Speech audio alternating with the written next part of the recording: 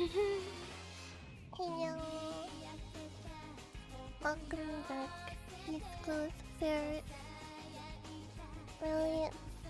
Hello. Let me just post. Hello. Hello. Is it morning for you? Oh my god, I had to listen to this BGM so many times while I was setting up. I'm going insane. I'm going insane. Hi. This stream assistant's on my lap right now. Oh, you scared? Don't be scared. Don't be scared. You're just gonna lose your gallbladder. Nothing else. You'll be fine. You don't need a gallbladder anyway. Oops. You don't need two kidneys either, right? Don't need two kidneys either. You also don't need your appendix. Calabox, hello, Generic username, hello, and Guacamigo, hello.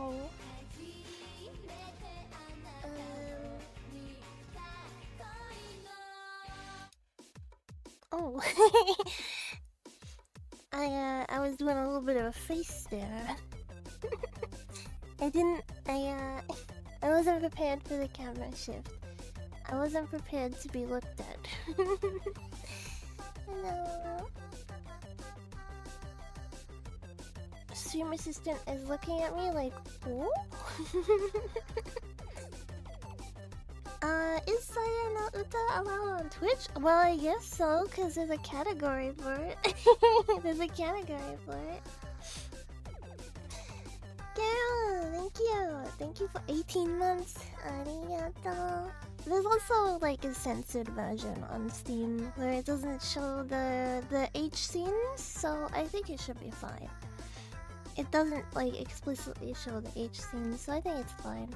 And for people being like, oh, but you need the H scenes to understand the plot, you don't really. I mean, you understand what happens. It lets you know what happens, so I think it's fine. I suppose if you don't have the patch, well, I have the patch. I'm just not patching it for Twitch. I think I do need to swap to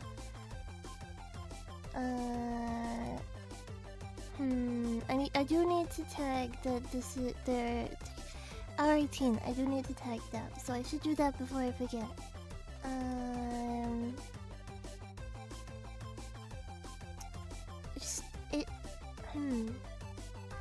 It won't let me scroll down and look at it properly. Okay, let me do this.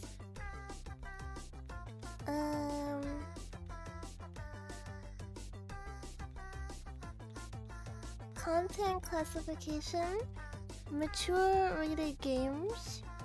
I guess. Oh, okay. Is it already tagged? Is it already tagged, or is it not tagged? Because it won't let me select mature rated games. Hi, Nan. We can oh yeah, we can just get rid of the crash cans. We don't need that anymore. Surprised you haven't played it before? I've played it before. I have played it before. I have a lot of Saya merch. I have the original figure. I have the recent figure. I have the Fumo. There is a new figure coming out that I will be getting, and there's also the Nendoroid coming out that I'll be getting. I also, yeah, there's a Fumo. I could take a picture of it right now, actually, if we wanted to see it. Wait, I think I already have like pictures of it that I've posted, right? I think I already posted pictures of my Saya merch. I got, I like my Saya merch. I am quite proud of it. Um, let me see. I'm sure you have posted a picture.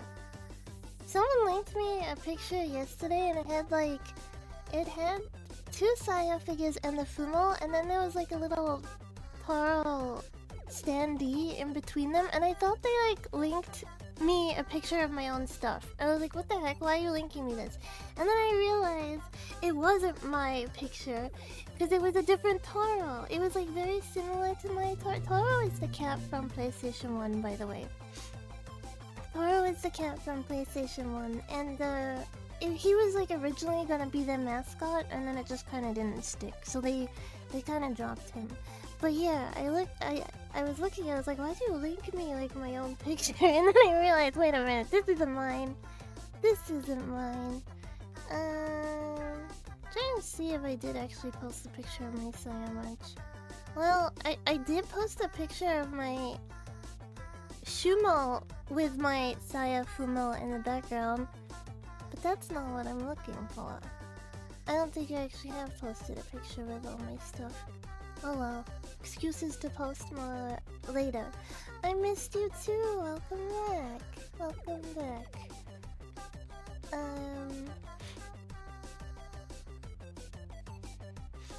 I thought people were talking about the Kagari Fumo. Oh my gosh, he's good. Thank you for 5 months. Arigato. Sorry I missed it. I was looking at my other monitor. I was trying to hunt down my stupid posting of stuff I do. Most of my like photo posts are of the stream assistant. It's just like a lot of pictures of him.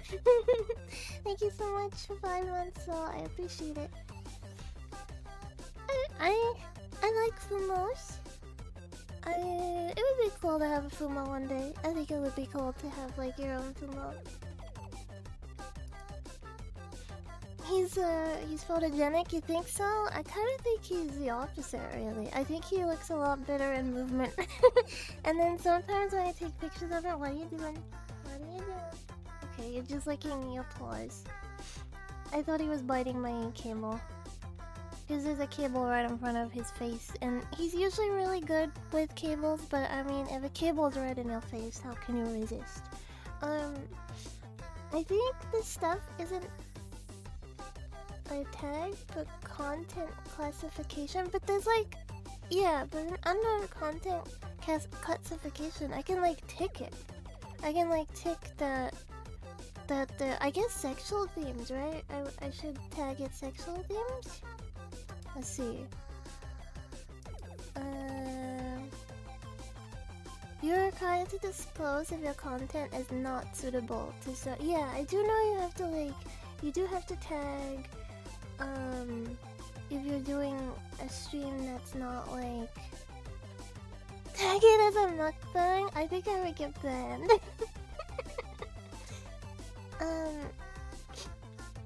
I watched this really crazy crime video the other day where it was like this son went missing, right? Like this son went missing, and he was gay, and this is relevant to the story, by the way. He was like gay, and it was like Christmas morning, and his family were like, where the hell is he? Like, he was supposed to be here. You know, like it's 9 AM, we're having Christmas breakfast, and he hasn't shown up. So they called his roommate, and they're like, hey, where is he? Like, he hasn't come to Christmas breakfast. And his roommate was like, oh, he didn't come home last night. Like, I don't know what's up. But he did send me this text message saying, like, he was going on a date with this guy, and, like, he might be home late. So maybe he's with that guy still. So the family like reported him missing because they didn't know who this guy was. They didn't know how to like get a hold of him, right? And on the same day, the police catch this guy running down the street in a leather kilt. And they pick him up, and he's like frantic, and he's like, I went on this blind date with this guy, and then I fell asleep, and when I woke up, I was like tied up, like I was tied up in his basement. So like I freaked out. I grabbed whatever, because I woke up naked. I grabbed whatever clothes I could, and I just bolted for it. So the police were like, what the hell? We gotta go check this out. And they show up, And this guy's like, no, it was all consensual. He could have left at any time. And if it was like if I had like actually kept him hostage, why did he steal my most expensive leather kilt? Like, why didn't he just take something else? There was a bunch of other clothes down there. He was like trying to be like, I think this guy just wanted my expensive products. They like go into this guy's house and they freaking find the missing son dead in like a secret like basement that this guy had. He basically had like a gimp room that was like hidden, but like barely hidden. And they found the son like dead in this room, and there were like chunks of him missing. And then it like turned out that this guy had been like eating him. They met on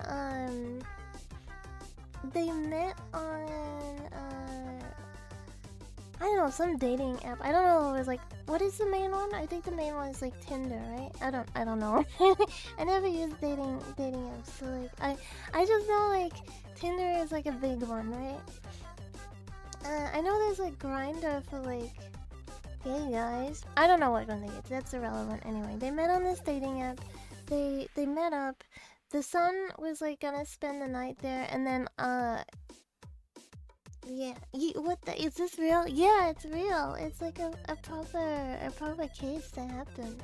And so like this dude had been like eating him, and he was so nonchalant about it. He was like, yeah, well, he was really depressed, and he like, me and him discussed it. Like, I was gonna turn him into something beautiful because like he wanted to leave this world. I wanted to assist him.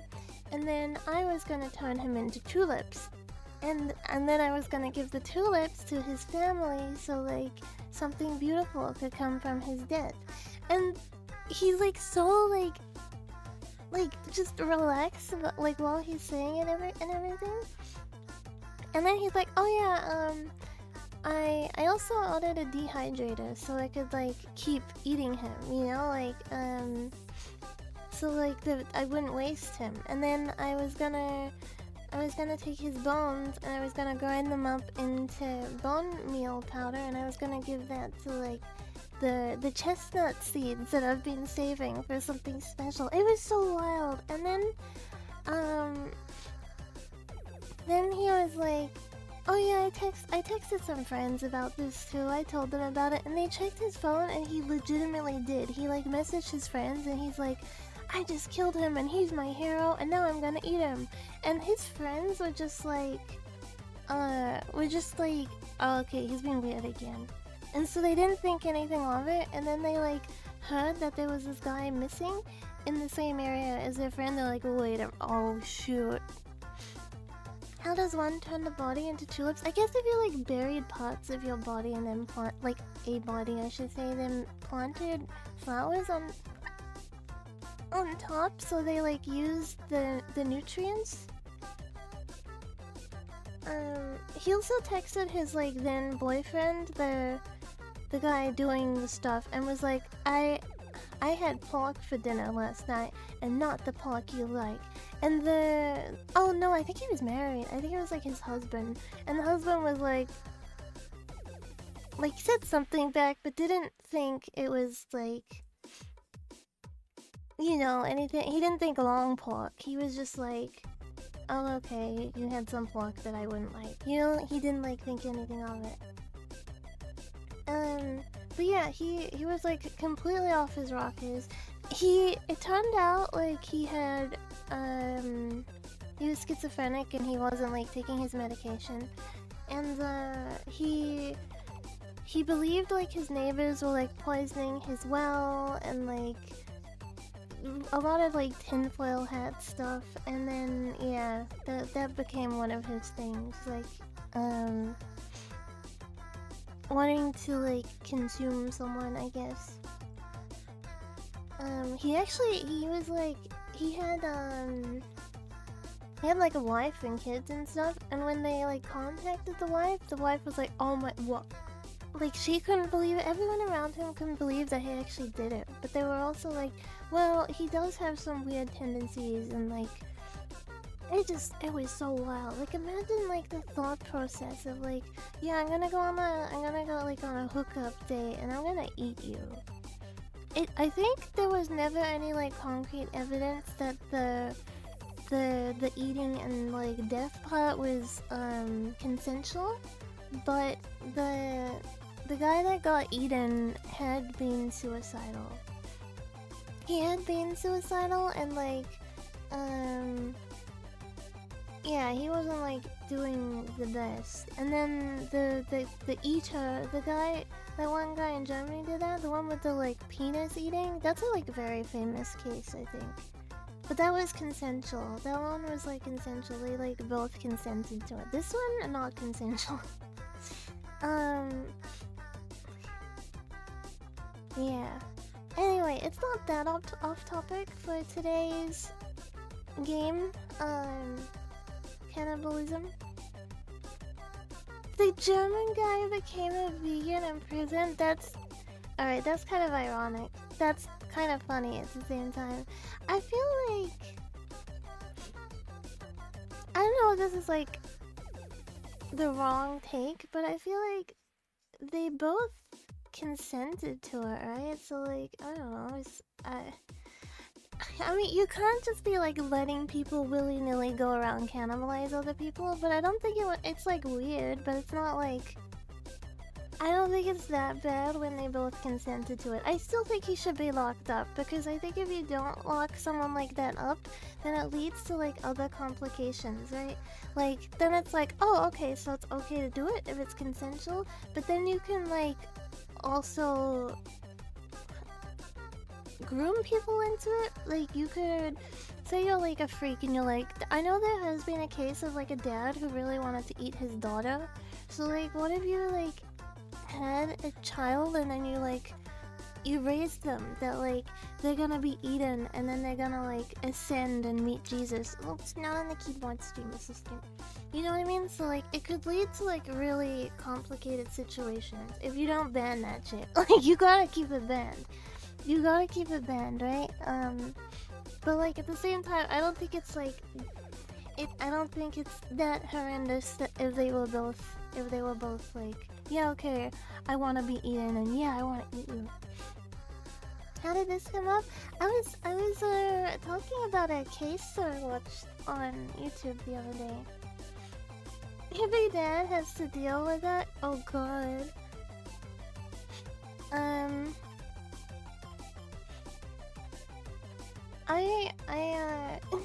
Well, on the topic of cannibalism, I started watching My Little Pony. It was funny because today I was sitting there on the couch with my dad, and I was sitting there on the couch and my dad's like, oh, I've got a horror movie that I recommended. By the way, some of you who are newer to the community might not know this, but whenever my dad recommends a movie, you gotta be a little on edge, because one time actually not one time, a few times he's been like, hey, you should watch this movie with your friends, and then I'll be like, okay, I'll host it in the Discord server. And it's like really freaking weird, man. Like one time, the one that like really sticks out to me is he recommended this movie called Men. He recommended this movie called Men, and it's like this weird freaking art film about a lady coping with the like suicide of her ex-boyfriend. She goes to this like quiet little village. She's British. She goes to this quiet little village, and I don't know, all this weird stuff starts happening. It's an art film. It's an art film, right? So that and it kind of speaks for itself. But like, there is this one scene in the film where every male character in the film takes part. And it begins, I believe, with like the priest showing up at her house and being kind of like sus. and she's trying to run away from him. And then his stomach grows to be like pregnant, and he falls down on the ground and he starts giving birth through his anus while you can see his penis just fully on display.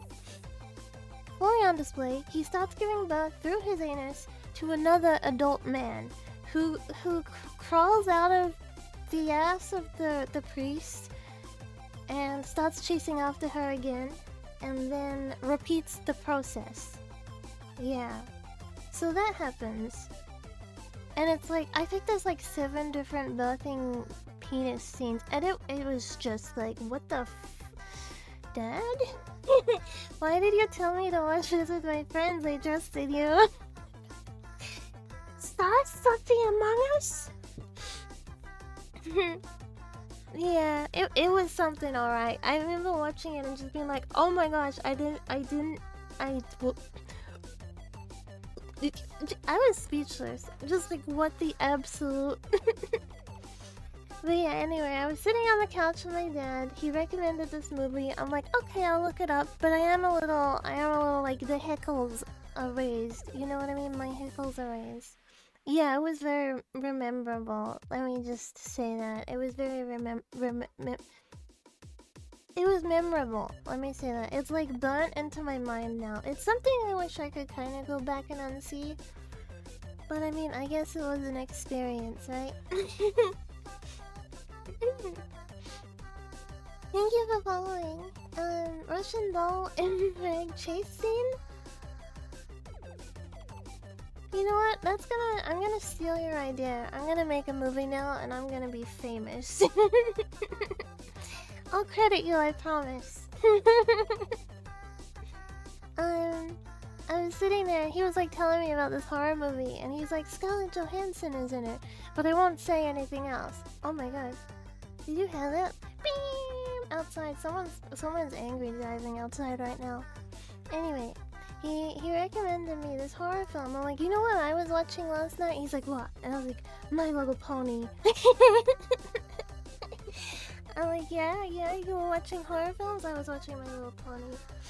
I never watched it when it was like... Sorry, I got an itch. Hold on. Did you ever watch those My Little Pony cannibalism animations? I did not. I did not.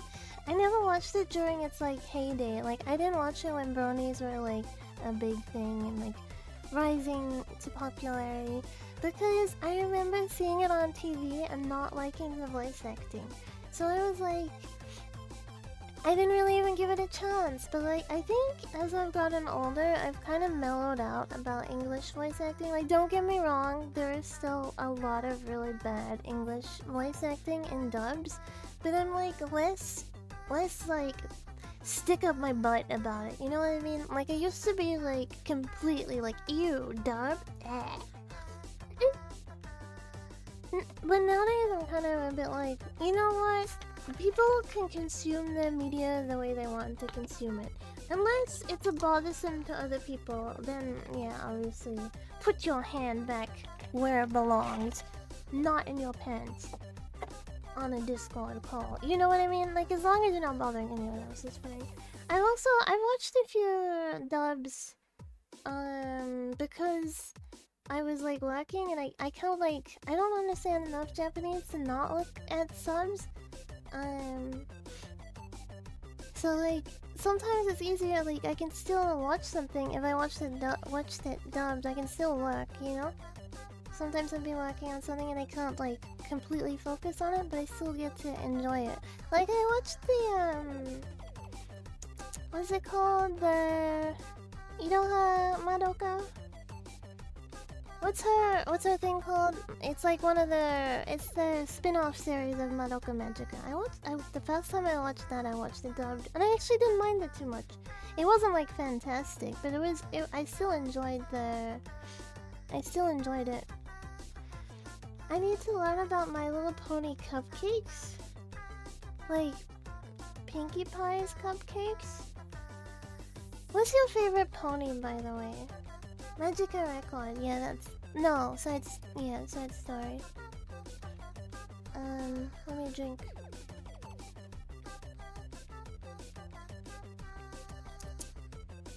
Anyway, what's your favorite pony? I saw there's like a pony live 2D model. Derpy Hooves is a side, Rainbow Dash is a main. Fluttershy best. I like Fluttershy reminds me so much of like younger me.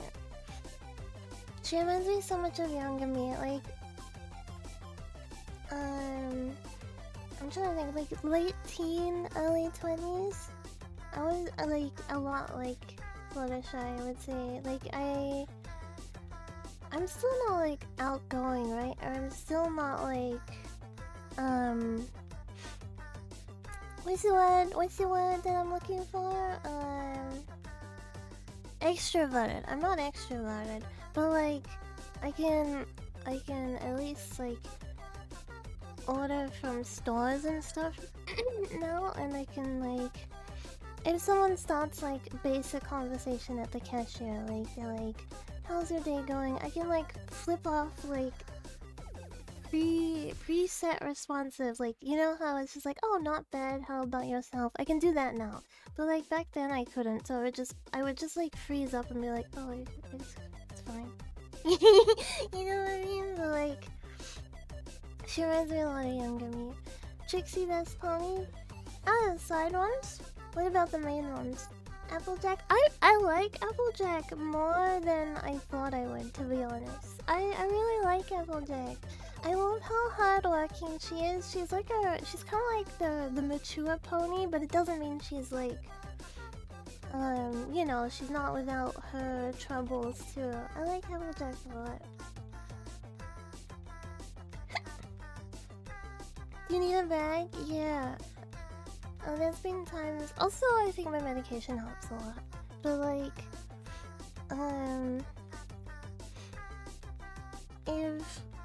if when like I used to go to cashier and stuff, they would like ask something and I would be like, like sometimes I would try to speak and it wouldn't come out, so it would just be like, yeah, I've had that happen a lot of times over the years.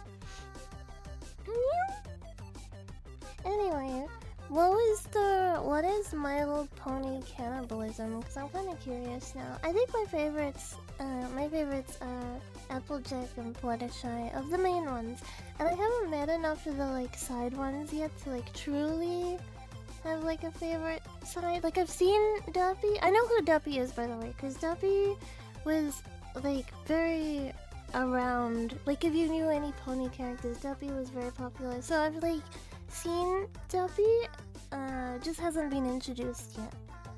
Duppy was everywhere. Yeah, there was like a scene, the episode where like Pinky is like predicting things that are gonna happen, like if her like ears flap or like her tail twitches.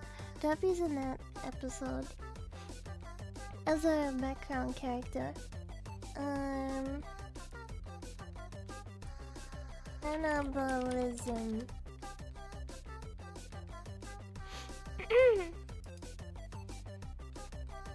Do ponies eat meat?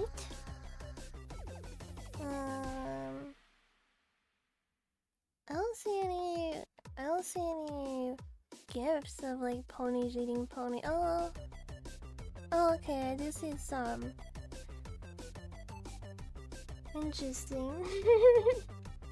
I like the Doctor Who's. Is that the white one with the like the cross cutie mark? What was I gonna say? There was something I was gonna say. Oh yeah, I hate the new My Little Pony, by the way. Like the new one looks like AI slop for like babies. It's so freaking ugly, man. There's also like a PlayStation game for it. He's the brown Earth Pony? Oh, I haven't met him yet. There's a lot of Grimdark Pony fan stuff. Yeah, I bet. Yeah, it looks so bad. Yeah, why did they do that? Why did they do that? Like, why did they change them to look like that? When the old style was really cute. The old style was really cute. Why didn't they just like, I don't know, realize that that one was super successful and then be like, oh, okay, we should take notes. Focus group says X. I don't know. I don't know where that style choice came from, but it was bad. And I think whoever made that choice should be fired. And you know what? They probably won't be because it's kind of gonna be a success no matter what, just because it's like My Little Pony, right? So like, sorry, we can head out my chair. I'm just moving a little bit. It's kind of gonna be a success no matter what because it's like Care Bears, right? Like every time they revive it, there's like generations of people who are like, I grew up with this, and now it's come back, so I'm gonna share it to my child. You know what I mean? And like kids are still gonna like indulge in it.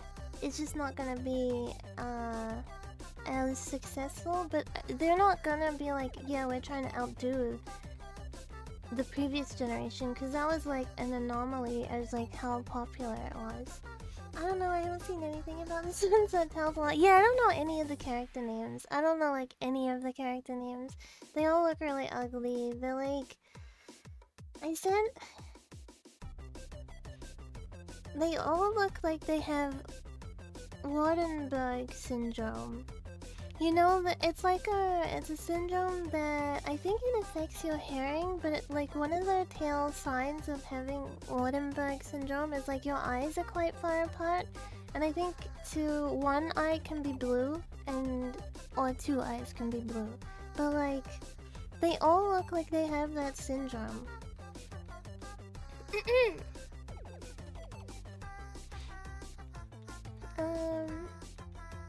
It was such a flop they didn't renew the contract after wait, really?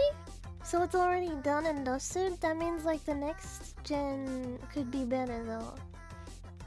I heard another streamer say that they were like toying with the idea of doing like a multi-gen crossover thing, but I don't really think that would be like that good of an idea. I don't think that would be that great because it's kind of like Digimon, where like each generation is kind of like contained within its own universe, right? And it wouldn't really like look good, especially if you have like 80s ponies meeting up with like mid 2000s ponies. Like the style difference would be so jarring. I remember having a pony, like one of the, I think it was like a hand-me-down. I don't know who I got it from, but I remember having like a 80s pony when I was little. It was like a yellow one, but I don't remember like exactly what she looked like. I think it might have been the predecessor to Applejack, I'm not sure. What type of pony would you be in chat? I think I'd be a unicorn. I feel like unicorns like have the best like doing magic would be really cool, but then what if your like specialty magic was kind of lame? I think I would rather fly in that case. But then I feel like my cutie mark would probably be something art related, right? Like it would probably be like a drawing pen, like a tablet pen or something, since that's like my main my main talent will be drawing. Could become an Electron, then that's just like Mary Sue, right? Just gotta Mary Sue. But I think being able to do magic would be really cool.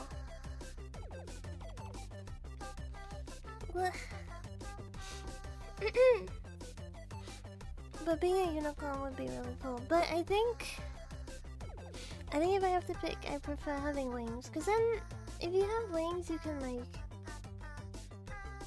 I don't know, just the idea of the freedom it provides would be really cool.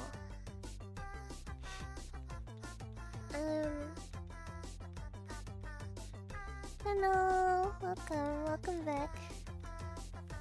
I don't know.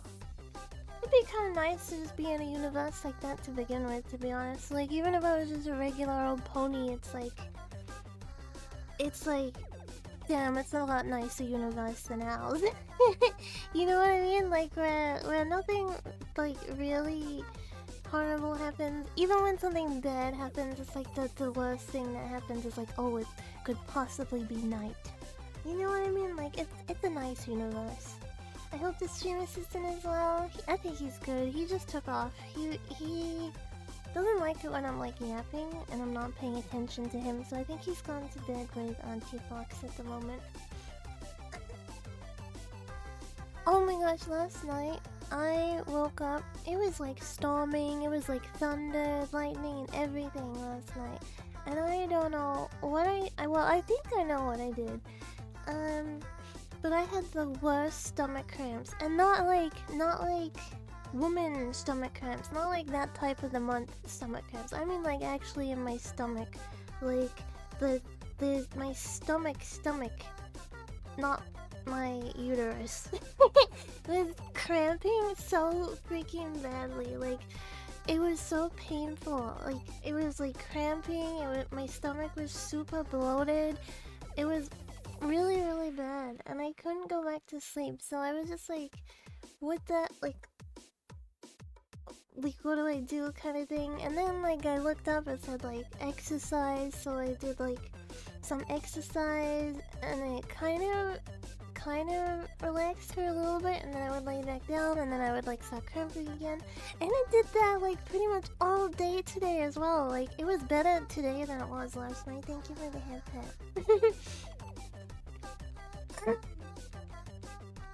See, Lando, welcome back. I did it like all today as well, but it was like less than last night, and then it finally calmed down. Like I took a nap, and when I woke up I think it was gone. But I think cause I've been fasting, and then I broke fast, and I was like, oh, I'm just gonna relax on fasting this week, and then next week I'll go back to it. But like yesterday I went kind of crazy. I like binged on like a bunch of stuff that I haven't eaten for a while, and I think my stomach just couldn't handle it. I think that's maybe what happened.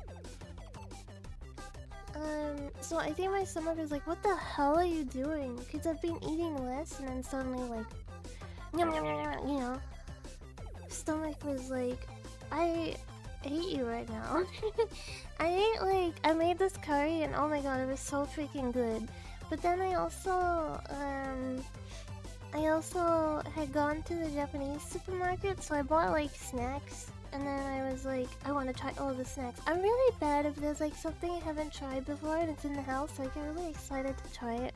So even if I don't like eat all of it, I still want to like open it and try a bite, right? So I did that with a bunch of sweet stuff, and I think that wasn't a good idea. I think that wasn't a good idea. Cool dishes, Kagari. It was like a apple and pork curry. It was really good. It was really really good.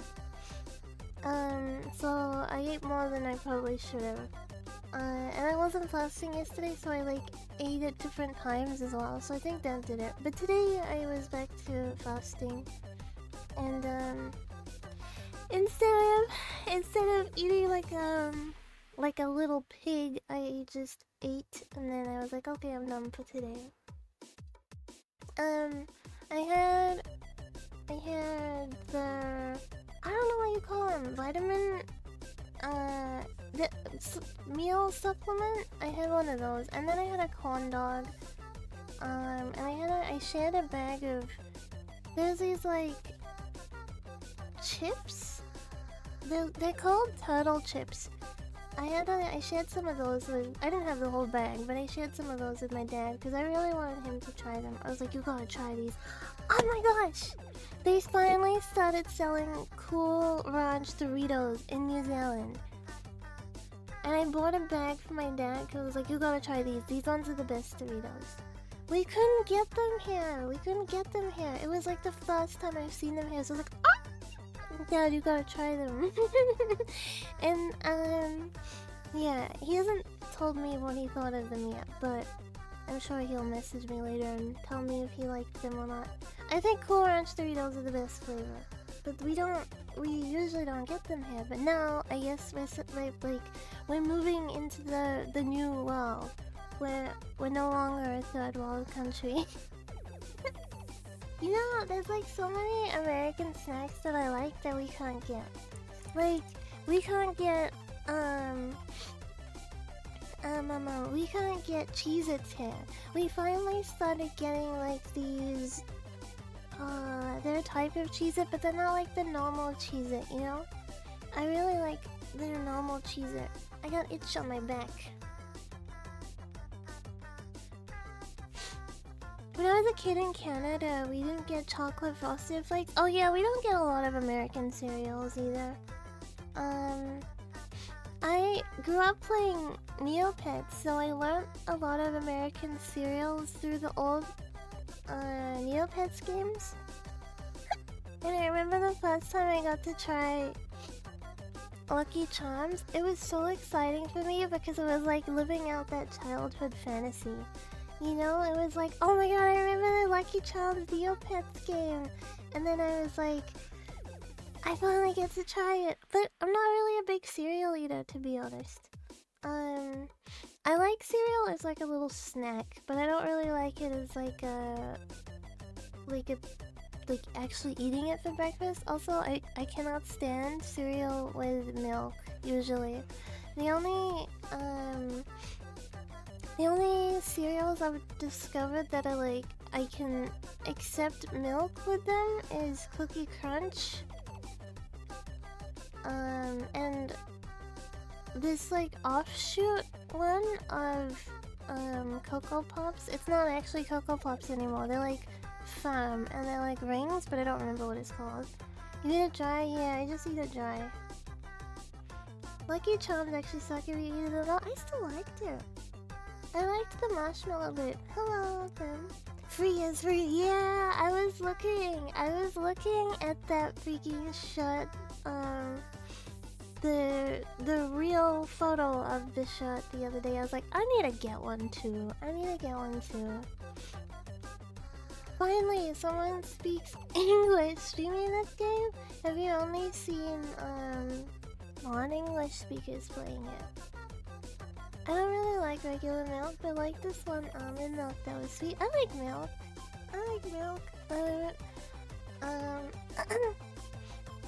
But I also like almond milk. I like soy milk. I like oat milk. I don't know. All kind of milk tastes good. But I don't like soy milk in tea. Like, if I'm gonna have milk in my tea, then I don't want it to be anything but cow's milk. Yeah. 'Cause I don't know, soy milk in tea is like, bleh. I never tried it with oat milk though. Although recently I started going back to drinking my tea black, 'cause then I can drink it at all times of the day. So even when I'm fasting, I can still drink tea. Cow's milk is the best for coffee and teas. Yeah, I agree. I think tea rules. I agree. I like tea a lot.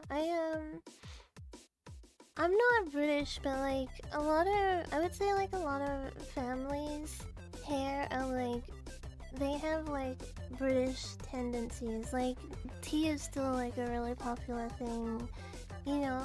So you grow up like drinking tea and stuff. I remember like when you're really little, you usually have a Milo instead, and then you like move on to tea when it's like tea break and stuff. I remember the first time asking for a tea instead of Milo, I felt so grown up. I was like 4. I was like 4 and I felt so grown up because I was like, no, I don't wanna Milo, which is basically just like hot chocolate, right? I was like, no, I don't want that. I want tea. But I also wanted a cookie so I could. Tea is just something everyone drinks. Yeah, if you go to someone's house, they're gonna ask you if you want tea or coffee. That's just like how it is here. Coffee is very popular here, but can't beat the tea. Yeah, I think tea is still like more popular here than coffee, but there's like a lot of coffee too. coffee. What was I gonna say? I forget. I was gonna say something. I think it was about matcha. I think it was something about that, but I don't remember what it was now. I do wanna, I was gonna say something cool. Yeah, everything I say is cool though. Every word that leaves my mouth just radiates coolness. That makes me think of the guy who like pooped himself on stream, and like one of the comments was like, literally shits himself and loses 0 aura. I showed my dad that. Of the guy like shitting himself, and he's like, interesting. Oh my god, I cannot. Yeah, there's like this video. I don't even know who it is, but it's like this guy with these like really intense eyebrows, and he shits himself while live streaming, like. And he's like, okay, well, I just shit myself. I've gotta go change my underwear, okay? And then he like keeps like farting, and he's like, interesting. Yeah, wow, interesting. As though it's just like something really casual. Like he's just, I don't know, wine testing or something. He's like, wow, interesting.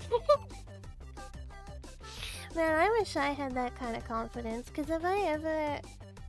It's like he already knew he shit himself and he just committed. He was like, you know what, I'm already here, I've already did it, I might as well finish.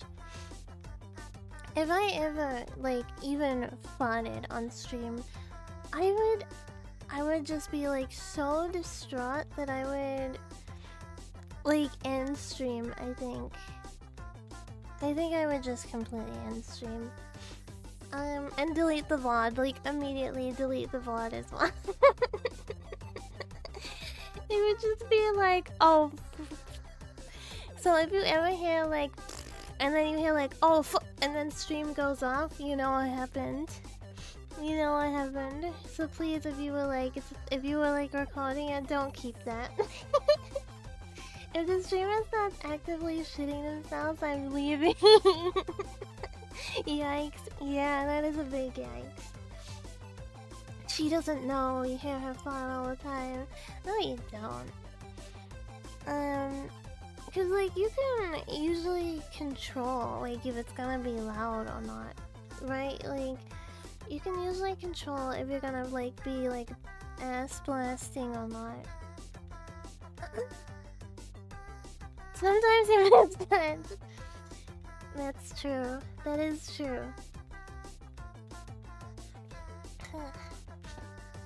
Have you ever had a situation where that happened but you're in public and then it's like, I don't know how to respond, so I'm just gonna pretend that didn't happen?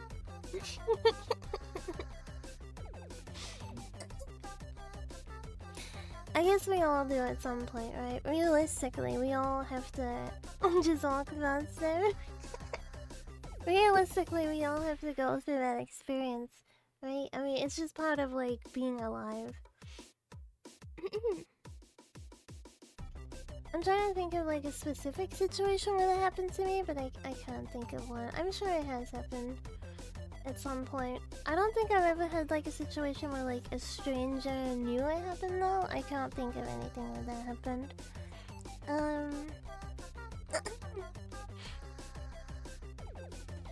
It's like, I guess like I think I would jot that out of my memory. That's fair. Unfortunately, I do not have that kind of memory. My memory is like something embarrassing happened, you're gonna remember it for the rest of your life. Because I still remember like really embarrassing stuff I did when I was like 5. I remember and replay it over and over. I used to be more like still. I can still like, even if something happened like a really long time ago, I can still remember how I felt back then. You know, like I can still get in the moment, the headspace of how I felt back then. So like if something embarrassing did happen, like when I was 5, I can still like feel the embarrassment, but I don't like. I don't feel embarrassed as now anymore, because it's like it was a kid doing a stupid kid thing, right? Like, oh my gosh, there was like this one time where me and like my best friend when I was in primary school was this Chinese boy, right? Like no one liked us. We were like the two friends, right? And there was one time where our class had gone away on like a camp, and I didn't want to go on the camp, and he didn't want to go on the camp. So instead of like us going to camp with our class, we just joined another class for like a week.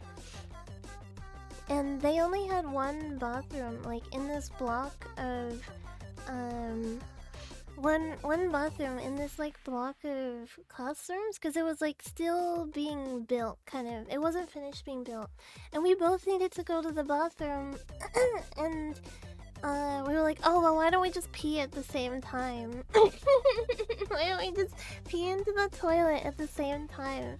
So we did that, and then a bunch of other kids needed to go to the toilet at the same time, and the doors couldn't lock. So like one kid opened the door and was like, "Oh, sorry," and then like ran away and left the door open. And then a bunch of other kids ran over and were like, "You guys are peeing together!" Yeah, that was embarrassing. Cause like when you're like mid pee too, we were like 5 or 6. No, we were 6. We were 6. And they're like, you're like mid pee, so you can't do anything either. So like you can't just like stand up and close the door, right? Like you're just stuck there peeing, like peeing for an audience. Had to turn off the tap, yeah. Yeah, you can't just like stop. Just pee. Maybe waddle over while peeing. Have you ever like intentionally peed on the floor in a public toilet? Have you ever gone in and you're like, nah, there's no way I'm like actually using this toilet? Well, I guess it's kind of different from guys, right? Because you're standing and peeing. It's not like you risk anything touching the toilet seat, or like, you know, having to put toilet paper down and stuff. Well, I guess maybe something possesses you and you're just like, you know what, I'm just gonna piss on the floor. You just pee on the floor. I have to admit, I have in the past. I have just peed on the floor. I've like gone into a public toilet, I'll be like, ain't no way.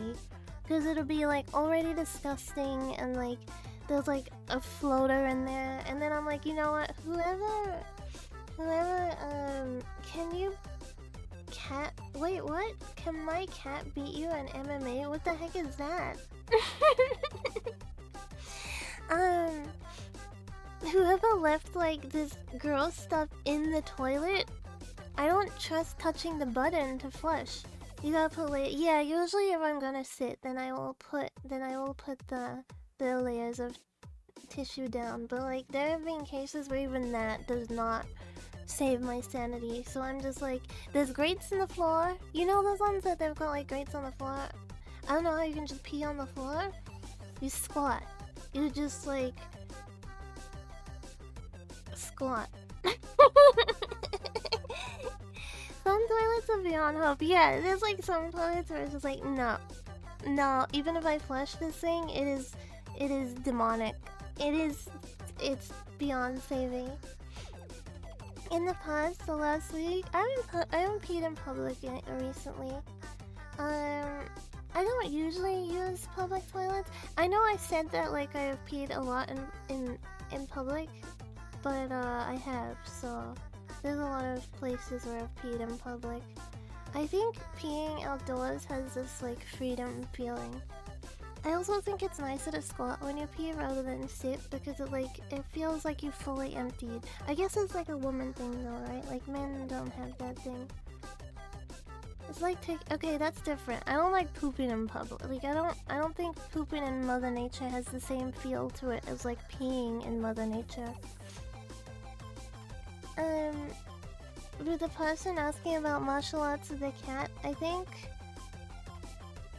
don't think a cat can learn martial arts. So I think I have a better chance at beating. I think I have a better chance at beating your cat at martial arts. I'm gonna watch Ip Man with your cat, and then I'm gonna Wing Chun your cat. And if the cat dies, then I'm gonna blame movies as a bad influence on my brain. Yeah. You ain't got a choice in that regard? I don't know. Someone was asking if that cat could beat me in Kung Fu. But like, I mean not Kung Fu, they said martial arts, and I picked Wing Chun. If it dies, it dies. Yeah, I can't be held responsible for a battle to the death where I survived. This is a battle to the death, right? Or did I just add that part myself? I think I just added that part myself. I'm sorry, the cat doesn't need to die. I'm sorry. If I win, then I win. I don't... I've never actually studied a martial art, and I feel like I'm too, like, lazy now. Well, I'm just unfit. I'm just unfit. I don't think I'm really... I'm lazy in certain things, and then I'm not lazy in other things. Like, I have a good work motive, I'm just not I'm physically lazy. Because I don't exercise or anything, which I really should, but, you know. Very gaming? I would say I am a little bit of a workaholic when it comes to, like, art. I don't have a good, like, off button. Like, once I start working, I will... a little bit. Okay, I am very bad at, like, not, like, stopping and taking a break. I will just work and work and work and work and work. Yeah. To the point where it's, like, detrimental to myself, right? Like, I will not sleep because I'm working too much. Like, I get addicted to it. And I've tried to be better this year and, like, chill out more and, like, reground myself. And I'm, like, easing back into it now. Which I've already started the workaholic tendencies again, but whatever. It's fun. Working is fun. When you're doing, like, something you enjoy, it's fun, I should say. I like what I do, which is draw. I like drawing. Speaking of that, there were two things I wanted to talk about before we get into the game. We've almost yapped for an hour, so it's not like that much to speak about. Basically, number one is I started on my update model, like Kagari 2.0. And I was thinking I could maybe, like, stream some of the process, like stream it while we chat and, like, watch stuff. Maybe we can do, like, React Andy while we draw, you know? And then, I don't know about rigging on stream, because rigging takes a lot of thought power. Rigging is so much fun though. I really like Live 2D, but it also, takes a lot of, like, thinking, mental energy. Well, yes I could, and then when I need to think, I just, go quiet for a little bit. That's the first thing. And then the second thing is Antifox is going away for a week. Antifox is going away for a week, starting from tomorrow, which means I can basically stream like all day if I wanted to. So I was thinking we should do something special for, like, maybe like I'm thinking like I'm not gonna be able to stream like 7 days straight because that would be crazy. Can we watch a movie? Of course. We can watch a movie. For Halloween year, it was actually suggested to me. But I'm thinking that we can play Repo, and I'll stream and we can play Repo, and then I can like. I think I'll do like the invite thing through my Discord server just so like no one completely random joins. Like there is a little control over who joins. But we can play Repo on stream, and then I was thinking maybe we can watch scary movie in Discord after. I think maybe for like being able to stream more, maybe we could do like 2 streams. So like early in the day when I wake up, I do like art stream, and then we take a little break, and then I do like game stream. Is that on Friday? It would probably. What day does Halloween fall on? Maybe we could do a 2-day Halloween stream, so it's like my Halloween and then your Halloween as well. Because a lot of people, yeah, it does fall on Friday. So it would be like Thursday, Friday for a lot of you, because Friday would be a day ahead for me. But yeah, I think I should take advantage of having like the free. Your birthday is on Halloween? Do you like that? Do you like that? Or you wish... Because I know some people would be like, damn, that's so cool, my birthday's Halloween. But then other people would be like, I wish I had a day that was my day and not like a holiday that everyone else celebrated. You love Halloween? Then that's a good thing. My birthday is super close to Christmas. But it's not on Christmas. But people still lump my birthday into like Halloween. People still lump my birthday into Christmas a lot. Gets an update on Halloween? That'd be cool. If there's any other suggestions for like another game we could play, feel free as well. Like multiplayer games that we can play on stream. I mean, I know there's like the like typical the ones where you try to be funny and stuff, but I don't know, those ones kinda, they're like really hit or miss, right? Like sometimes they're funny, and then like after like 3 runs they're kinda just like boring. I mean like horror games. If there's any like horror games we wanna play, feel free to suggest something. It's only like 2 days until Halloween, wow. Well, 3 days, sorry. It's like tomorrow, the day after, and then it's Halloween. But, yeah. Wait, should I show the picture of what I've got so far? No, I can show it tomorrow. I'll show the live TD tomorrow, because we can start with art stream tomorrow for first stream of the day, and then we can do game stream after. I was thinking, probably tomorrow we'll either finish Saya if we don't finish it tonight, or we can play like, I was feeling like Yume and Nikki.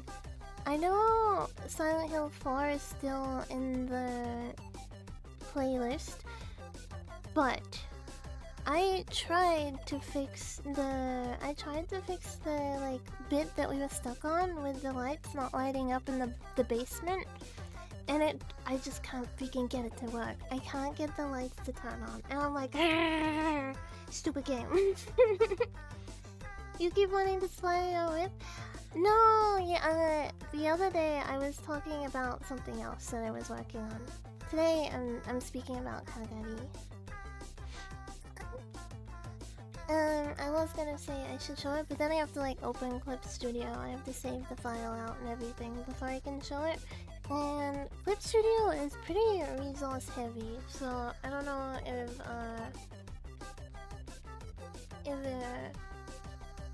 it's like a good idea on the fly, you know what I mean? Okay.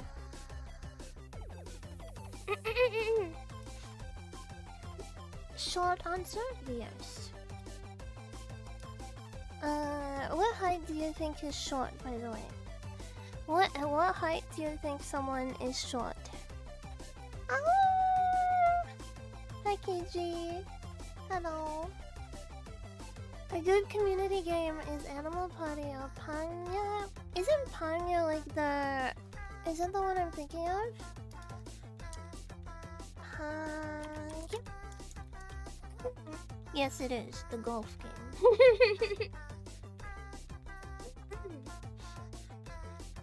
I do not like the image you sent me. What did I send you? Sorry. Oh yeah, I sent the This is what I sent KG on Discord. I'm sorry, I'm so bad at making conversation. I don't know how to start conversation a lot of the time, so I just send the link. And then I'll be like, okay, they'll respond. What if they don't respond? Then you get ignored. I got ignored from this, by the way. I sent this and I got ignored.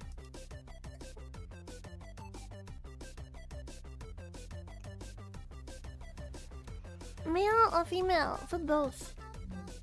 160 centimeters?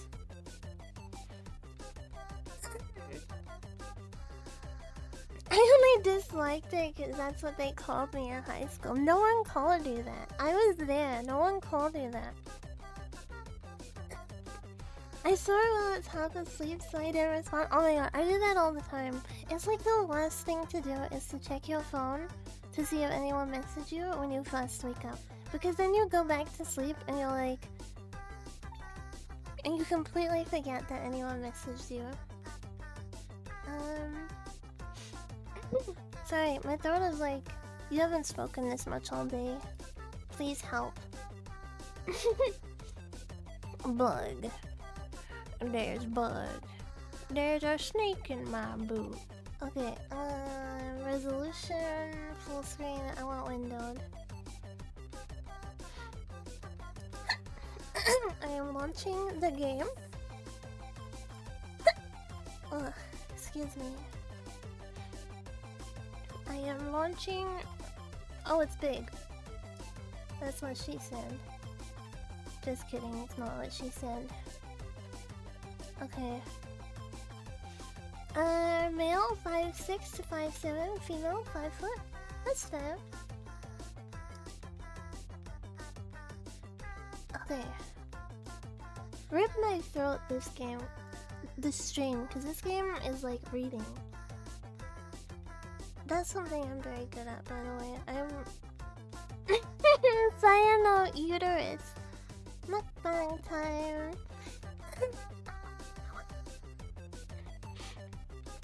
I love uterus. Isn't there people who like eat animal uterus and stuff? I'm sure there is. That's a dumb question. Okay, let's get rid of... Alright, can we hear it?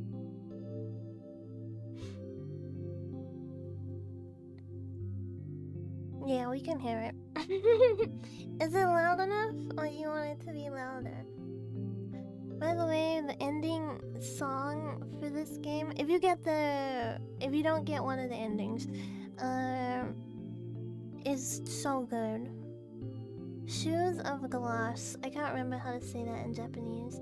It's like glass no something. In kutsu shoe? You know, off the top of my head, I can't remember, but I really like that song.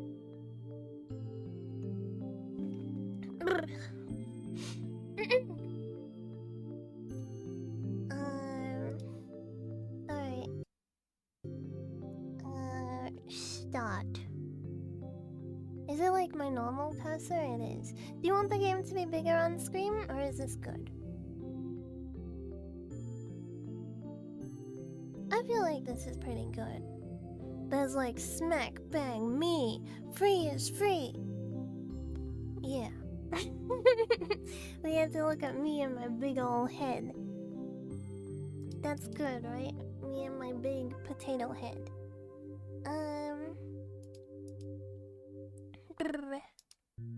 Okay.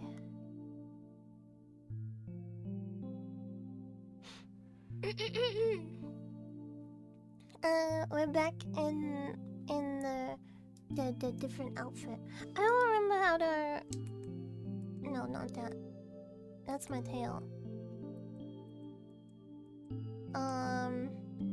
Am I crying? No. I want to put my sleeves up. How do I do that? Um. There we go. There we go. Now I'm like, what the frick? Who did that? Who did that? Wait a minute. I was tabbed out. Looks like a PowerPoint presentation. It is. Okay, let me put my sleeves back on. That's not what I was trying to do.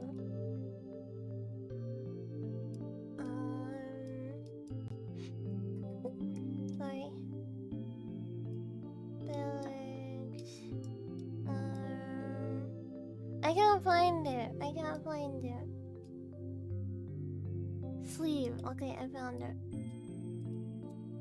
There we go. Okay. Now I can tab back in. I only have so much screen space. I have 3 screens. Okay. Ready. This story is a work of fiction. The procedures and conditions described herein are imaginary and do not reflect, let's say, real life, because I didn't read the rest of it. This work of fiction contains grotesque images that may disturb some viewers. Please select on how you would like such images displayed. Hey guys, welcome back to my video. Today I'm gonna teach you how to cannibalize people. It's not fiction. This story happened to my buddy. It's so stupid. Do not modify grotesque images. Default. Obscure focus of grotesque images. Lower brightness of grotesque images. Obscure focus and lower brightness of grotesque images. I think it should be fine to like not modify it. I think it should be fine. Wait, it's freaking loud. Oh my god, that blasted my ears so badly. Okay, let me turn it down. Okay. Xbox mic. Alright. Oh, I was not expecting that loud. Let me turn. Hold on. To be fair, we couldn't really experience the sound until we got into game. My goodness. Okay. I'm gonna put it like here and trust in the process. No, you can't hear the BGM. Maybe like this. Speedrunning a Twitch ban? It's okay, we don't have the patch. We don't have the patch on. #Y. The wriggling massive flesh burbles.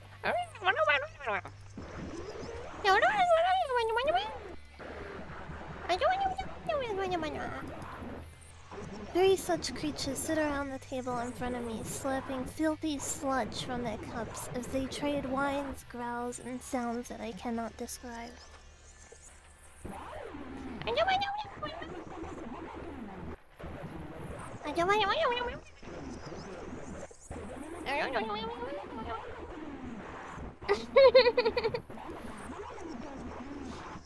By listening carefully, I am able to grasp the gist of their conversation and respond when it is required of me. This is necessary to avoid arousing their suspicion.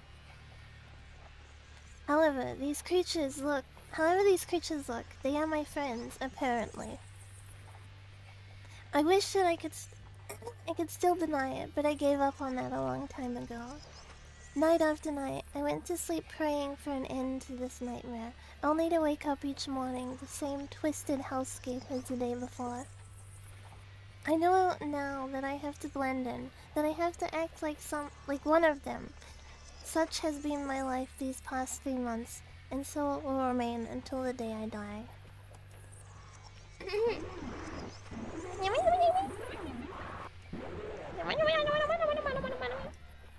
Judging by its tone, this one must be Koji, and the one next to him, squealing more than the others, is probably Omi. Which means that the one next to me is Yo. Though I can no longer see any trace of her once attractive features, I try my best to ignore the rotten stench of excrement that issues from her quivering flesh.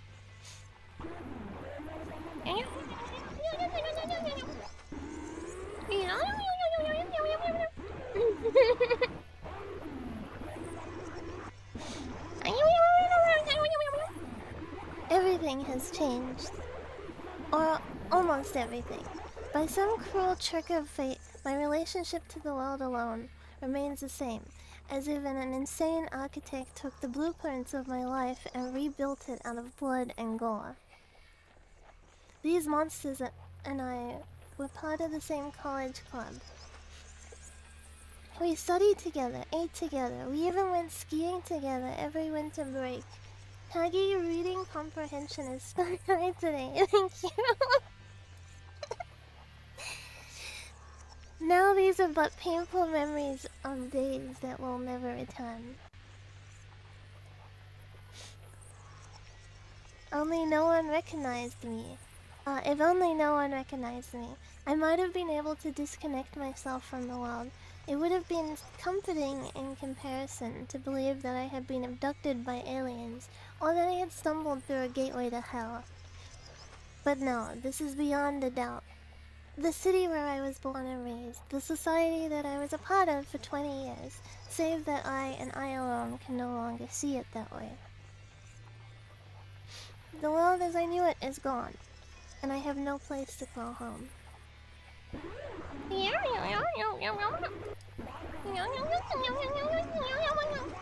Those gibberish sounds grammatically incorrect.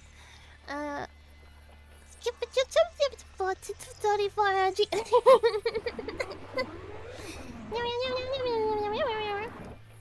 Anyway, I can tell that whatever they're discussing is of no importance to me. I decide to keep quiet while pretending to listen. But just then... Hey, Fuminori, one of the flesh beasts says as it swivels its bloodshot eyes towards me. What do you think? What do you think? About what? I tried desperately to suppress my loathing and behave normally, but my hoarse voice ruins the attempt. We're talking about this year's ski trip. You're coming too, right? A slimy hole near the top of the creature rise nauseatingly as it vomits some semblance of words. That must be Koji's face, or what I would have seen as such 3 months ago. Unable to stomach the sight of it, I avert my eyes and give a neutral answer. Wakaranai. I don't know. You have other plans? Not really. Those are my closest companions. One of them had even wished for more, to be more.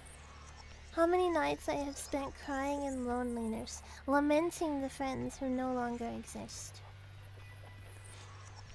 In 3 months my tears ran dry, and now there is only loathing left in me, surrounded by hideous creatures that I can only assume are Koji, Omi, and Yo. I spend each day trying to act as I always have. If I fail at this, I'll surely be sent back to the hospital. Only this time, I'll be locked away forever. No matter what, I won't let that happen. I mean, it's not like a physical activity could affect your injuries, right? I'm not sure. I'll ask the doctor during my checkup. That's it. I can't look at them or bear their screeching any longer. I jump to my feet, desperate to escape. There's a motorbike going by outside, sorry. Hey, Fuminori. A spray of stringy slime from the cilia around its voice box flies at me. Is that how you say that? Is that cilia? I try to cover myself, but too late to keep the slime from splattering across my face like the yolks of a rotten egg. Voice acting is on. Yeah, the voice acting is still on. This flesh room seems not so bad. I get it. I guess it would be kind of stinky though. Like, you know, like when you buy meat and it has that smell to it. it would be kind of smelly. I'm about to lose it. I want to grab a chair desk, anything within reach, and use it to smash the life out of this creature, ending it all. I barely suppress the impulse. I mustn't let on that something is wrong, however they look to me. This is their world. I'm an outsider here, the outsider. Like I said, today's my checkup. I've gotta go. Struggling to put on a smile, I reach into my wallet, pull out the first bill I find, and put it on the table without looking at it. I don't care about the change. I don't care about the change. I just need to get out of here. Now. Later, I mutter hastily and flee the cafeteria. I think it would smell kind of rotten. Not all of it looks rotting though. A lot of it looks kind of fresh. Like, this looks kind of fresh and stuff. I'm not crazy. Hey, says Takahata Omi. Why don't we go somewhere we can skate for this year's ski trip? Tsukuba-yo frowns at the suggestion. Skate? Skate? But why go to a ski resort to skate?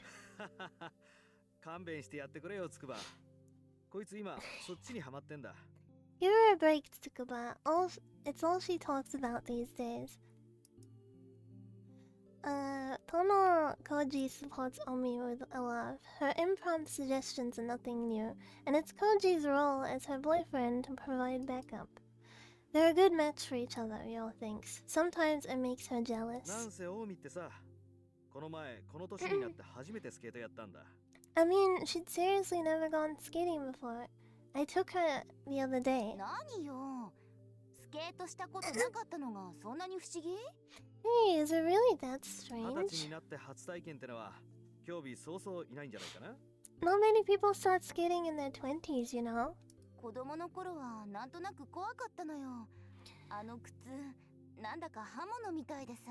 I was scared when I was little. Those shoes looked like big knives.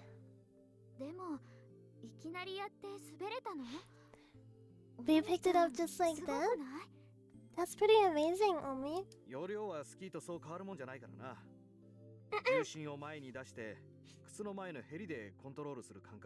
It's a lot like skiing. You keep your weight flat and use the angle of the shoes to steer.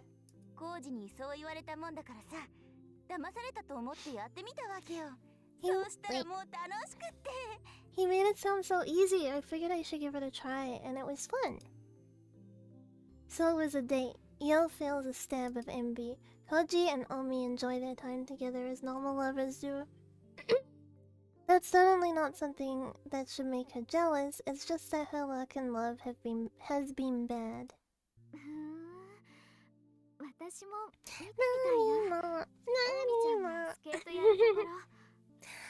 Oh, well, I want to see Omi skate too.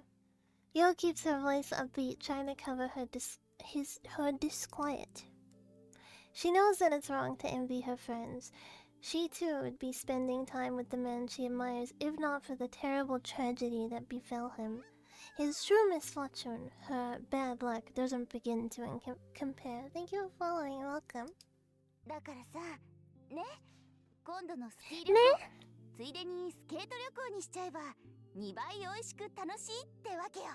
So how about it? If we make the next ski trip a skating trip too, it'll be twice as fun.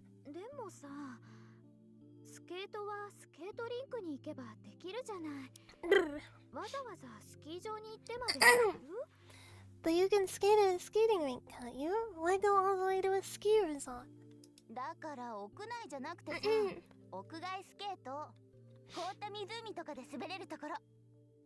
I don't want to skate outside. I mean, indoors. I want to skate outside on a lake or something. Do you mind having the voice acting on too, and then I read after, or would you prefer that the voice acting is off? I always like to hear how the characters sound, so I don't mind leaving it on and then letting them say their lines in Japanese and then reading after. But if you would prefer that their lines are the off, I can do that too. Whatever you want, you're fine with it? Okay. I'll leave them on then. That sounds fun, but won't it be crowded? While speaking, Io sneaks a sideways glance at the young man sitting next to her. Although the conversation has involved only 3 people so far, there are in fact 2 couples at the cafeteria table. Yo's boyfriend, though there's still some doubt, although whether he could be called that, is beside her, as silent as an expressionless as a statue, and expressionless. Hey, Fuminori, what do you think? Perhaps Koji sensed Yo's pain in his usual quiet and considerate way. About what? The cause of Yo's distress. Sakisaka Fuminori responds to Koji's sudden query with a vague, mumbled question of his own. Yeah, だからさ、今年の冬のスキーだよ。お前も行くよな。We're talking about this winter ski trip. You're coming too, right? Koji speaks gingerly, as though probing a tumor. A few months ago, he would have not hesitated to rebuke Fuminori for his attitude. Their long acquaintance had forged a strong and honest friendship, but now... I don't know, Fuminori responds bluntly. His downcast eyes and sullen demeanor make it clear that he has no desire to break his silence. 何か他の予定でもあるのか? You have plans? I think the NSFW part of the voice acting should also be off together with the rest. I think we just basically skip over the NSFW scenes. I think it just skips over it, but it is very obvious what happened. I haven't played it unpatched, so I'm not 100% sure. Yeah. Might go to bed early at this rate. Not often you get to read a book too. You have plans? Not really. Even Koji, Fuminori's best friend, cannot communicate with him as before. What hope does Yo have of breaking through his shell? The scars left by the events of that late summer day are still deep, all these months later. Each one of the 4 bears them, not only Fuminori. I mean, it's not like physical activity could affect your injuries, right? Not sure. I'll ask the doctors during my checkup. As though that answer drained the last of his patience, Fuminori bolts out of his chair. Hey, Fuminori! Even Koji can't keep his voice from rising as he tries to stop Fuminori from leaving. Fuminori reacts swiftly, throwing his hand over his face as though to shield himself from something terrifying. Maybe some spit flew inadvertently from Koji's mouth, but that happens sometimes. Fuminori's reaction is beyond the pale. Like I said, Fuminori snaps, making no attempt to relive the discomfort of his friends. Today's my checkup. I have to go. Even as he tosses money on the table to pay for his coffee, he acts like he's touching something filthy. Later. Fuminori stalks out of the cafeteria, almost like he's running away. Cloaked in heavy silence, the remaining 3 lower their gaze to the table, where the abandoned 10,000 yen bill sways forlornly. Fuminori's coffee is untouched. I can't take this anymore, Omi says with a sigh, but Koji shakes his head reproachfully. Fuminori just needs a little more time. But it's been 3 months! What's with his attitude? I feel like I'm going crazy hanging around him. Hey, I don't understand what he's going through either. I don't think any of us can.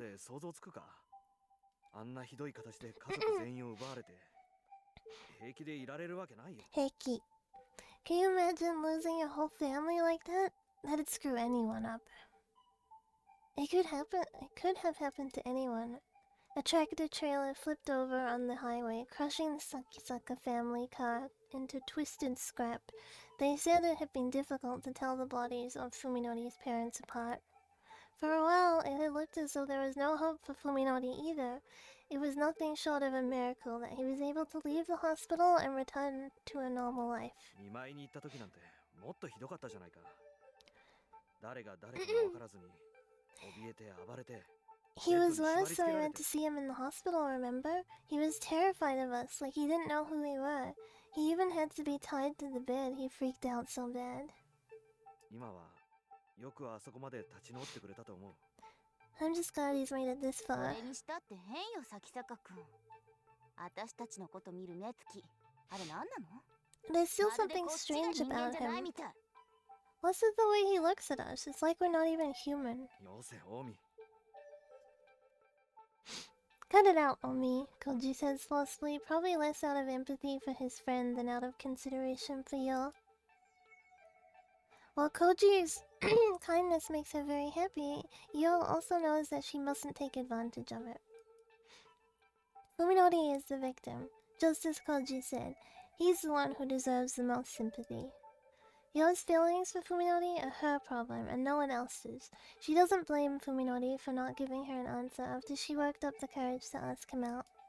In fact, she thinks even more fondly of him for taking the time to consider than she would have had he treated their relationship casually. Apparently, the fact that Fuminori did not reject her was enough to make them a couple in Koji and Omi's eyes. I don't think so. They've had plenty of fun at Yo and Fuminori's expense since. The truth of it, though, is that he still hasn't given her an answer. After revealing her feelings to him, Yo didn't see Fuminori again till a week later, and then she could only stare at his broken body through the window of the ICU. And when he was finally released after 50 days, that seemed an eternity, he was somehow different. She's starting to doubt that he even remembers what she confessed to him before the accident.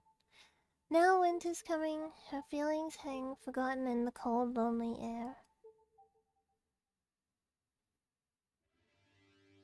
I think I would take that in itself as a no. I don't know, I think I would just be like, okay, it's no.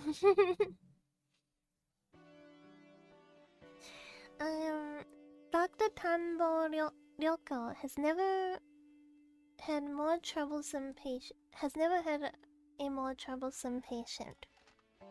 その後の経過はどうですか？ Any changes since your last visit? いえ、別段。 No, nothing to speak of. His voice is hard and flat, his words tossed carelessly into the air. It's like he's speaking to himself in an empty room. Ryoko is a surgeon, not a psychiatrist, but even she can sense the thickness of the wall he has erected between himself and the world. 吐き気やめまい、幻聴や幻覚といった体験は？ Any nausea, dizziness, or hallucinations? いえ、何も。Yeah, nanimo. No.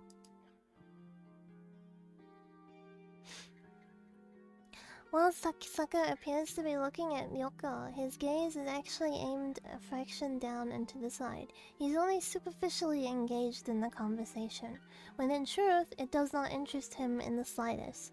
Perfect rejection. Realizing that she can't interview him like this, Ryoko sighs and sets her chart aside. 咲坂さん、あなたが当院で受けた処置は脳神経医学の分野では世界的に最先端の治療でした。そのことはご存知ですよね。 Mr. Sakisaka, the procedure you received at the hospital was the latest in experimental neurosurgery. We explained this before, didn't we? Treatment of the subdural hematoma through the use of micro-machines, a procedure available in Japan exclusively here at T University, had been the only way to save Sakisaka's Fuminori from a cerebral contusion that should have been fatal. 最先端であるということは、まだまだデータの出揃っていない危険性の伴う治療法だったという意味でもあります。With any experimental treatment, there is always the risk of unexpected そう complications. でしょうね。 Of course. Sakisaka Fuminori's lips twist slightly in what might be a bitter or mocking smile, but it's gone before Ryoko can discern its meaning. 普通こんなことを言って脅かすのは医者として問題なんですが、 Normally, I would never say anything to frighten the patient. 施術後に重大な脳障害をきたしたケースも報告されているんです。 But there have been reports of serious neurological disorders post-surgery. We must continue to monitor your condition carefully. Nanomachines, they repair neurological tissue in response to physical trauma. That would be kind of cool. I mean, not if you ended up like Fuminori, but like... Yeah. Big boss?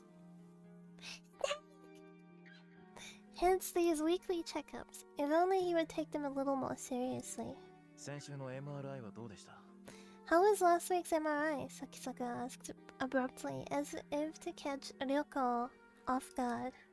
MRI, magnetic resonance imaging, is a way for doctors to examine the brain in detail without opening the patient's skull. Surprised by Sakisaka's uncommon technical knowledge, Ryoko recalls his profile. そういえばあなたも医者の卵だったわね。 Oh, that's right, you're a medical student, aren't you? 先生が心配しているような脳機能不全は画像診断だけでも十分にわかるはずですよね。 The kind of anomaly you're worried about should show up on the MRI, right? Did you find anything? いいえ、 Yeah. No.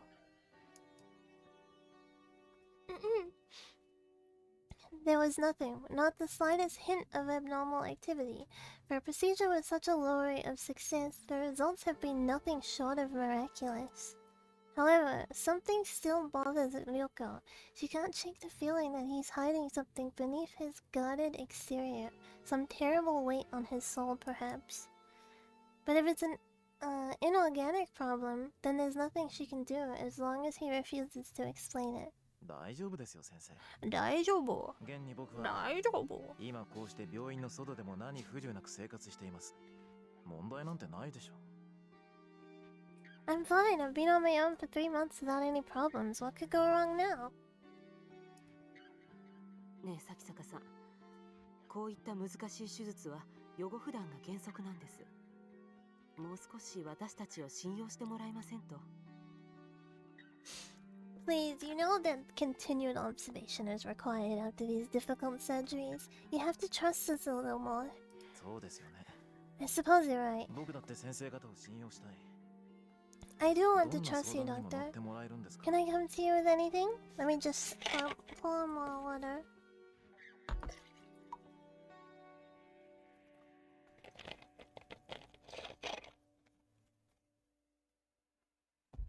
Okay. ええ、もちろん。 Yes, of course. Ryoko answers, smiling to cover up her irritation. Sakisaka asked exactly the same question during last week's visit. じゃあ Well then, 先週の let's 話の pick 続 up きな where ん we です left が、 off. 先生、あれから大貝教授については何か分かりましたか？ Have you learned anything about Dr. Ogai? Unable to answer, Ryoko hardens the mask of her smile. As before, the patient is inquiring about someone whom he has no business knowing. 大貝教授のことは、あなたの治療とは何の関係もないでしょ？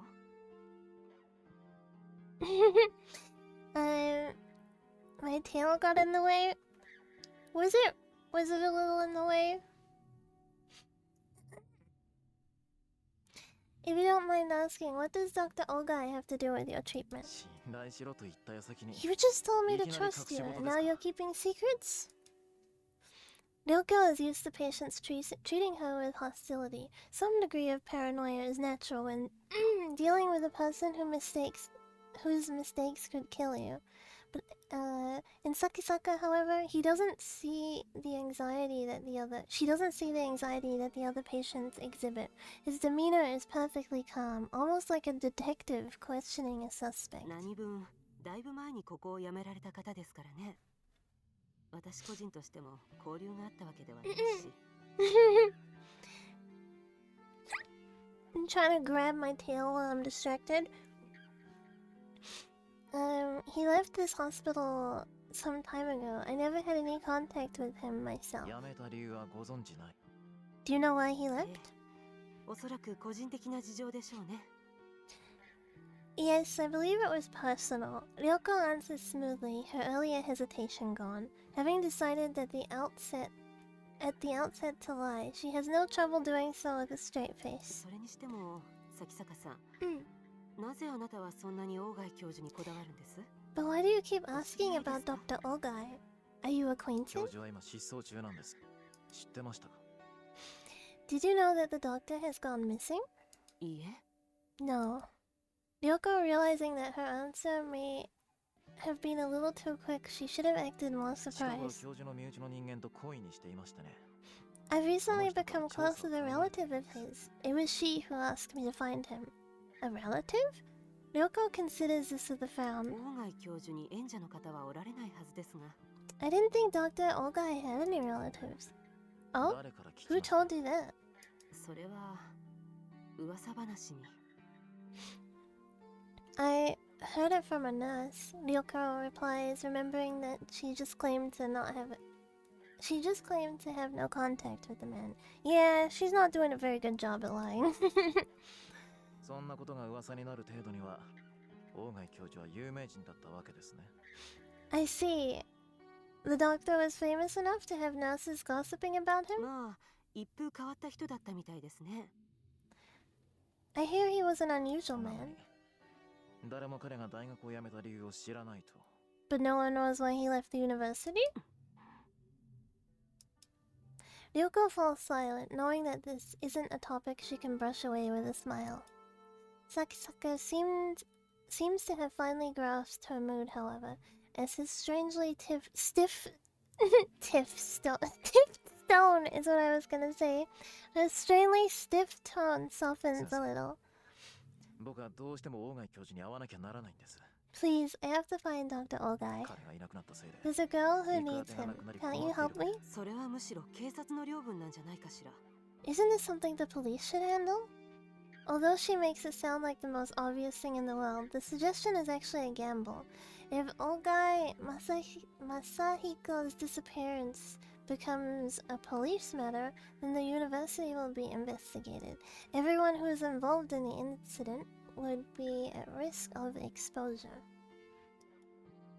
And of course, that includes Ryoko herself.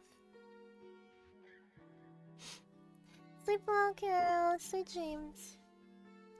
Wait. She knows, however, that Sakisaka is unlikely to go to the police. First of all, his excuse is obviously a lie. They already made sure that Ogai had no relatives who might come looking for him, which is why they could bury the truth of what happened. But then, how did Sakisaka, a mere patient, learn about Ogai? 咲坂さん、私の知っている範囲のことは喜んでお教えします。 I'd be happy to help. 大貝教授は今年の4月に辞表を出して、以後は何の音信もないんです。 But there's been no word from Dr. Ogai since he resigned last April. I think this takes place in like the early 2000s, so it's still suspicious because it would be like, well, can't you like fax him or email him? A doctor doesn't just like leave their job and disappear, you know what I mean? Like a doctor usually has another place that they go to, so it would still be really suspicious. Page him? I'm not old enough to like be around when pages were a thing, but I mean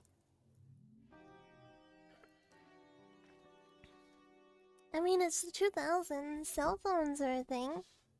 Cell phones are already a thing, so they could have texted him. Especially in Japan, right? I think I scratched my leg too much and I have... Yeah, I gotta put a band-aid on later. Kagi is not grandma yet? No, I haven't even reproduced once. How can I be a grandma? I gotta have a child before I can be a grandma. Pages are kind of like voicemails. I thought they could send... They can send text too, but they are like way more limited. The only reason I know that is because In Steins Gate, they use a pager.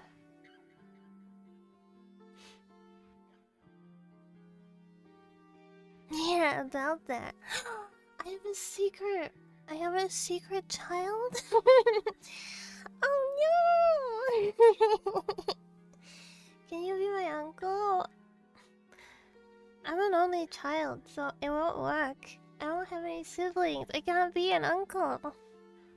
But I can be like a... I can be...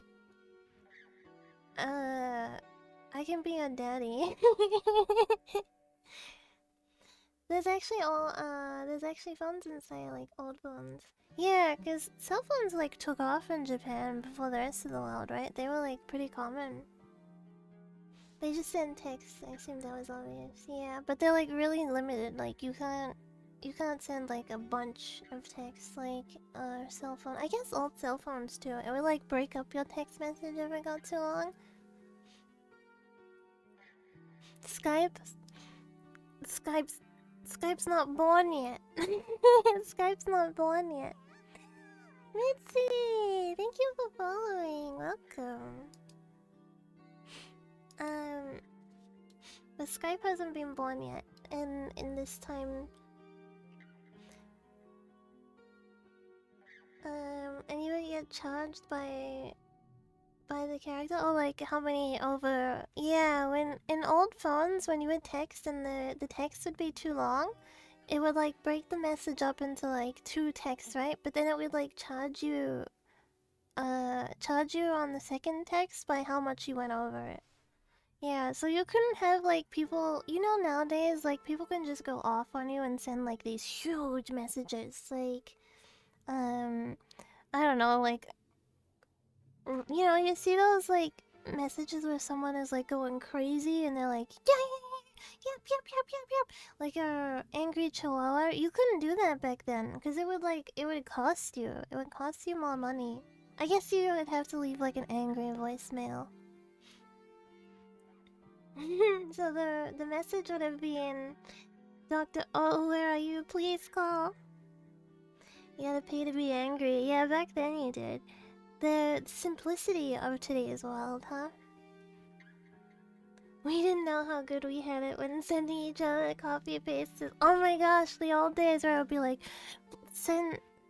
you'd be like on DeviantArt and you'd get a new comment and then you would go look and it would be like, if you don't forward this to 5 different people before midnight, you will have bad luck for 5 years. You will be cursed by the ghost of Sadako. Like, you know, it would be like those kind of messages.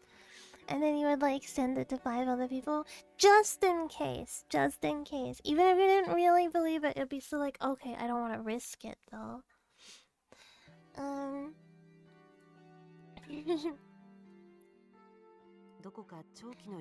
I can only assume that he's gone on an extended vacation. You'll get cancer if you don't forward this to 15 other people. I see. Expecting resistance, Yoko is surprised when Sakisaka backs down. She's still worried about his condition, and the mysterious link between him and Ogai is only making her more uneasy. But as long as he doesn't open up to her, there's nothing she can do. After a brief pause, Ryoko writes, "Progress good" on Sakisaka's chat for today. Sakisaka-san, それでは来週の診察ですが、今日と同じ4時でも About next week's appointment. How does 4 o'clock, before she can finish, Sakisaka is gone.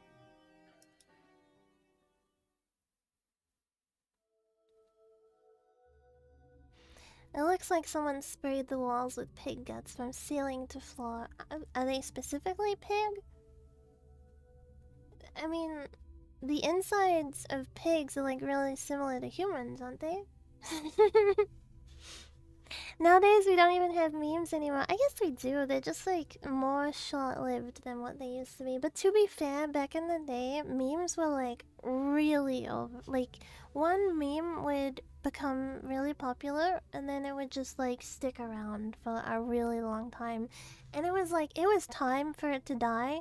It had already been buried, it had been dug up, it had been pissed on, and then it had been buried again, and it still wouldn't go away. Like, you think of like old stuff like Charlie the Unicorn. I freaking hated Charlie, man. I hated Charlie, and you could not escape him for like 3 years. They would be like, "Have you seen Charlie the Unicorn?" "Yes, I've seen Charlie the Unicorn." "Have you seen Charlie the Unicorn?" "Oh my god, he's so funny. Charlie the Unicorn, Charlie the Unicorn." It's like, it's not funny, it's not funny, it's not funny. You know, like, it was just like, Jesus Christ, Charlie the Unicorn, please, go away. Troll is my beloved. Yeah, and then like the Velociraptor. What were the other ones? There was like Velociraptor, there was like um there was like the puppy, I can't remember what it's called, but there was like the puppy, there was the baby, you know, the baby with like the fist up. But it was like something. Nowadays it's just nothing. Even in video editing, it's all decade-old assets. Yeah, Johnny bit my finger. Yeah, I don't know. There's still funny things around today. Llamas with hats, yeah, there was llamas with hats. There was also like annoying orange. I don't know. It's like veggie, mushroom. The holds up my Spock.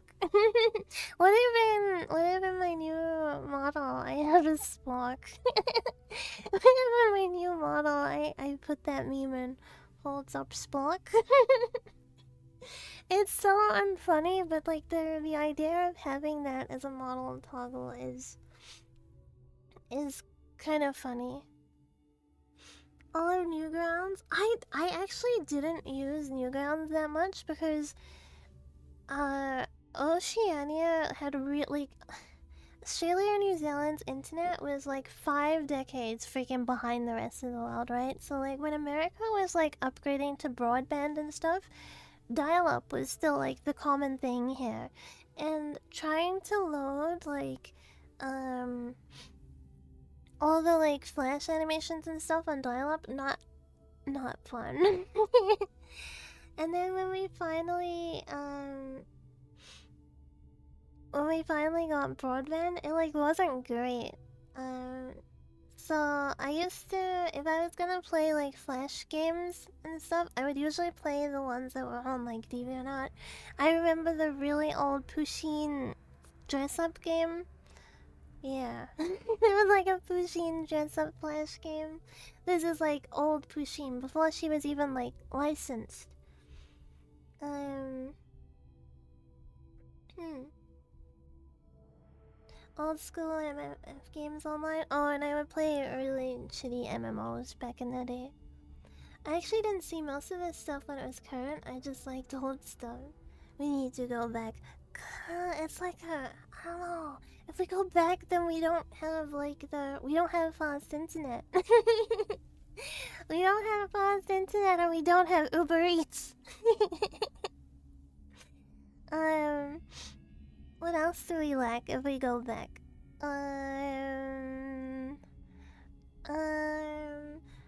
Fate hasn't been translated, so I can't meet Gilgamesh yet.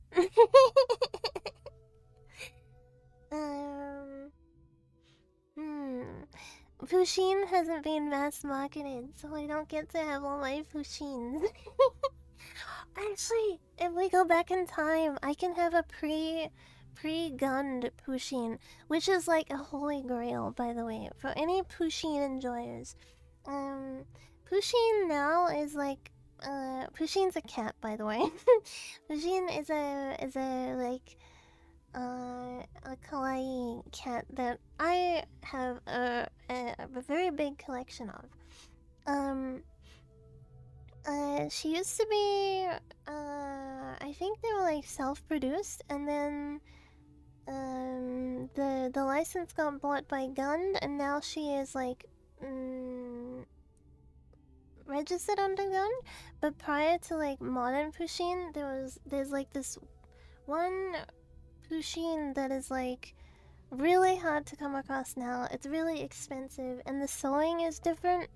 And I want it, but it's really, it's like a holy grail sheen. But if I went back in time, then I would be like, okay, buy this before it becomes like 600 bucks. If gacha existed back in old internet, it would traumatize the world. It kind of did. It just was in a different form. Because any MMO player back then, you know, loot boxes they were already a thing. They were just like not as common. Like you could still buy. They were like lucky boxes. You know, there would be like lucky boxes, and you could buy them for a lot cheaper from the cash shop at a chance to get an item. I remember when Terra first started introducing that.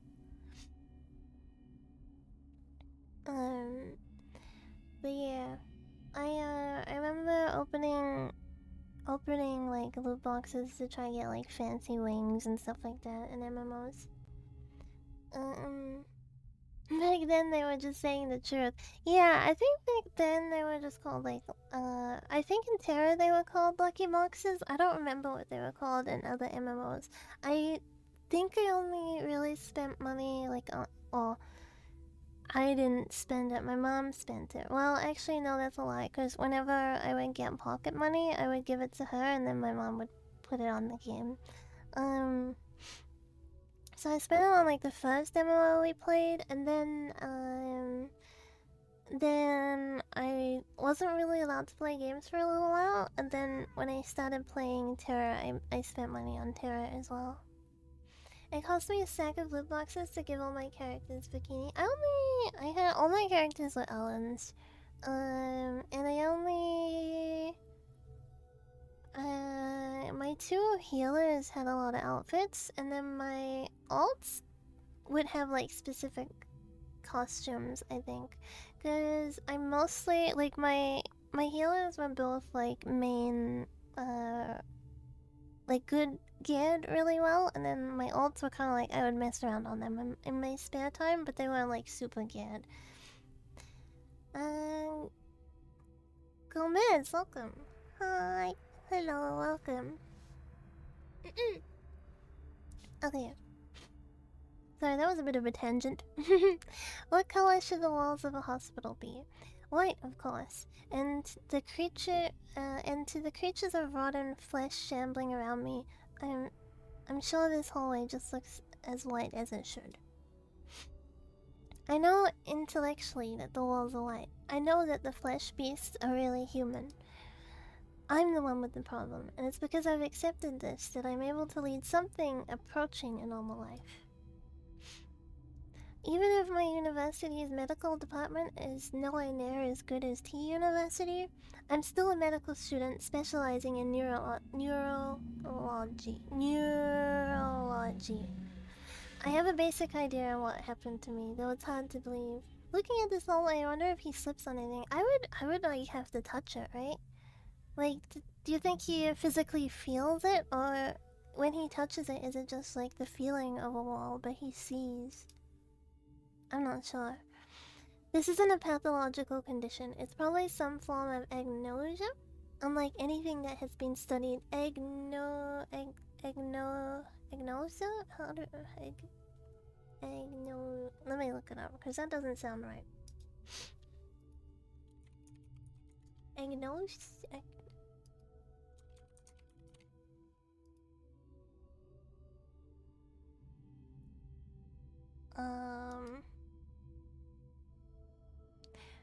I think this is gonna be that we are looking at how to say.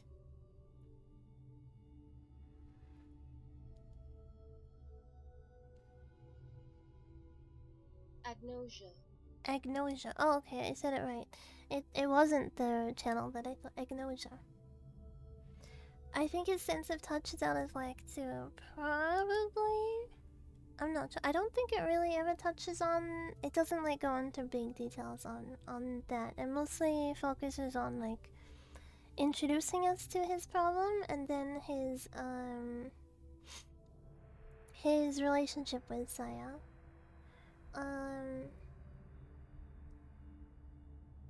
finally I can hear you. You were talking low, then I had to put my earbuds in. Oh.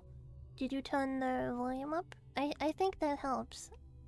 I think that might help if you turn the volume up. Brain can deceive itself to a grandiose degree. That's true. Like once there are like problems within your brain, it's it's really wild. Have you ever had like a schizo moment where you thought you saw something and like it wasn't actually like that? I remember once the light was on in my roommate's room, like the light was coming on from under the door. So I opened the door to like speak to them and the light was just off. And I was like, "Oh, did you just turn the light off?" And they're like, "No, I've just been sitting in the dark." And I was like,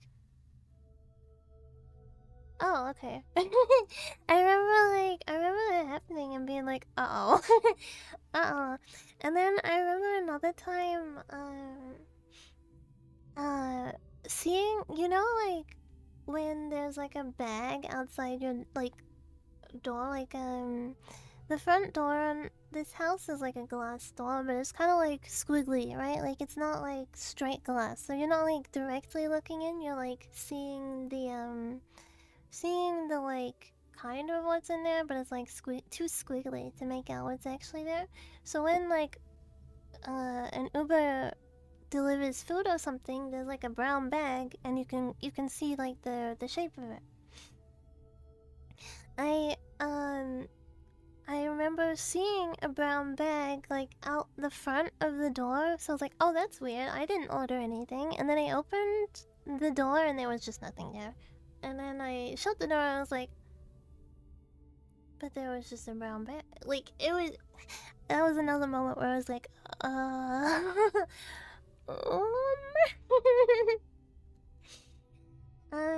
Kage is just naive and gullible. Almost caught someone greeting and they got away with it. Nah, they were someone like who would sit in the dark a lot, so it wasn't like that abnormal. I kind of do that too. I sit in the dark a lot. I actually got a light bulb recently though, and that helps. I don't like sitting with my light on. Like I don't like light bulb on in room. Um the the brain attacks. How am I? I'm good. I hope you're doing well too, child of the night. It hurts my eyes too much. I get migraines from it if the light is on. So most of the time I'm sitting in the dark, but the red light bulb helps a lot. Yeah, I think you're right. Your vision is partially constructed from what your brain is expecting to see. Yeah, because it's like when you see like a shape and your brain can't comprehend what you're looking at.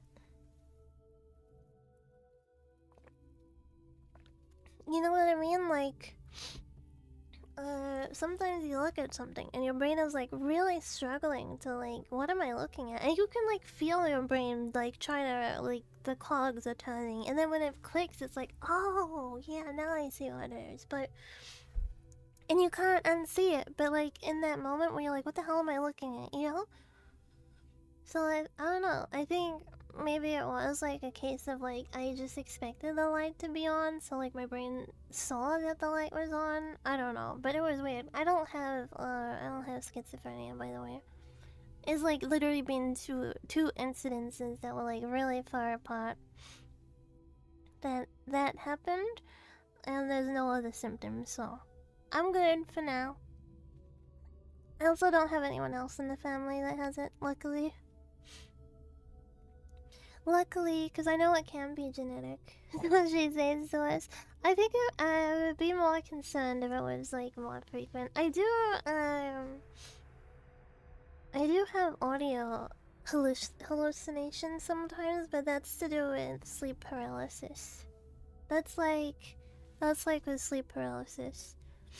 It's usually like oh my god, I remember the first time I tried to bring it up with one of my doctors. I was like, is there like anything I can do to like stop sleep paralysis happening so much? And she's like, what do you mean? And I was like, because I'm getting a lot of sleep paralysis lately, and she's like, you know it's not real, right? I'm like, yeah, that's why I'm saying it's sleep paralysis.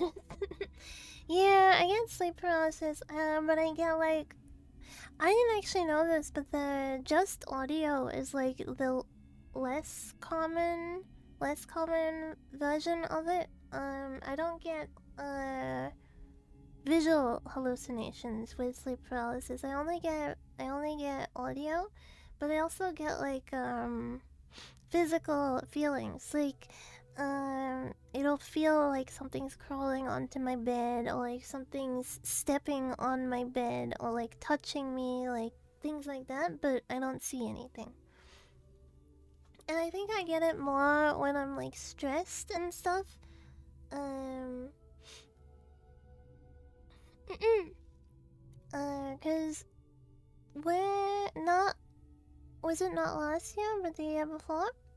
Where I left my apartment, like during when I was like at my apartment, I was like pretty stressed, right? Like I was very very stressed because of like just the living situation I was in. So I was getting it so frequently, like super frequently. Um, but since like life has chilled out a lot, it is like chilled out a lot. Like I get it very infrequently at the moment. You need to fix your scoliosis and crane neck back to fix sleep paralysis. No, it didn't really matter. Like when I was like in the most I was getting it was like every night, right? It wouldn't matter how I slept, it wouldn't matter when I slept. I would just, if I was going to sleep, I was going to get it. And it really sucked for a while, but um posture check. I actually, I had better sleeping posture when I was getting it than I do right now. Because I was sleeping on a futon, which was like on the floor, right?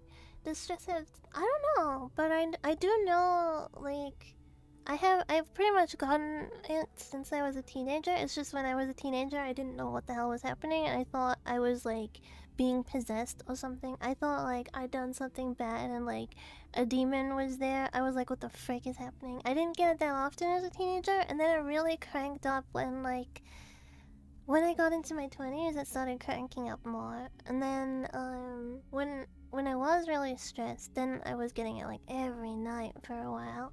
And now it's kind of like every now and then, but not really that often. And it's not like nightmarish lately. Like, you know, sometimes sleep paralysis can be like really scary because like you think something bad is happening, but the ones I've had recently are like really random. Like it'll be like I hear someone speaking, but there's no possibility that that person is right there. You know, like it'll be like my dad speaking in my room. But my dad doesn't even live with me, so it's like my dad can't be speaking in my room. And then when I like wake up, I realize like okay, it's not him. Or I'll hear like the stream assistant like meowing like meow meow meow, but he's asleep right next to me. You know, it'll be like things like that. That sounds really schizo if you don't if you don't know sleep paralysis. It's literally like in the kind of like the in between being asleep and awake. So as soon as like I'm awake, I don't have any of that. It's like when I'm waking up, coming out of sleep, that it happens.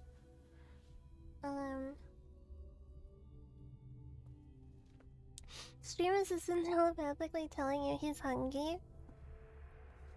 Oh, he wouldn't waste time telling me if he was hungry. I only had it a few times. It was super weird.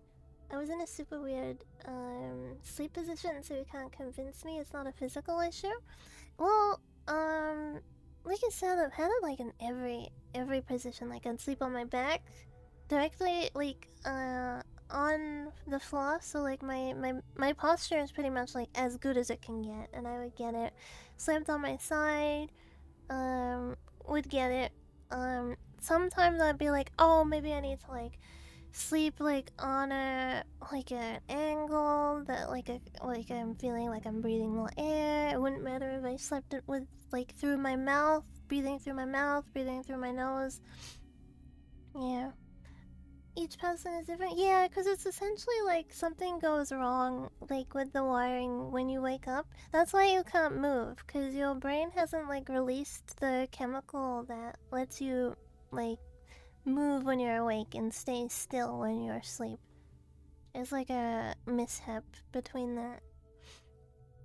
It can be a physical trigger for one, non-physical for others. Yeah, it just depends. It's basically like a hard wiring gone wrong in the like being asleep to becoming awake phase. I mean, that's essentially what it is. My dad gets it too, so I think I don't think he's had it recently though, but like he's mentioned like basically describing sleep. Do I sleep on my stomach? No, not anymore. I don't know, like just being strong enough to beat the demon easily. I guess I did, right? Cause I don't get any like I don't get any bad ones lately. One that I had the like one that I had most recently was just the stream assistant being like meow, meow, and like in the sleep paralysis it was like him on the other side of the house, but like he was sleeping right next to me. I have this last nightmare. I forgot to wear my cross when I was sleeping. I had a mark on my head. The El Diablo. Um, when I was younger, I used to sleep on my stomach more because I sleep with like a pillow over my head, and I used to like sleep on my stomach with the pillow over my head, and I don't know, I can't do that anymore. It's too like it's really uncomfortable.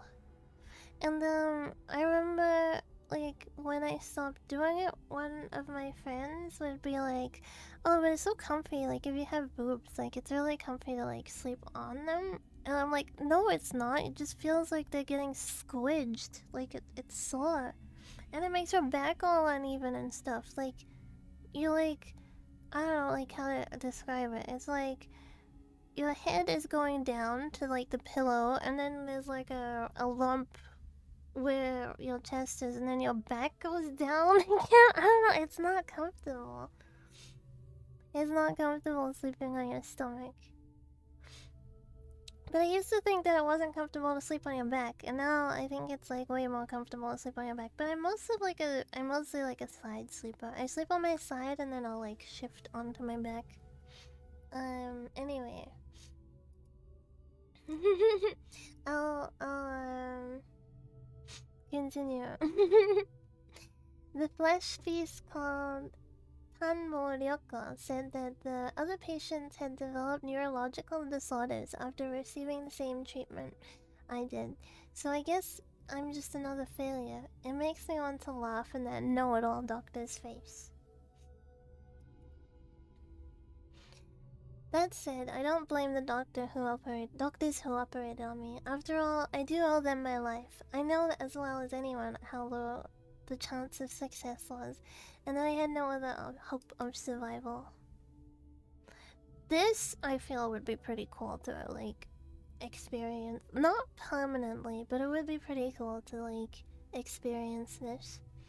I was unlucky, that's all there is to it. The point of my condition the point is that my condition isn't treatable. Just like someone adapting to a hearing aid or wheelchair, I have no choice but adapt to this nauseating scenery.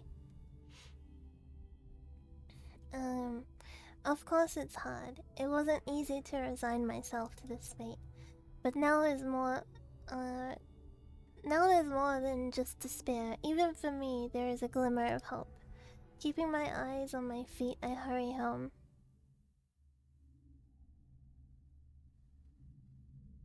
I live in a quiet suburban neighborhood, in a house that's much too large for me alone.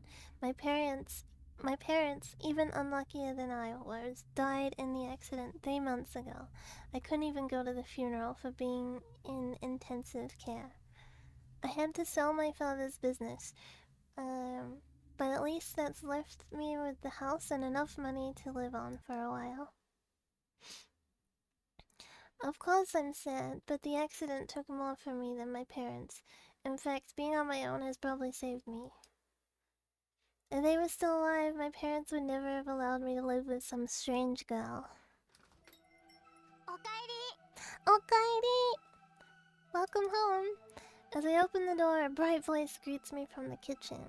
The voice is beautiful and clear as a bell. Human. Its sweet sound washes the day's cacophony from my memory. Tadaima, Saya. Tadaima, Saya. I'm home, Saya. Even the patter of feet coming down the hallway is music to my ears. Nowhere else in the city can I hear such footsteps. Only in this house with Saya am I so privileged. 遅かったね。ちょっと心配しちゃったぞ。 You're late. I was a little worried. 今日は病院に寄っていく日だったから。 Sorry, I had to stop by the hospital today. そうだっけ? Oh, that was today? Her smile and the inquisitive tilt of her head is everything that I have lost. Since my accident, this girl has been the only person I've met. Perhaps the only person in the entire world who does not trigger my cognitive disorder. True, her skin seems too white, and the color of her eyes and hair is probably different in reality. But even so, her form is undeniably human. And it's not just her appearance, and her voice either. As I bend down to take off my shoes, Saya wraps her arms around my neck and pulls me gently into her chest. Her skin feels truly human, not cold or slimy, and from her hair wafts a sweet feminine fragrance. In all the world, only Saya is pleasing to my five senses. And what's more, she smiles at me, embraces me. She knows that she is my salvation, and for some reason is happy that I need her. If I had not met Saya, if I had been all alone in this twisted, filth-ridden world, I would no doubt have succumbed to madness. It is no exaggeration to say that Saya alone is keeping me alive. What did you do today? 今の模様替え。もう半分ぐらい塗り終わったよ。Hamburger. で今ね、文のりの晩ご飯作ってるの。昼間テレビで作り方やってたから。Worked on the living room. The painting's half done, and now I'm making you dinner like I learned from the TV. That's so cute. She's so cute. I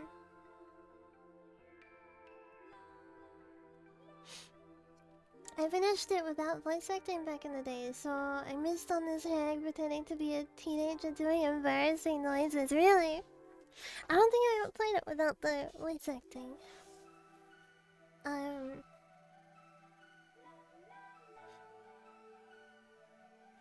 There is something really charming about, like, hag VTubers pretending to be younger than they are. Like, I don't know how to explain it, but there is something really charming about it. And, like, even younger VTubers, like, say you're, like, on your early 20s pretending to be younger. Like, I don't know, there's something really cute about it. I like it. Lodi Baba? I don't know. Do you agree? Do you agree? Or like young VTubers pretending to be like more mature and older. I don't know. It's cute. It's cute. So sounds good. もうちょっと時間かかりそうなの。待っててくれる？ It'll take a little longer. Can you wait? じゃあ僕は今の続きをやってる。 Sure, I'll do some more work in the living room. After I see the humming Saya off to the kitchen, I step into the living room. I realized one day that if the natural colors of the world were sickening, all I had to do was paint over them with the colors that seemed pleasant. I went to the hardware store and bought every color of paint I could find, and Saya tried different color combinations until we found one that worked. After painting the bedroom from ceiling to floor, I was finally able to get my first good night's sleep since the accident. When we first started on the living room, Saya was unsure what to do with the curtains. Just painted carefully around the windows. Without a moment's hesitation, I tore the curtains down and painted over the glass itself.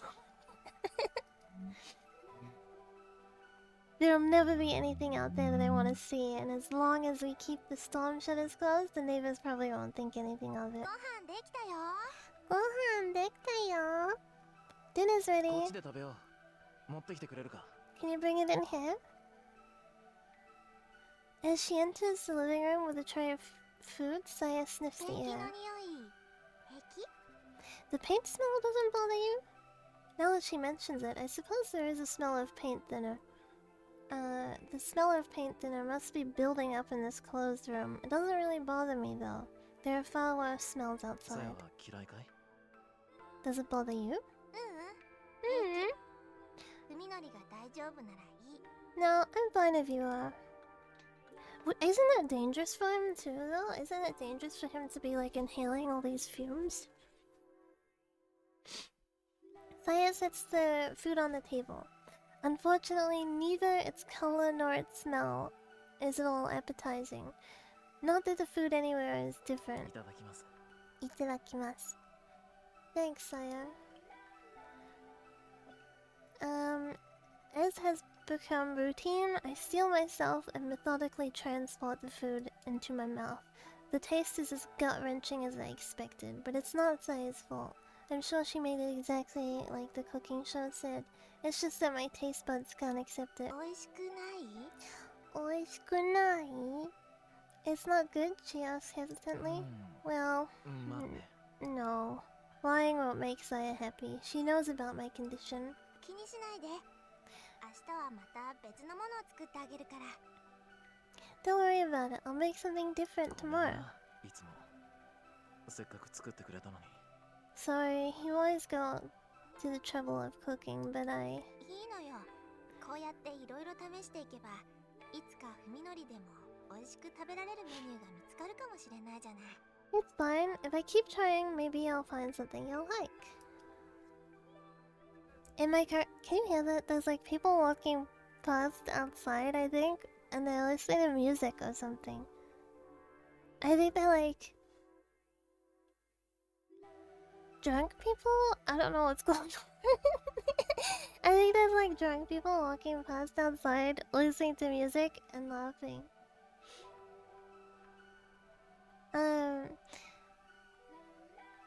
Noise suppression is pretty good, really. I'm surprised it's not coming through. Well, I mean, it's a good thing that it's not coming through, but it is kind of funny. In my current state, eating... Wait, did I read this? It's fine. Yeah, I did. In my current state, eating is nothing more than an unwelcome duty. As much as I hate it, I need food to survive. God, that would suck. Like, losing your taste buds, because you would lose so much enjoyment in life, right? Like, even, like, the enjoyment of having, like, a morning coffee. You know what I mean? Like, you don't get that anymore. If I stay alive, then perhaps one day, as Saya says, I'll be able to taste something delicious again. Any theory about what the F is happening? I know what's happening, but I won't spoil. I think a few of us know what this story is. I think a few of us already know what this story is. I do not need ears if it is not for the purpose of listening to Kagari. Oh, thank you. Thank you.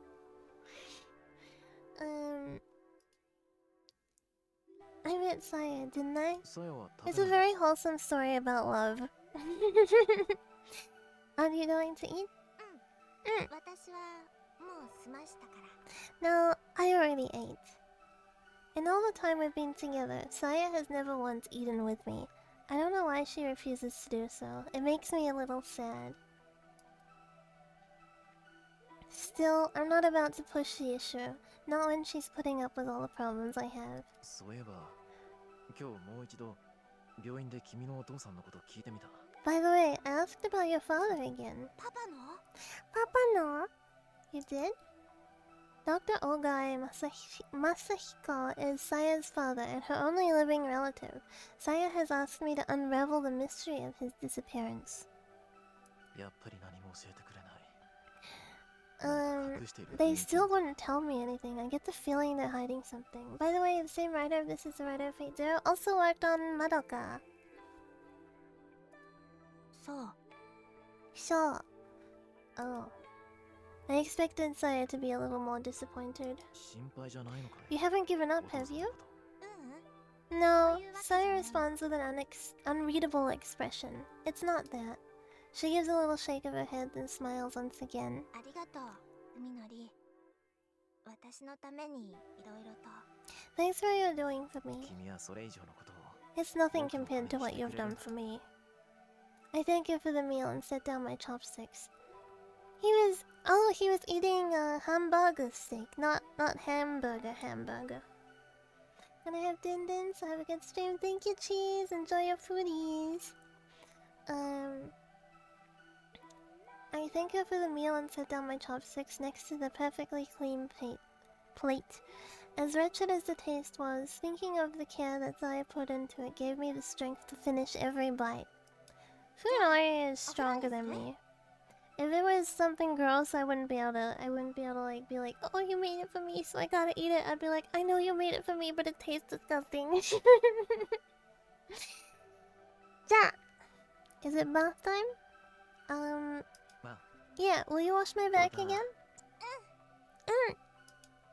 Ever since Saya moved in, it's been like having my own wife. Let me just make sure we don't see nothing. Saya, why are you so good to me? Okay, it skipped it. Is this truly what you want? What am I that you can give yourself to me, body and soul? I had my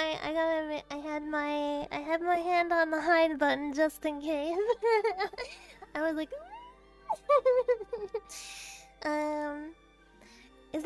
is this merely sympathy? Do you pity me, the exile from society?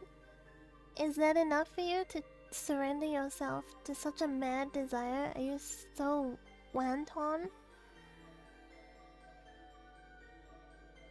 What is wanton? Is it like, are you so... Wanton meaning? A cruel or violent... Oh, deliberate and unprovoked. Sexually unrestrained or having many casual sexual... Oh, okay, so is it... Yeah, yeah, okay, I get it.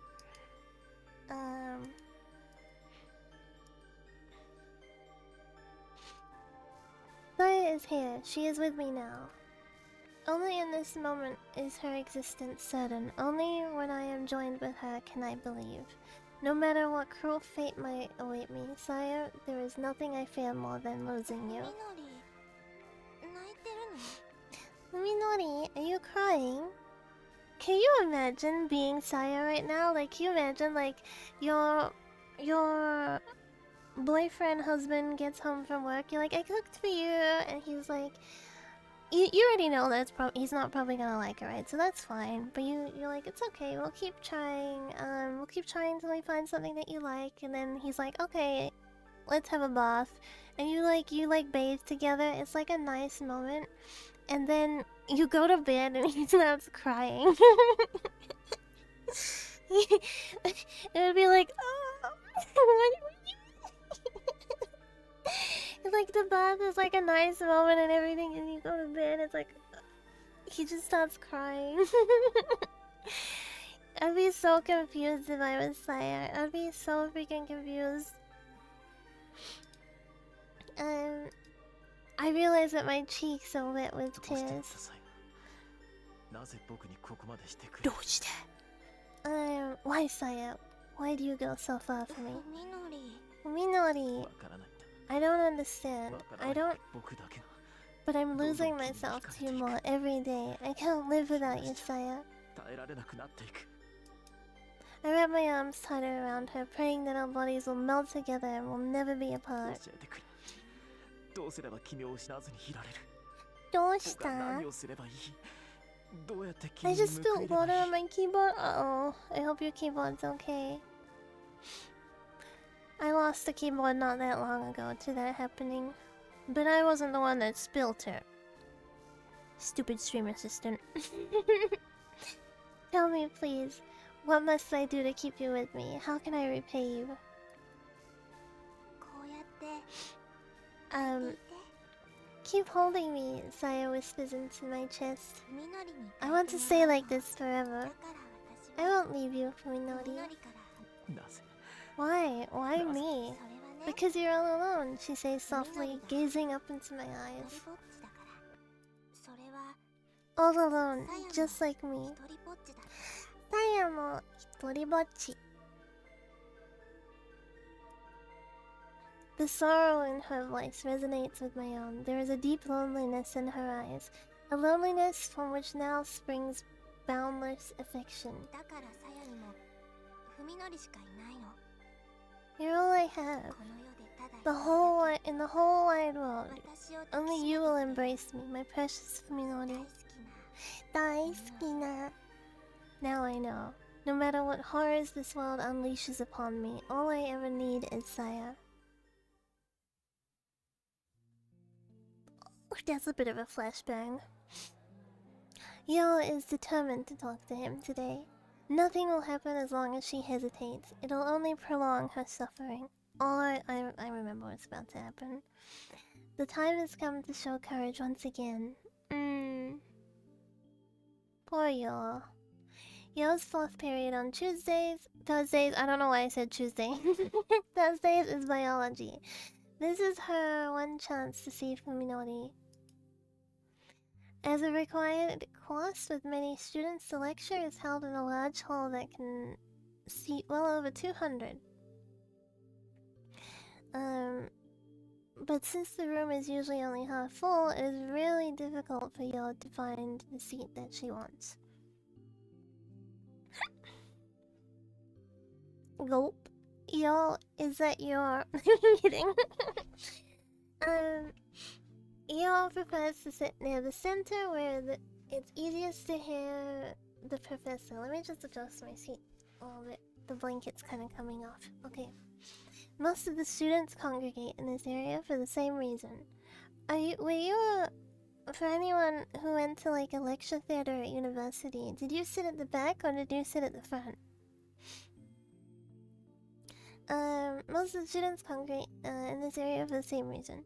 Fuminori usually sits beside her, although given the ambiguous state of their relationship, she knows better than to take this for granted. Still, she tries to save a seat whenever possible. The classroom isn't crowded today, so Yo is able to get her bag on the seat next to her without inconveniencing anyone. But when the professor arrives at the usual time to start class, there is still no sign of Fuminori. After waiting for about 10 minutes, Yo scans the room furtively. Fuminori is there, sitting alone in the far back corner. Did he miss Yo when he came in? No, he couldn't have, and besides, no serious student would willingly sit so far away from the front. Feeling miserable, Yo slides her bag back over herself. Fuminori is out the door the moment class ends. Yo barely manages to catch up to him before he disappears down the hallway. Fuminori? Fuminori jokes at the jokes at the sound of his name. You would think she just screamed at him. 何か What? He turns to her and asks reluctantly. Now that they are face to face, Yo is painfully aware of how much weight Fuminori has lost. Jokes? His sunken eyes and protruding cheekbones are a far cry from the features familiar to her. Oh yeah, he's just like not eating enough and stuff, so he must look really gaunt right now. She wonders whether he's under a lot of stress or perhaps not getting enough nutrition. Maybe it's both. He definitely looks more tense than he should, afraid, even though of what she can imagine. His eyes move restlessly from one point to another, and he refuses to look Yo in the eye. It hurts to see Fuminori this way. What could have changed him so? Today, she reminds herself, rekindling the flame of courage in her heart. お話があるんですちょっといいですか？ I want to talk to you about something. Do you have some time? The courtyard is empty and silent. No one is willing to sit and chat in the cold November air. 話って何？ So, what is it? Don't you remember? Yo almost blurts the question but manages to keep her composure. 咲坂さん、 Yo, 最近ちょっと様子が変 she's です。 so cute. Look at her. Look at how cute she is. Okay. 心配になります。 You've been acting strange lately. I'm worried about そう you. かもね。ま Well, あ、あんな目にあった a 後だ lot's から。 happened. He smiles like it's nothing, but even that seems forced. He's even standing precisely one pace further away from her than he used to. 本当にそれだけなんですか？ Is that really all? 君にはそれだけじゃないように見えるのかい？ What more do you want? Yo manages to keep from flinching at the harshness in his tone. 何か我慢してるみたいに。 It's like you're struggling with something. Rather than answer, Fuminori grinds his toe into the dead grass at his feet, fearing that her determination might flag. Yo lets the words come out as they may. どうしようもないものを It's like there's a 無理して terrible weight on your shoulders and 壊れ it's そうに slowly なるほど breaking you. 頑張って我慢してるみたいに。今の咲坂さんは That's how you look to me. そうかい。 Oh really? Fuminori mutters through the clenched teeth, no longer trying to deny it or change the topic. This is even clearer sign of rejection than his prior evasiveness. But Yo's determination is strong. Today at least she won't back down. 友達ってこんな時のためにいると思うんです。 It's times like these, she implores, trying to convey the sincerity of her feelings for him. That you need friends. ご家族のことは本当に残念だったと思います。 Zanen. I feel really bad about your parents. でも But you're not alone. You have Koji and Omi and 私が you have me. Yo can no longer stop the words pouring from her lips. She fears that if she does not unleash her feelings now, then they will be lost forever. 一人で背負い込んだりしなくても私たちで何とかできることだってあると思うんです。 I think we can help you, so you don't have to deal with it all by yourself. 何もできないにしてもだからしてさえくれればあなたが少しでも楽になるかもしれない。 even if we can't do anything, just talking to us might make you feel better. Yeah, poor Yo. She's such a good girl. She's like genuinely concerned for him. Yeah. 私、咲坂さんの力になりたいんです。他のみんなも同じ気持ちだと。 I want to help you. We all do. So please tell me. やめてくれ。 Stop it! Fuminori shouts, silencing Yo's entreaty. She promised herself that she wouldn't back down, but Fuminori's expression is terrible enough to shatter her resolve. The look in his eyes is not anger, or any other warm-blooded emotion. It is hate. Murderously cold hate. そういえば君には一つ。 Come to think of it, I never gave you an answer, did I? He remembers. He remembers, and still he has treated her so coldly. That is all the answer she needs. If his words stab any deeper, she might very well die. 僕は君のことをとりわけ特別に意識したこと I なんて never なかった saw you in any special way before. 君に好意を When 持 you たれ asked て me もどう out, 接 I すれば wasn't いいの sure か how to 迷ってた respond.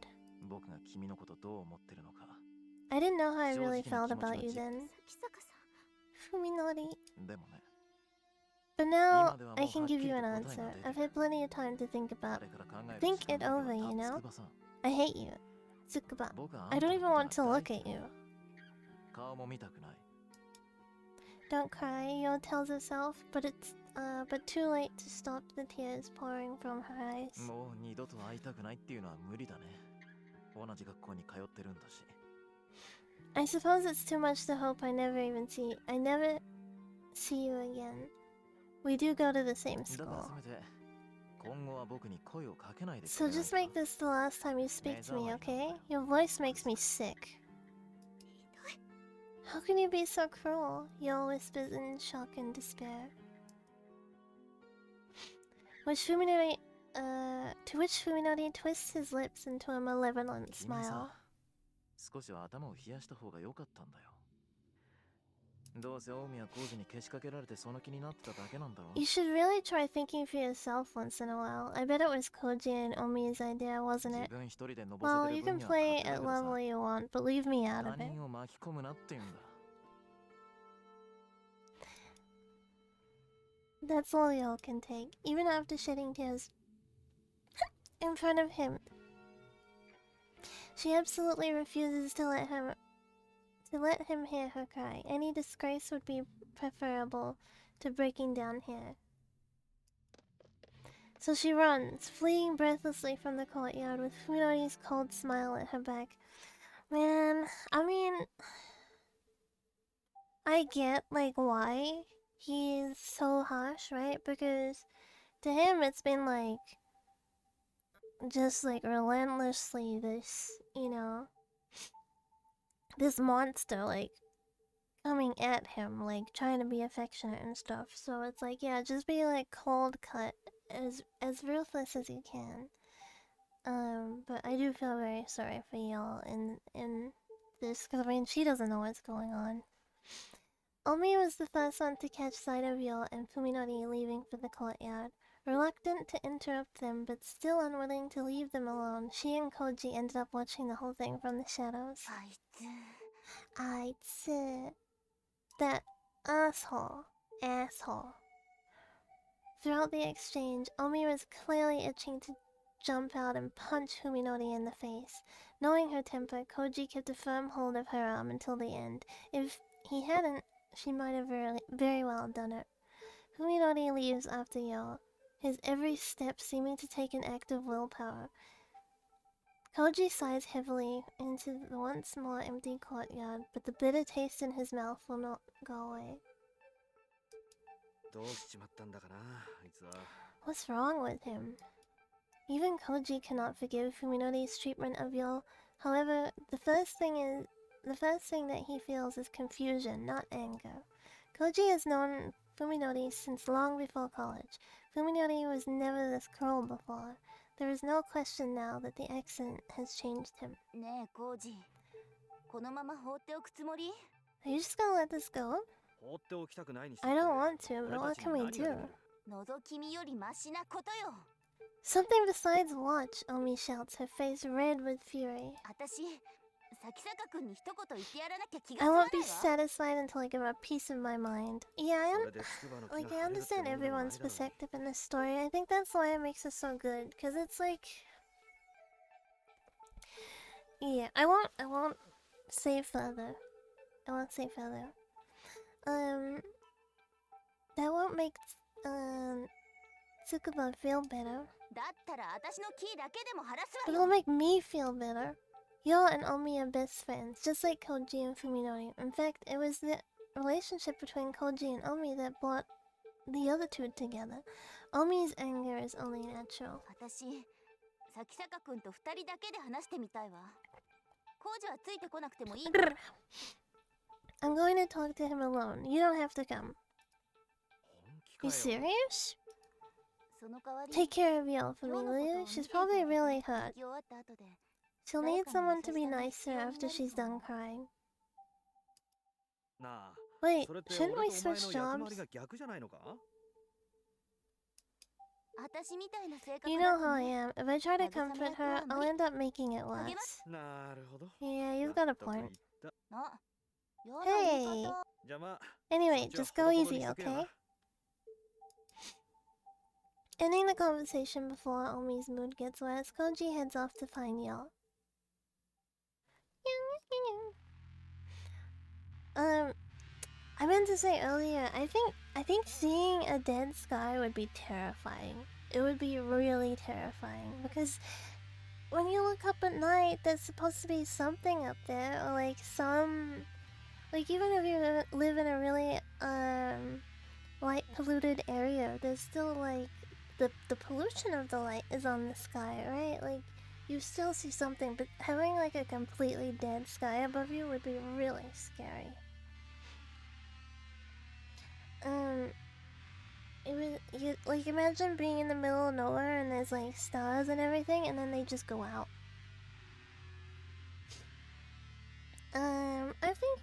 I think I listened to like some horror story where something like that happened. Although, was it like part of the Mandela effect or something? I can't remember. But I remember like the stars going out. The dread of it. Yeah, I think that is the absolute dread that would come with it. This place reminded me of where this place reminds me of where I live, Sky included. Yeah, like even in like a really big light pollution area, you can like still see like the light pollution on the sky. I would be just like, well, guess I'm dead. Yeah, yeah, that's what you really can do in that situation, right? It's just like, okay. Bye, I guess. Oh my gosh, I listened to this like creepypasta story the other day, and it was so freaking cool.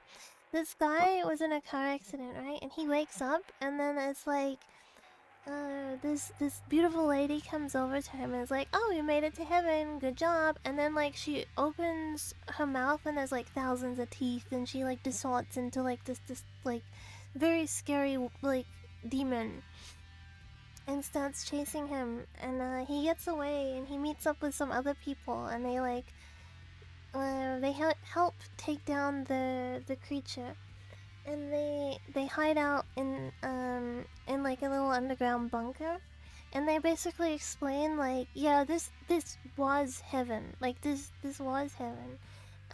It used to be really like beautiful and stuff, but since God basically in the story, like God killed himself to birth our universe.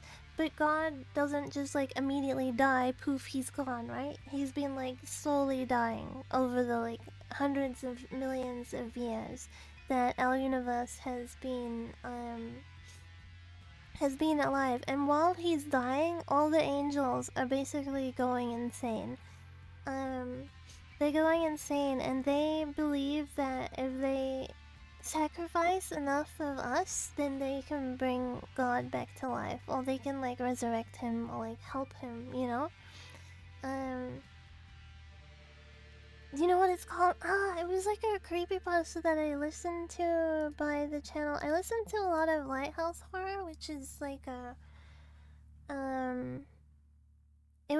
I think it was a Lighthouse Horror one. I will go through after stream, and I'll probably post it in my Discord. I'll go through the ones I've listened to recently and find it, and then I'll post it in Discord.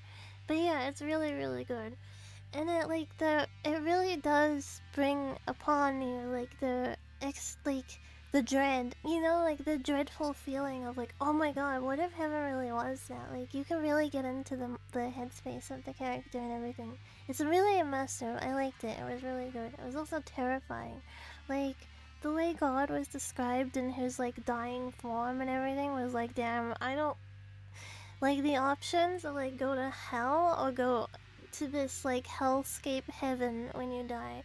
Oh yeah, and at the end of it, like when God would eventually die, then everything would just go poof. So that's like no resolve to the whole scenario. Yeah. Yeah. Great choices. Yeah, yeah, it's just like a hopeless, like the whole thing is just hopeless.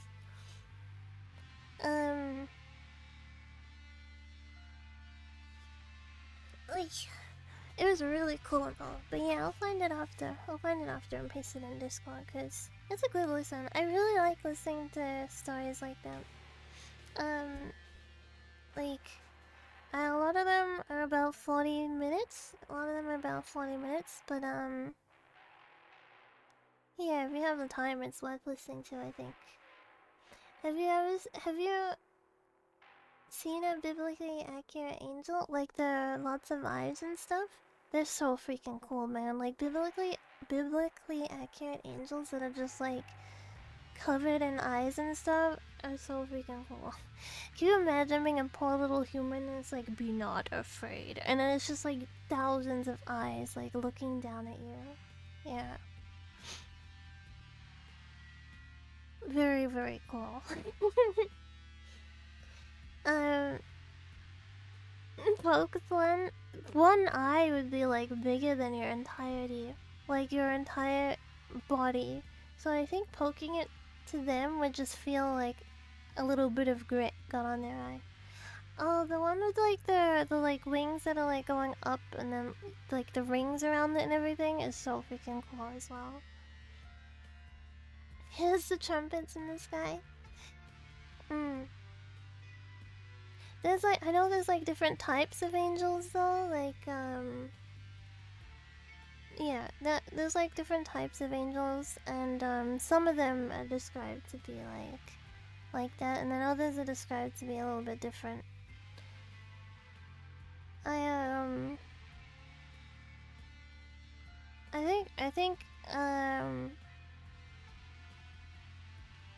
think that's cool. I was trying to think of how to word it. I was gonna say like I think what's the opposite of demonology? Like what would the angel one be? I guess just angels. Angels are pretty cool. I think angels are really cool. But I also think demonology is really cool too. Angelology. Yeah, I guess. Angelology. Oh, they're so cool. And I love how there's like different kinds of ones with like different purposes and like, yeah. Yeah, I could get on that topic very, very easily. It's fun to talk about. I guess there's like more types of demons though than there are of angels, as far as I know. Because I know like with demons there's like so many like off spins and stuff, right? Let me have a drink.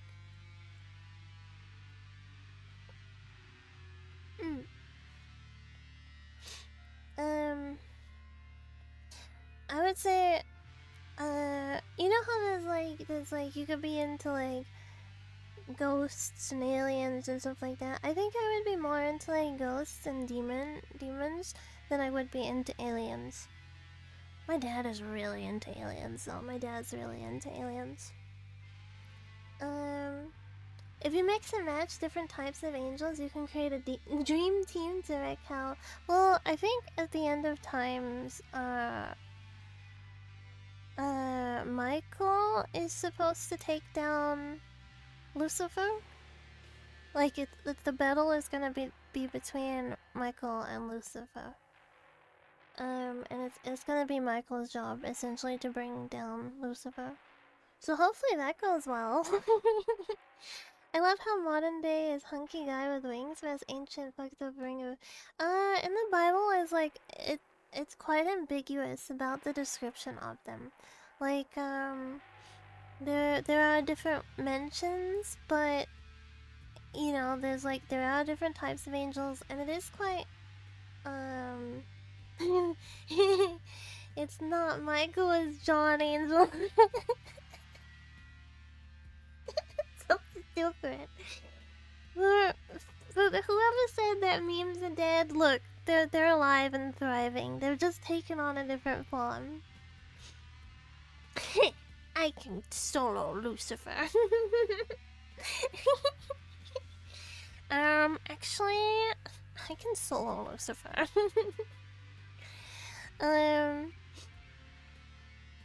Man, you remember, you know, like the guy that was like going on about the rapture happening and stuff, and then like people were like freaking out about it. You know, it was just like one random dude in Africa who was like, "Oh, I had a dream, and in the dream, God told me that the rapture was gonna be on this day. But I know in the Bible, no one's supposed to know when the rapture is gonna happen, so it's actually gonna happen between this day or that day, but it could happen on any day because no one's supposed to know."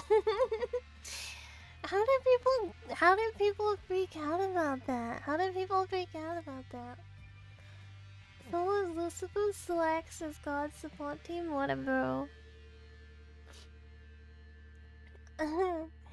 One day someone will be right. Well, it's like it's not canonical, but like the rapture itself is non-canonical, but it's also not supposed to be like no one is gonna know when it happens. It's just gonna happen. Rapture will happen? Yeah, old man. It actually happens. He goes to heaven as a road. Oh, when he was doing like the live stream, like he was literally like, I'm gonna live stream it. I'm gonna live stream the rapture. And he like disconnected and then like disappeared for a while. And then they were still live streaming, right? So then eventually he had to come back and be like, yeah, well, I'm still here, but I'm holding out because there's still 58 minutes to go. As a new prophet, the rapture will happen. I think every age of human thinks that they're the last ones, right? Because you look at like people in the 1700s being like, "Oh, the world is ending, world's coming to an end." Then in the 1800s, world is ending, world is coming to an end. 1900s, world is ending. You know, it's like yada yada yada. The world will end when it's meant to. 2012, oh yeah, because the Mayan calendar ran out, so people were like, it's the end. Why did it end there? Why did the Mayan calendar end right there? It must be the end of times. No, they just simply had to end it somewhere. Well, it's ending tomorrow. Oh yeah, there was like this lady like having a breakdown on TikTok saying that like, think about it, guys. I only have like 2 days left with my kids. I only have 2 days left with my kids. It's like, but if you truly believe that you're gonna get raptured, like they're gonna get raptured too. They're children. I think like the general age is like it's between 9 and 12 when you're supposed to truly know like what's wrong and right. So if you're under that age and her kids are because they're young, then you immediately go to heaven. Like you get an immediate pass because you're a child. So it's like if she truly believes she's getting raptured, then shouldn't you be like, oh, I'm going to heaven with my kids? Like, wouldn't you be happy about that? Has 2 days left with the kids, spends on TikTok. Yeah, I guess that's yeah. People aren't very smart. If they aren't baptized, it depends. It depends if you're a Christian or a Catholic, etc. Because I know in Christianity, it also, I guess, depends on the sect, but like most of Christianity, you don't need to be baptized. Some kids are less than adults, so it's just that's not true. Because as like a 5-year-old, you gotta think like you've only been on this planet for 5 years, right? Like. And half of that time is like learning how to speak and not shit yourself. Like a 5-year-old can't possibly be worse than a 20-year-old in doing wrong, like in wrongdoings, I should say. Like a 5-year-old, even if a 5-year-old is like pulling a goldfish out of a pond and like watching it die, it is messed up, but like kids don't understand action past consequence in the same way that a 20-year-old does. I mean, we are facing that challenge every day, hitting ourselves. It's an unending battle. Intentional wrongdoing. Yeah, kids don't understand that. I'm not baptized, I'm a gamer and I'm sneaky. I'm not actually baptized either, but my dad and my mom are. Almost everyone I know has been baptized too. Kids are inherently cruel. It's up to adults to teach them not to be. I think it's the opposite actually. I think kids are inherently not cruel, and usually children doing cruel acts is a sign of something else. I think children are inherently basically like you're born a blank canvas. But I think empathy is not something we truly feel until a little bit later on. Like I think when you're a kid, you understand like bad thing happens. Like you don't want to see your parents cry, or you don't want to see someone being hurt, right? But it's not out of like empathy, it's out of like general discomfort of seeing those things happen. Or when your animal dies, like it does upset you because you're not gonna see them again, but you're not upset in the like sense of like I'm upset because they died. It's like I'm upset because I won't see them again. And then you kind of like get into your teenage years and like empathy like comes in, like the emotion develops, right? And then it's like teenagers don't empathize with like each other very well, but they do empathize with like other things. Empathy isn't really learned at around 10ish. I think like you can understand empathy. I just don't think you feel it fully yet.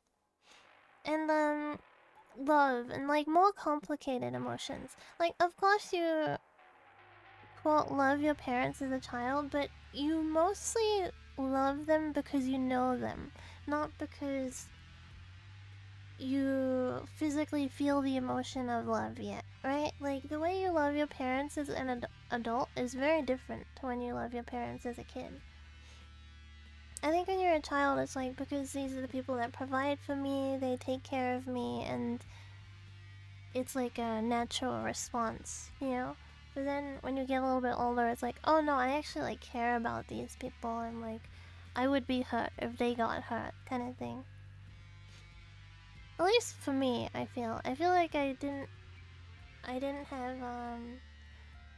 have like those complicated emotions when I was young, and they sort of like came on more when I got a little bit older. Teenagers empathize with dog. Yeah, teenagers aren't very good at like empathizing with each other, I feel, but like they still like I remember the first like harsh death I experienced was my rabbit, right? Like my rabbit passed away. And my cat had passed away a few years earlier, and I remember being sad, but I wasn't like heartbroken. But when my rabbit passed away when I was like 13, I was like immediately like hurting, like my chest was hurting that he died. You know what I mean? And like I was sad when my cat died when I was like 9, 10? 9 or 10. I think I might have been 9 still. I was sad that he died, but I wasn't like hurting in the chest. I wasn't like, I feel like sick that he died. You know what I mean? And so I remember the first time experiencing that, being like, what the hell is this? You know what I mean? Like, but then, like, you can be really cruel to other teenagers when you're a teenager. Like, teenagers can be so freaking mean to each other. And then they, like, encourage each other to do mean things. And, I don't know, teenagers are like, bleh. Teenagers gonna suck. But I guess that's, like, a natural part of growing up. I know when you are a teenager, like, different parts of your brain actually shut off to, like, mature. So, like, the part of your brain that,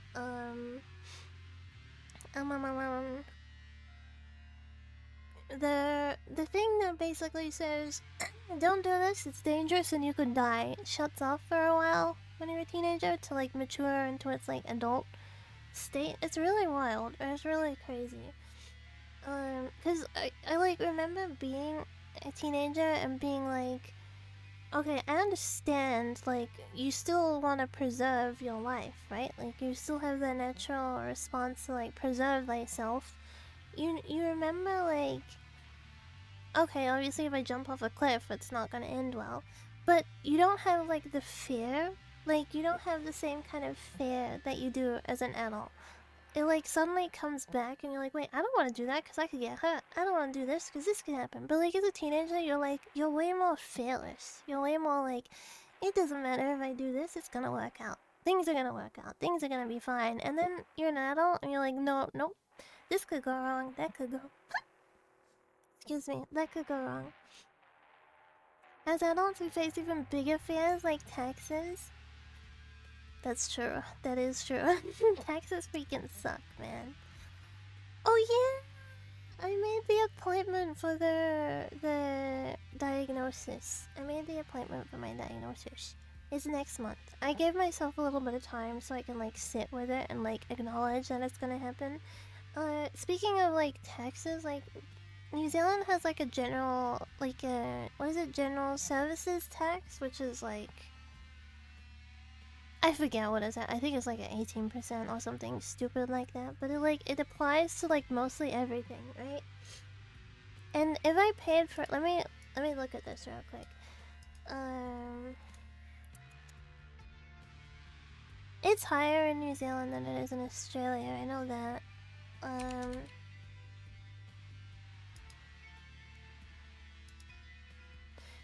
Okay, let me see what the cost was.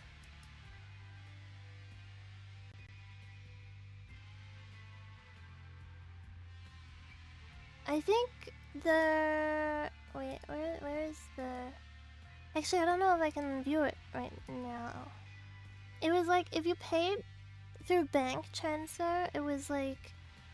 Okay, if you paid through the bank, like you transferred directly into them, it was like 885. Yeah, GST is 15, my bad. I don't know where I got 18 from. The GST was 115 on it. Point blah blah. So like $100, like 115 bucks just slammed on it for tax purposes. Give AU time, they're constantly talking about raising it. Yeah, I think it would be more acceptable if like healthcare and stuff was better in our countries. Actually, I've had a generally okay. I think Australia's healthcare is better than New Zealand. I've had a generally positive experience with healthcare in Australia. I'm not saying like it's the most amazing, but I think it's better than New Zealand. Especially that dental and stuff can easily be covered by health insurance. Like, health insurance here, like, won't cover dental stuff. I don't know, it's stupid. Anyway. Let's continue. I feel awful, miserable, but also refreshed. I finally crossed the line. I knew it would come crashing down like this sooner or later. Having become unable to feel anything but disgust for other people, there was no way I could hope to maintain relationships I'd had before the accident. I like this. I like this. Today's incident will definitely get back to Koji and Omi, and everyone will be convinced I've had a major change of character. Honestly, I don't care anymore. At least I probably won't be committed for this. I just need to avoid acting any stranger than I already have. If this puts a rift between me and the others, good. The thought of all the stress I'll avoid brings a smile to my lips. I'm fed up with them, sticking their noses into my life like they don't care that they make my gut turn just by being near them. I've been terrified of them until now, but today I struck fear into one of them. In that sense, it is something of relief, but I'm not entirely without remorse for what happened. The person I just demolished with verbal equivalent of nuclear bomb used to be my friend, y'all. Even if my senses don't believe it, my mind accepts the theory. I don't have any particular grudge against Yo herself, and I didn't want to hurt her. In retrospect, perhaps I should have just ignored her outright. Yo was an attractive girl. I certainly didn't think bad of her, to be honest, though. I was annoyed when Koji and Omi tried to stick us together. It felt like they were using us as entertainment, and Yo seemed totally oblivious to the fact that she was dancing to their tune. Her cluelessness was irritating. Still, I knew that none of them meant any harm. Back then, I didn't have any reason to hurt others just to get my way. If having a casual relationship with Yo would keep our circle of friends together, I was willing to make that compromise. I don't think it was ever gonna work, to be honest, because she didn't want a simple, like, casual relationship. She wanted him to take it seriously.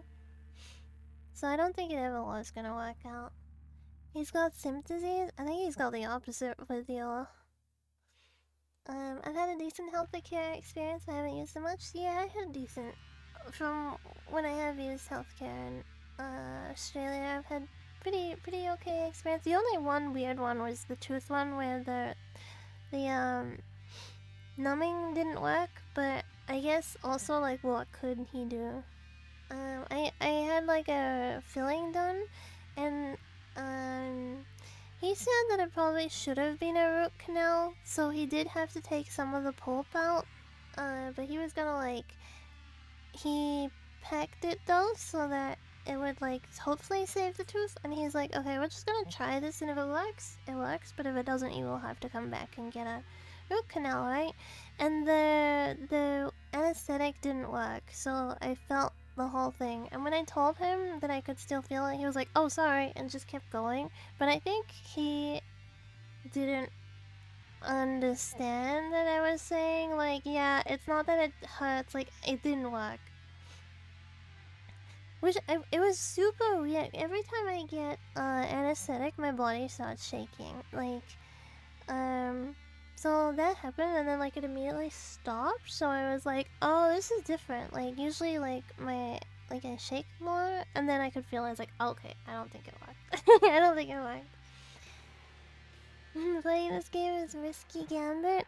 I think as long as any of the scenes don't show, I think it's fine. I think it should be fine. It does have a category on Twitch as well, so I think it's okay.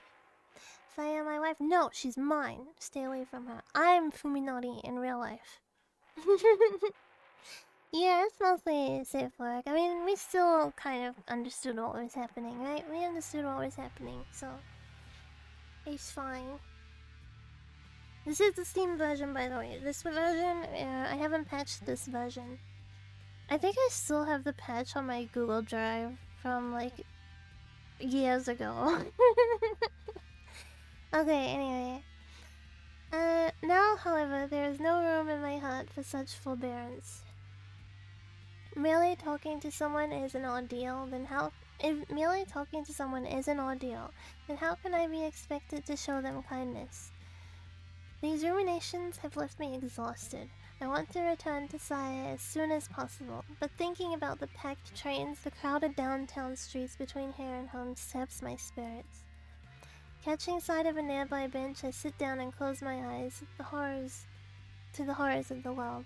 I can't do anything about the stink or the noise, but I can at least calm my nerves enough to rest.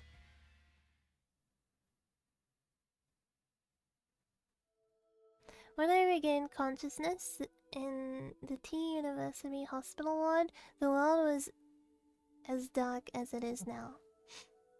I had not yet recovered my sight, even though my eyes and optical nerves were undamaged. It must have been an after effect of the accident. Blindness was a shock, but now I know that my suffering then was nothing. After all, my senses of hearing, touch, taste, and smell were fine at the time. The real horror began when my sight returned. The one small mercy was that I was able to come to the terms with the accident after my neurosurgery while still blind. Yeah, that would suck. That would suck if you like woke up and you were blind and you could still smell and like taste things, but as soon as your eyesight came back, it was just like bleh, gone. It would really suck. I panicked when I first saw the nightmarish hospital and the blood-curdling shapes of the doctors and nurses, but I soon guessed the cause. It chills me to think of what might have happened if I recovered with my sight all along with my consciousness, suddenly waking up in what I can only be described as hell. I would have no doubt lost my mind instantly. Soon as my disorder spread to the senses of touch, taste, and soon my disorder spread to the senses of touch, taste, and smell. As it turns out, sight exerts tremendous influence over the other four. The taste of my food, the feel of my bed sheets, the fragrance of my get well flowers, it all became unbearably foul as my eyes said they should be. Yeah, true! To him it would be like he's laying on a bed of like guts. Like rotting organs and stuff. That wouldn't be very comfortable. I wonder if they're cold or if they're warm. Like, does he experience them being warm and squishy, or are they like cold and squishy? I don't know if they move or if they're just like dead organs, right? I don't know if like the world is like moving, like wriggling and stuff, or if it's just like stagnant. Obviously, I guess if they were like moving around, it would be worse because they're like trying to sleep and there's like wriggliness happening. Either way, it sucks. His condition sucks. Eventually, when the doctor's voices became even the doctor's voices became unrecognizable. He said the people's flesh is cold, so I think, oh, yuck. Imagine lying in like Like, imagine buying like so much ground beef from the supermarket, laying it all over your bed, and then like laying in it. That's essentially what he's experiencing. As unrecognizable as human, I decided to kill myself. I didn't believe for a second that I could live in this new world. At least not until I met Saya. One night, while I was thinking of a painless way to die, I found myself succumbing to sleep, drifting between the nightmares in my dreams and the nightmare of reality. I didn't notice her enter my room. The next thing I knew, there was a face staring down at me from next to my bed. The face was not covered in pus or slime or earthworm-like feelers. It had smooth white cheeks, round eyes, a lovely little nose, all things I never expected to see again. The face is that of a girl, undeniably human and positively glowing with beauty.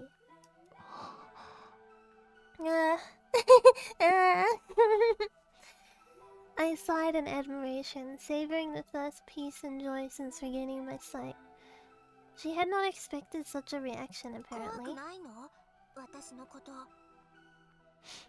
Are you afraid of me? She asked, looking at the clock. I saw that it was exactly 3 in the morning. No time for a young girl to be alone in the hospital. Perhaps she expected me to mistake her for a ghost. But I would not have cared if she had been a ghost. Either way, she was a godsend. Who are you? What are you doing here? Watashi wa Saya. I'm Saya. I'm looking for my dad. I assumed that she was the daughter of a late shift doctor or another patient. It was unusual, but not unthinkable for such a girl to be wandering around the hospital. It's no fun if you're not scared. Wait! I cried, desperate to keep her from leaving. It was only after she turned around that I realized I hadn't thought of what to say next. Nani? Well? Her beautiful eyes drew me in, healing my soul to its core. Through the white haze clouding my mind, I struggled to form a coherent sentence.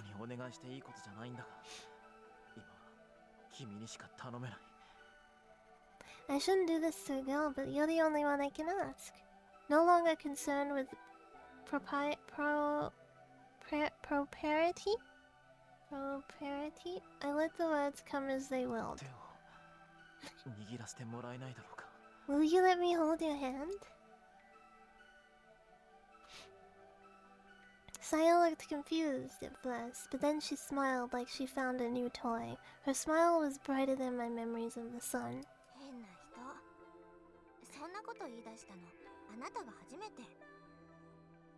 You're strange, she said, holding out her slender white hand. No one's asked me anything like that before. Ever so carefully, as though catching snowflakes, I placed my palm against hers. I could feel her human warmth and the softness of her delicate fingers. She was there, just beyond the palm of my hand. Thinking back on the joyful tears I shed then, I know that this is the moment I was saved from my fate.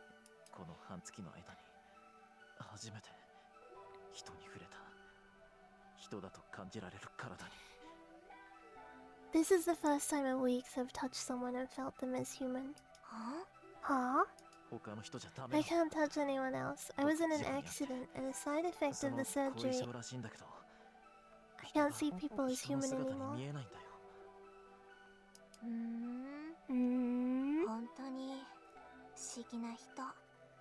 How mysterious. あなた面白い. You're interesting, she said, winding her fingers gently around mine. Can I come back tomorrow night? Yes, of course. But are you sure it's okay? 大丈夫よ. Don't worry, she replied. The night belongs to me. And so our rendezvous began. Saya came to my room every night at 3 a.m., skillfully taking advantage of the duty nurse's shift change. I was astonished to learn that she was living inside the hospital. 隠れる場所には事欠かない It's から。 so big that I never run out of places to hide, she said, answering my surprise with a nonchalant smile. She had been living in the suburbs with her father, she told me, until one day he suddenly stopped coming home. After she had tired of waiting, Saya declared one night to sneak into the hospital where he'd worked. And there she lived for over 2 months, searching for his whereabouts all the while. 学校には行かなくていいのかい？ Don't you have to go to school? No, 勉強は Dad 全部パ taught パ me に教 everything え I てもら need った to か know. ら。 I'm really smart. さやはとっても頭がいいんだよ。 She was a strange girl. On one hand, she looked and acted like a child. On the other, she was remarkably self-reliant and at times exhibited a sharp intelligence and deep knowledge that many may have found unsettling. I didn't care. Saya was the only other human in a world gone mad. Her existence meant far more to me than the standards of society. 危なくないのか？見つかりそうになったことは。 Aren't you worried you might get caught? 全然平気。全然平こ気。こにいれば食べるものにも不自由しないし。 Nope. パパのうちに一人 I don't have to ぼっ worry ちで about いる food here. It's a lot more fun than staying in Dad's house by myself. 入院してる Oh, 患者さんたちの Saya. うちちょっと精神的に参ってそうな人を事前にチェックしといてね。 I looked through the patients list and found the ones who had mental problems, Saya continued, grinning 時 mischievously. 々部屋に真夜中に忍び込んで脅かしたりするの。 Sometimes I sneak into their rooms late at night and そういう scare 患 them. 者さんの言 Even う if こと they は raise a みんな fuss, no 真 one に受けたり believes しない what から。 mental patients 結 say. 局は悪い夢ってことで片付けら They れちゃう just し。 brush it off as a bad dream. Her confession reminded me that the hospital was famous for its ghost stories. Who could have imagined that there was actually a real girl impishly roaming these じ hallways? ゃあ僕も最初はそのつもりで。 So that's why you came to my room the first time. うん。ご Yeah, めんね。 sorry. 怒った？ Are you mad? Okata? Brat, yeah. Bratty Saya. While her pranks were hardly praiseworthy, I couldn't bring myself to scold her for the very thing that had brought us もうや together. らない方がいい。その代わり夜は僕の話し相手になってくれないか？ You shouldn't do it anymore. You come talk to me instead. さやもその方が楽しい。 Yeah, that's more fun for me too.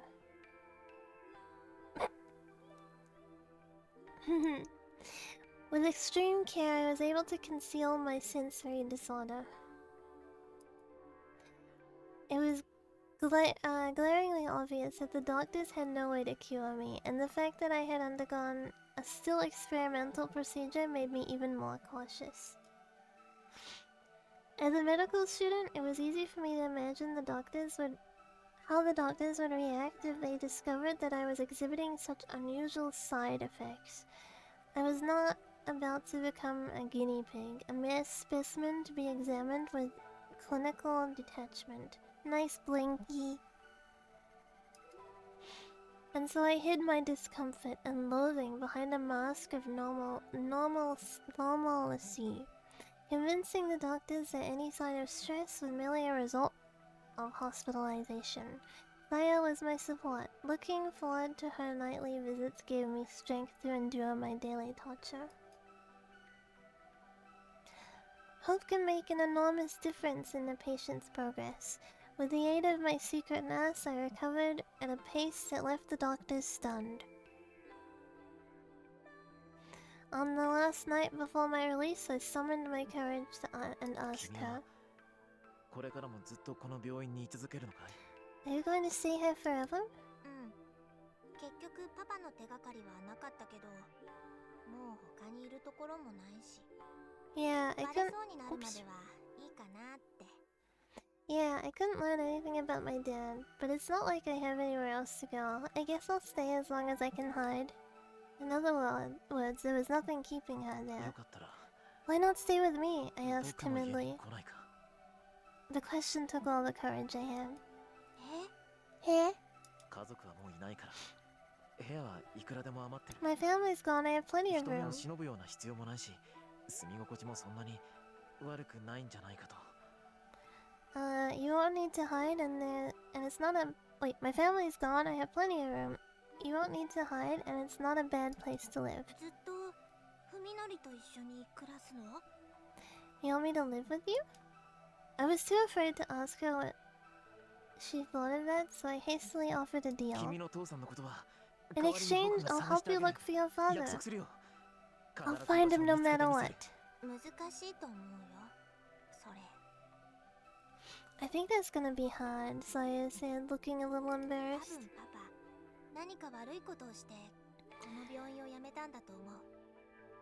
Dad probably did something bad and had to leave the hospital. だから警察とかは困るの。なるべくこっそりと探さなきゃいけないし。 We can't get the police involved. You'll have to be as discreet as 頑張るよ。 possible. どんなことだってやる。僕は I'll do whatever it takes. Unable to control myself, I finally spoke the さや truth. と離れたくないんだ。 I can't be apart from you. At first, she looked bewildered, but after a few moments of silence, she said, 少しだけ考えさせて。 Give me a little time. That night, she left my room earlier than usual. On the day of my release, I managed to smile as I accepted the hideous, foul-smelling celebratory bouquet. The flesh beasts calling themselves Koji, Omi, and Yo came to pick me up. Though they had come to see me many times during my stay, it never got easier to see my friends change so horribly. My sudden tears of despair drew suspicion, but I managed to explain them away as tears of joy. While we walked to Koji's car, I looked desperately for Saya amid the grotesque scenery. Even as we drove away, I kept watching the hospital fade into the distance, praying for a last glimmer of hope. But Saya never appeared. After Koji and the others dropped me off, I paused a while to regard my surroundings. I had lived my entire life on this block, in this house. There was no other place that I could call home.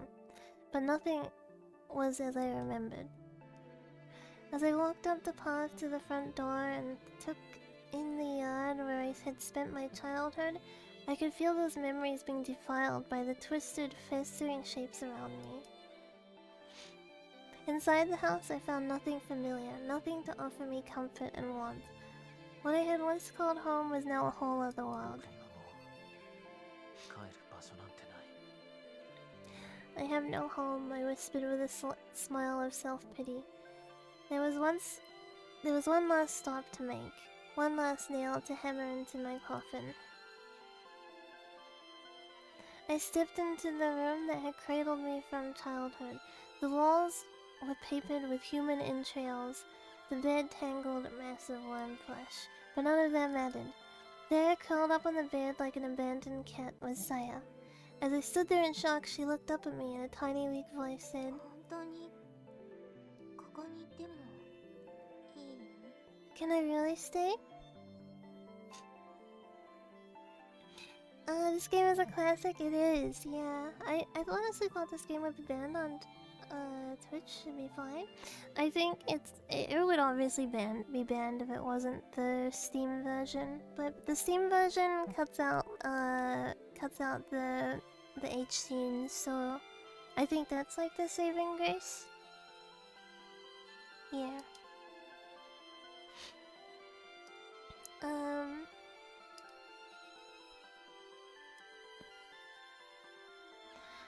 I responded by sweeping her into my arms, embracing her so tightly so that she would not escape. Saya did not resist.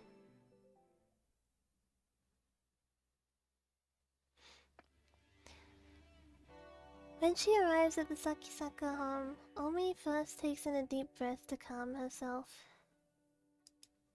Her anger does not vanish entirely, of course, but at least now she can hear herself think. While waiting for a response from the intercom, she looks over the patch of yard that she can see from the outside gate. Even Omi isn't normally one to complain about excuse me, other people's housekeeping, but this is going too far. The grass is growing wild and there are piles of dead leaves scattered everywhere. It doesn't just look unattended, it looks uninhabited. Like an uninhabited ruin. It's still light out, but every window has storm shutters tightly sealed. Omi guesses that they've been closed since morning. What kind of life is Fuminori leading? Even if he's living alone, he can't neglect his housework forever. And is it just her imagination, or does something stink like rotting meat? It couldn't be coming from the yard, could it? There's still no response, so she presses the buzzer a second time, and a third, and a fourth. Finally, after this has gone on for 10 minutes, Omi loses her patience and opens the cover of the intercom. As she expected, the power has been disconnected. Perhaps Fuminori has a good reason for shutting out the world, but Omi can only see it as a lack of respect for others. Her anger rekindled, she pushes the gate open and stomps through the yard to the front door. Given the state of his intercom, she doubts that Fuminori will respond to a knock, so Omi just decides to open the door and go in shouting. If the door is locked, she'll just have to... Surprisingly, the doorknob turns easily in her hand, and the enraged Omi finds herself throwing open the door to even wider than she intended. Her nostrils are instantly assaulted by a choking stench. Eh? Nani? What is that smell? As Omi stands petrified on the threshold, the cowbell hanging on the inside of the door chimes loudly. A moment later... Tadaima! Welcome home! Omi can't believe her ears. The voice she just heard could not have been human, yet its intonations were too complex for any animal she can imagine. 誰かいるの? Is someone there? She calls out from the end of the hallway from which the voice came. There is no response. Instead, she hears the sound of something soft and wet flopping its way deeper into the house. Tadaima. Finding it difficult to place a meaningful image to the voice she just heard, Omi stares blankly at the empty vestibule. There's nothing there, not even Fuminori's shoes, which can only mean that he's still outside somewhere wearing them. The house should be empty, but then what was that voice just now? I feel... At that moment, the second I heard that, I would turn and leave, like, immediately. As soon as I heard the, like, you know, I would be like, no. No. I think it's time we left. At this time, I would book it, yeah. Why? Yeah. At this time, very, very kawaii.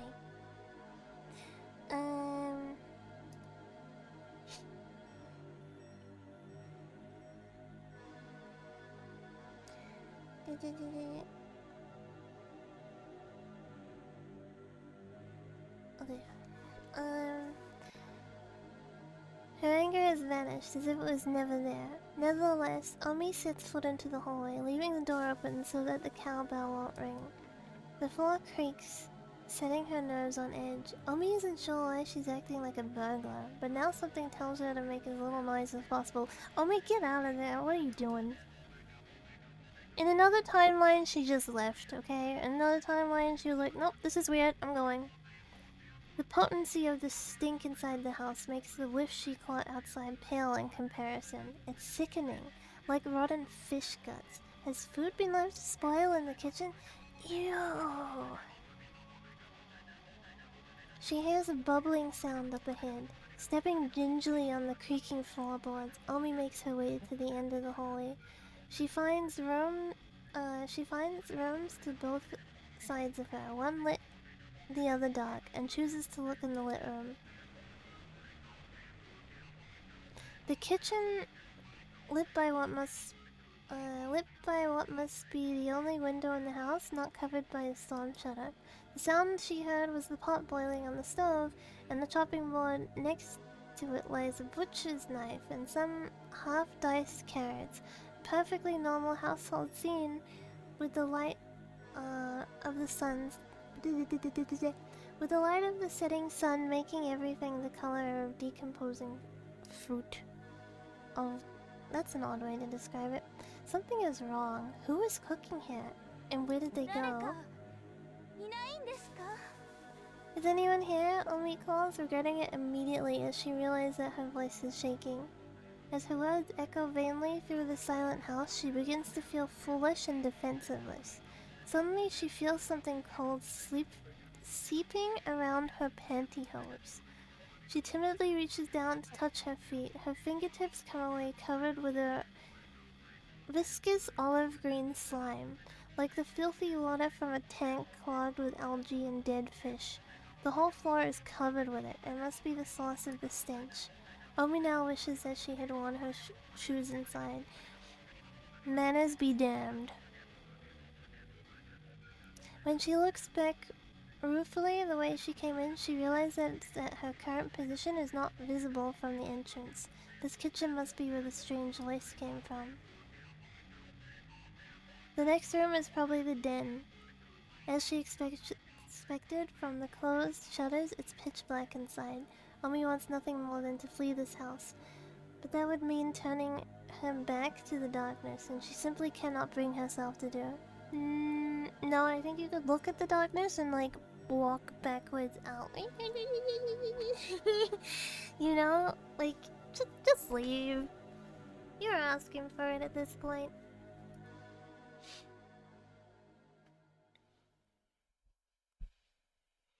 Moved by some irrational compulsion, Omi sits slit into the den. It is too dark to see anything, and the stink is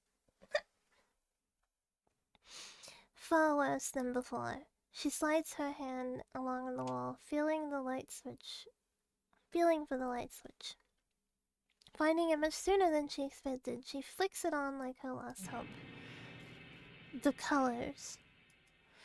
The colors, so many colors. The purple of entrails, the brown of rotten meat, the crimson flesh of blood. Fresh blood. The yellow of fat. These colors and more that cannot be described cover every inch of the room in a maddening array. The colors say all that needs to be said about the painter's hatred, malice, and insanity. Omi's legs give out from the shock, sending her to the floor. Slime immediately soaks through her jeans, its cold tendrils creeping up her legs, crotch, and her neck. Her hand flies to her neck, where it is greeted by another drop of chilly slime. Above her, something is dripping down on her head. Making perhaps the worst decision of her life, Omi looks up. The predator clinging to the ceiling is poised to leap upon its prey. She sees it in every detail. Her mouth and nose are sealed before she can scream, and her belly is torn open as something enters it to feast on her innards. By the time she feels any of this, Omi has already gone mad.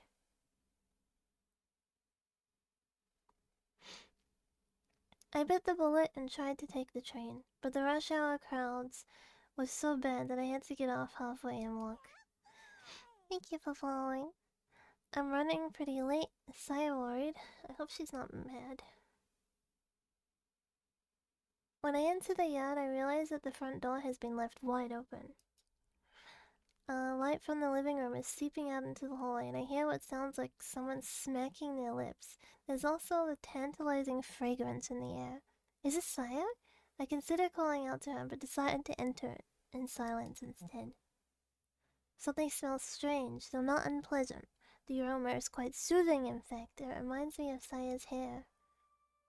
At first, I am surprised by what I see in the living room.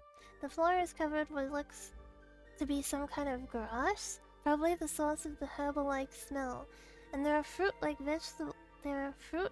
or vegetable-like balls of varying size scattered everywhere. Saya. Saya? Saya?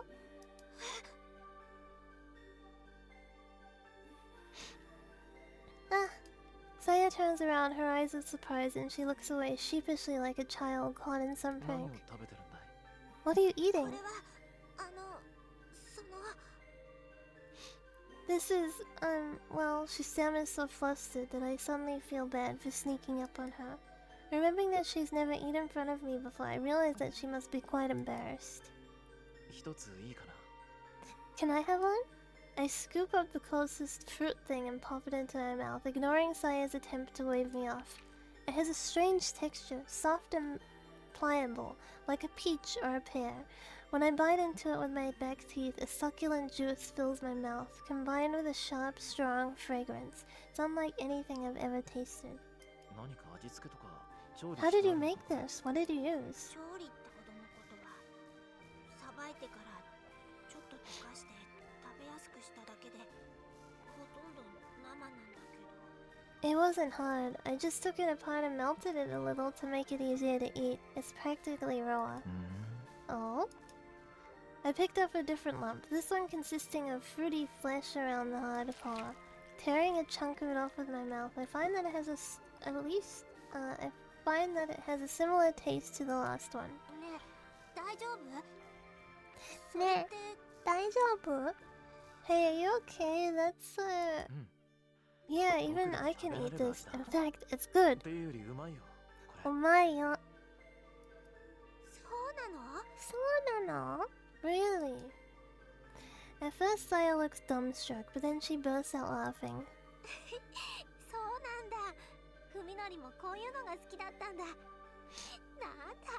あれこれ工夫して頑張ってた私がバカみたい So this is what you like. Now I feel stupid for going, to all that さ trouble. あいつもこういうものを Is 食 this べ what you always eat, Saya? こんな大物は久しぶりだけどね Yeah, though it's been a while since I had one so 取っ big. てくれるやつ I usually catch them in the nearby park. There's an impressive nature preserve not far from here. I've never heard about fruits like these growing. Yeah, but, well, of course, they only look like fruits to me. They're really something else. ごめんね一番美味しいところはさっきさやが全部食べちゃった Munch, munch, munch, munch, munch. So I already ate the best いいよ parts. また今度で Ew. でもこれで That's okay, there's always next time, and now we can eat together.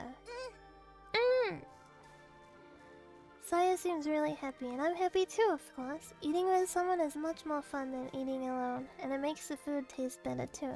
まだまだいっぱいあるし Mada. 食べきれない分は冷やせば There's still 2-3 plenty 日大丈夫だ left. よ I'll keep it chilled for 2 or 3 days though. It won't taste as good. じゃあ早めに片付けておこうか Then we'd better start putting it away. Sealing the small fruits in Tupperwares and the larger one in pots and bowls, Saya and I store the remaining food in the refrigerator. Thinking of tomorrow's dinner fills me with anticipation. I feel that little by little I'm starting to regain the joy of living. Saya will guide me with her. I can live on. Hell yeah. True Scary Stories, Hospital Edition. Chapter 4, The Monsters in the Hospital. A medical student relates his shocking experiences. Will you believe him or not? Strange things start happening at the hospital around the end of last spring. It began with patients waking up in the middle of the night, screaming. They all spoke of terrifying nightmares, and many of them had to be sedated. Some patients even transferred to other hospitals because of it. The weird thing was that they had all had exactly the same dream. A dream about some horribly disgusting monster staring down at them from their bedsides. But the really strange stuff started happening after that. There used to be a lot of stray cats around the campus, looking for scraps from the students. One day the cats suddenly disappeared, and it wasn't that they had stopped coming, it was more like they'd vanished from the area entirely, and people stopped walking their dogs around. According to the rumors, the dogs were refusing to go anywhere near the school. Eventually, things started going missing in the hospital, organs to be precise. Transplant organs kept disappearing from storage. People came close to losing their jobs over it, and it wasn't just 2 or 3 times that it happened. They tried to keep it from the students, but we heard it was a lot worse than that. People started saying that there was something living in the hospital, that the janitors would find strange messes that could only have been made in the middle of the night, traces of something that had crawled down the hallway, or weird stains caused by something dripping through the ceiling. The late night shift nurses talked about hearing strange noises on the same nights that patients woke up screaming.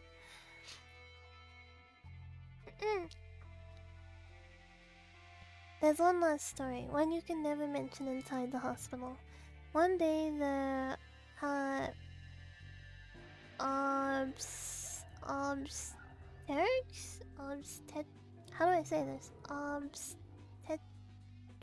apartment went crazy. How do I say that? Obstetrics.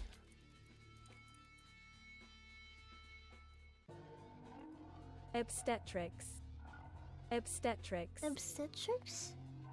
Obstetrics department went crazy.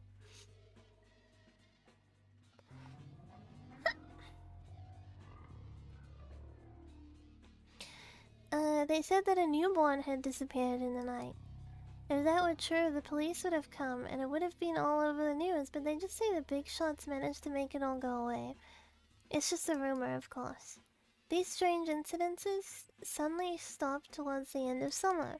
Now there are almost no patients complaining of nightmares, and the cats have started coming back to campus. But still, I wonder what happened in the hospital that summer. Even now, just thinking about it gives me the creeps.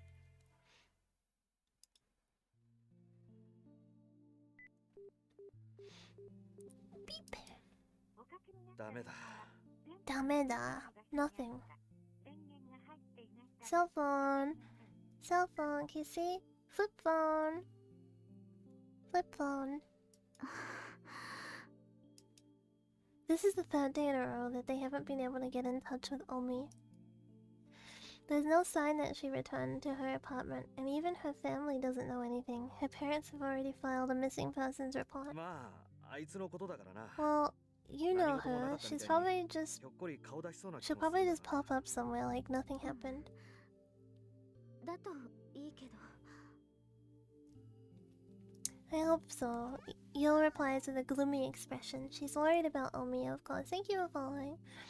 But the incident with Fuminori 3 days ago must still be weighing on her as well. Yo hasn't seen Fuminori since then, and Fuminori hasn't made any effort to approach her or Koji. Four people used to meet in this cafeteria between classes, but now there are only two. ねえ、トノくん、もう一度考えてみようよ。どこかおみちゃんの行きそうな場所に心当たりない？ Hey Koji, let's keep thinking. Isn't there somewhere else Omi might have gone? 一 No. 通りは確かめたしな。 Koji answers evasively. I already checked everywhere. It's a lie, of course. Koji knows where Omi planned to go that evening, but he doesn't want to bring Fuminori up in front of y'all. Their awkward silence is mercifully broken by the bell signaling the start of next period. じゃあ、俺 Well, I've gotta go. Boom, boom, boom, boom. Yeah. Unless Koji is mistaken, Yo is supposed to have class next period too, but she just sits there staring off into space. Unable to come up with anything to say, he leaves the cafeteria reluctantly. Flashbang. Both Omi's disappearance and Yo's depression worry Koji, and both problems lead back to the exact same place. Fuminori. 海のりは一体 What the hell is Fuminori doing? When Omi went missing, the first thing he did was question Fuminori. After all, the last place he had seen her was just before she stormed off to give Fuminori a piece of her mind. Fuminori responded with an unequivocal denial and acted like he hadn't the slightest idea of why Omi would have gone to see him. Perhaps that was only natural, as he was unaware that Omi and Koji had witnessed him reduce Yo to tears. Did Omi even make it to Fuminori's house? She had been riding a wave of emotion when she left, and might have calmed down and changed her mind halfway there. Or perhaps she ran into trouble on the way? Koji concluded, or more accurately convinced himself, that one of the possibilities was the truth, subconsciously denying that the one remaining possibility, that Fuminori was lying, that he had met Omi and was involved with her disappearance. When questioned by the police, Koji told the truth about Omi's destination, only to end up on the train station, maintaining that he had no idea where she'd planned to go after that. Let me, drink. Ugh. He wanted to cooperate with the search, of course, but Omi couldn't have made it to Fuminori's house. Fuminori said so himself, didn't he? In that case, he had told the police everything they needed to know. Not wanting to get the still fragile Fuminori involved, he forced himself to accept this flimsy logic. But the conflict has built up inside of him without his notice, leaving unanswered suspicion to fester in his mind. Koji is deep in thought, paying no attention to his surroundings. But perhaps that is what allows him to catch sight of his friends back through the crowd of milling students. Face. Fuminori. At first Koji assumes that he's headed to the lecture hall, but it soon appears that he is instead going home. Strange. Medical students have required classes in the afternoon. Though he is initially surprised, Koji hesitation lasts only for a second. He follows his friend, taking care to stay far away enough behind that he won't be noticed.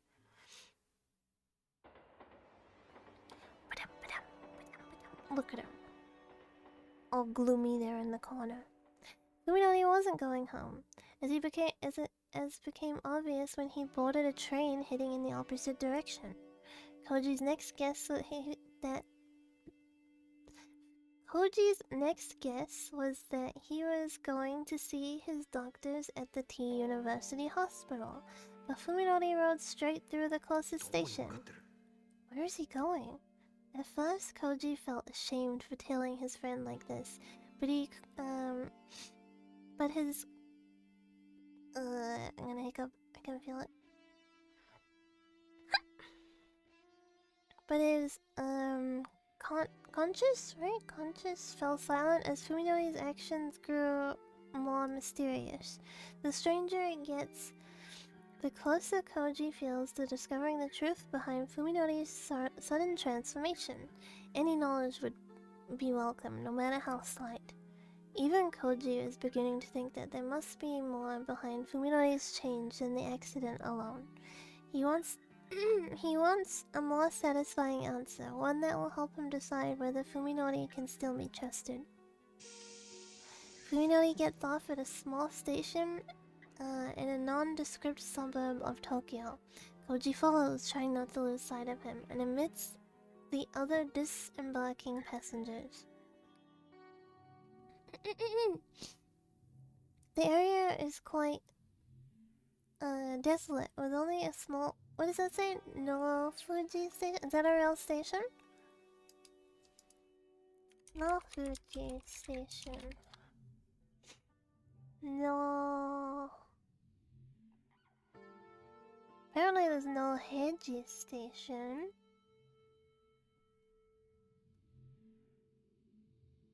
That doesn't look like...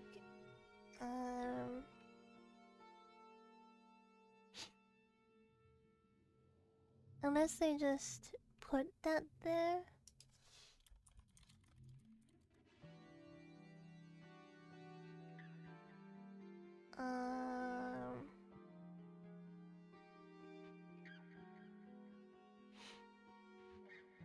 Oh, okay, it's fictional. It's a fictional station.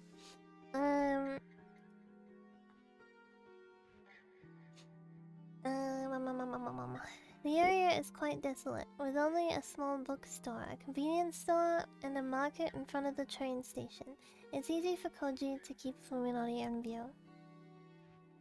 This neighborhood was carved out of the Fuji foothills, and here are the remains, there remain steep inclines and wooded areas that escape simulation. Koji is amazed that such a quiet place exists less than an hour out of central Tokyo. Let me see if no Fuji. I don't know if this is... What's the kanji? Yeah, you got it right.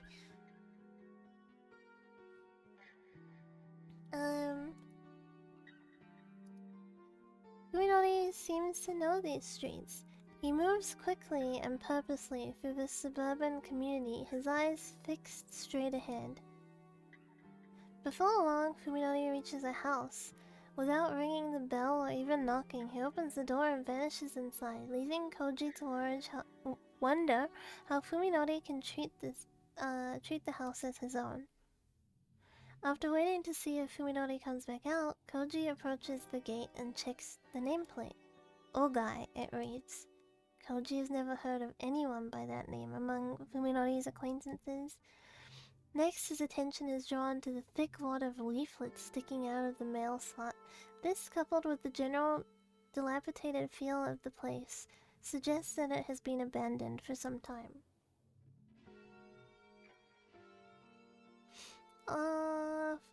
No Fuji isn't a rail station, but Fujino is. Oh, okay. Let me look it up.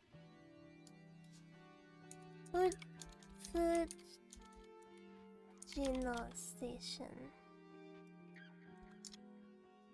Fujino Station, Fujinoeki is a passenger in Midoriku. Interesting. I wonder if it's like the actual. Oh, it looks like it's the actual station. Let me see if this link works. So you can go to the station, I guess.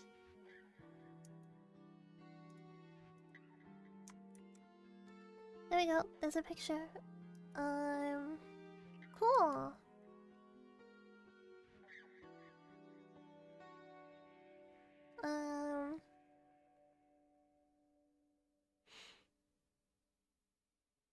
Where it is kind of in the middle of nowhere. I guess it's like exactly what they described, right? It's like an hour out of Tokyo.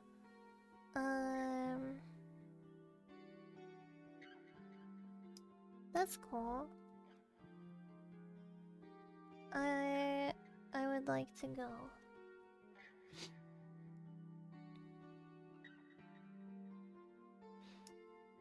I would like to go just to that station. I've done the Steinsgate pilgrimage. I want to do the Lucky Star pilgrimage. And then I can do the Saya pilgrimage.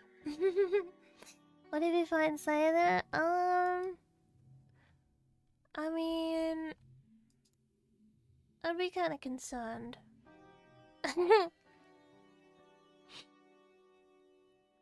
I'd be a little concerned, because I wouldn't see her as like Saya, right?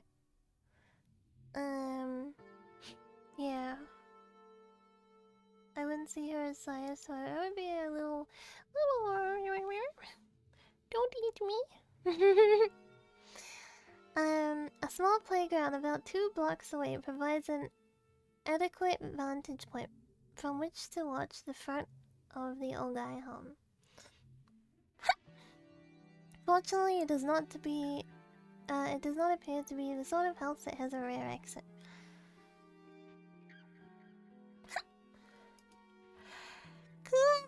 Koji settles down on a bench to begin his stakeout. I should have bought more smokes.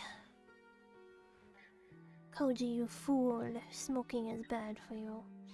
1 hour passes, and then another. But there remains no signal of movement around the Ogai residence.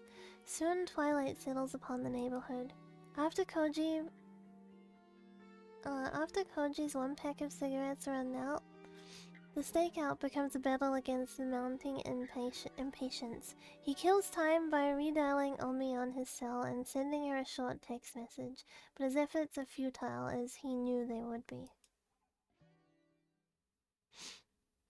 When the sky begins to turn a deep blue and the streetlights come on, Fuminori finally emerges from the house and heads back towards the station with the same hurried stride. After some brief consideration, Koji decides that right now investigating the house is more important than tailing Fuminori. He rings the doorbell just to make sure. After receiving the expected silence and response, he checks to make sure no one is watching and turns the doorknob. The door is not locked. The moment he enters the house, the stale, thick air with mold and dust fills Koji's nostrils.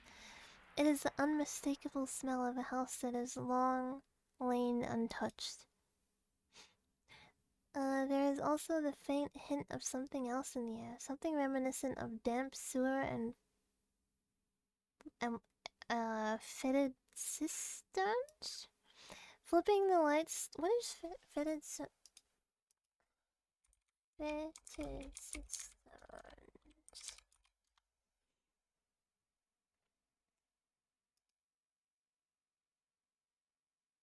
Oh, like the drainage system.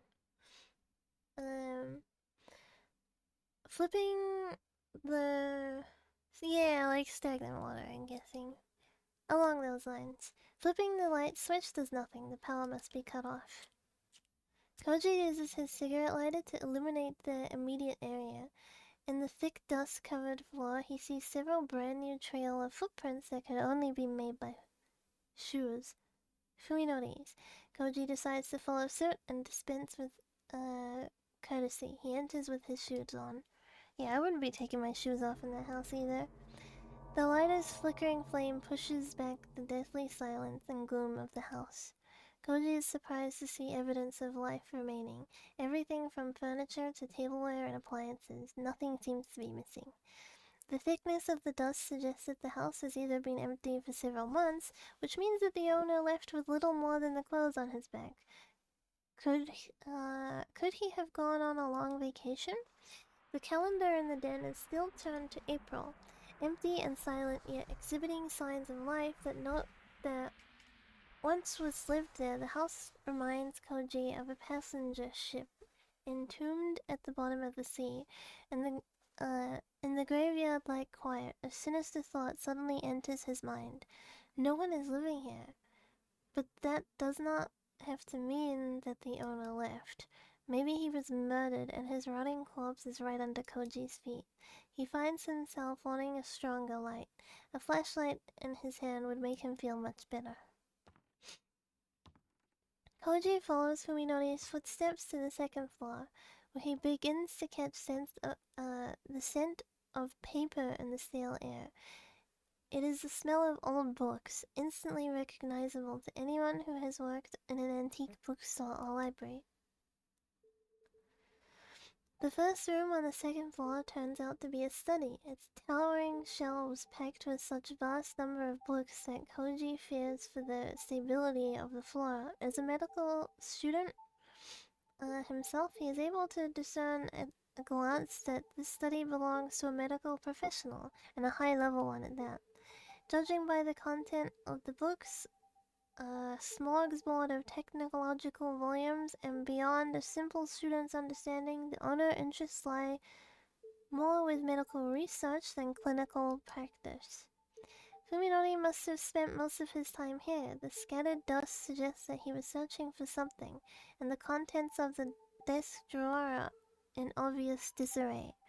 A small pile of books stacked on the side table catches his eye.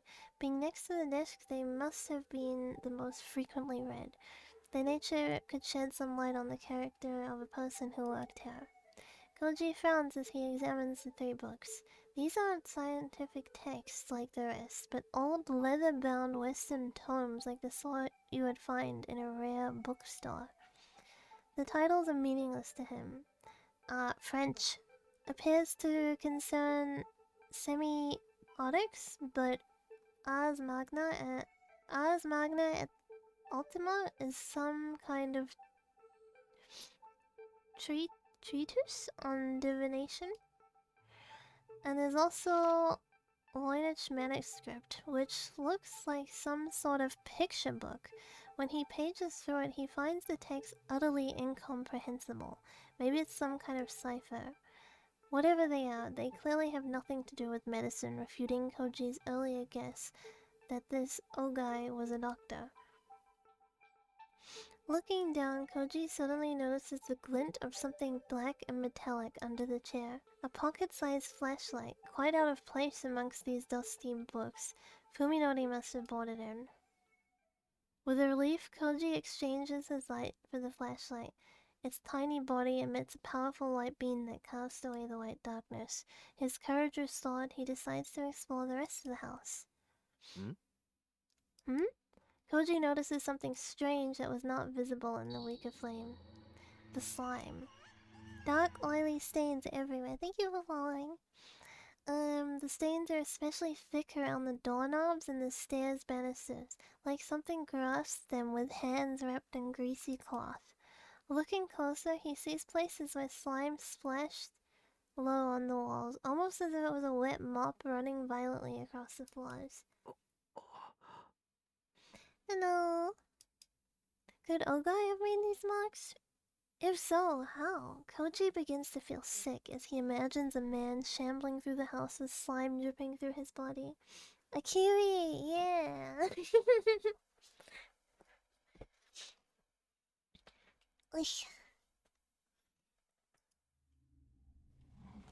Finding the bedroom next to the study, Koji checks the closet on a hunch. He discovers 2 empty suitcases, not what one would leave behind when going on a long vacation. A chill runs through him. Whoever was living here is still somewhere inside the house.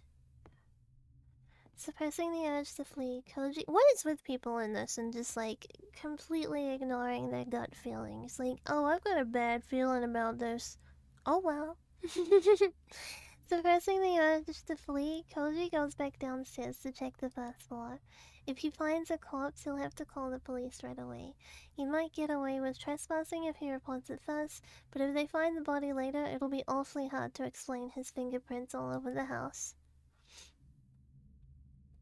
The flashlight reveals the den to be covered in even more slime than the rest of the house. The sofa looks as though it was dredged from the bottom of a swamp.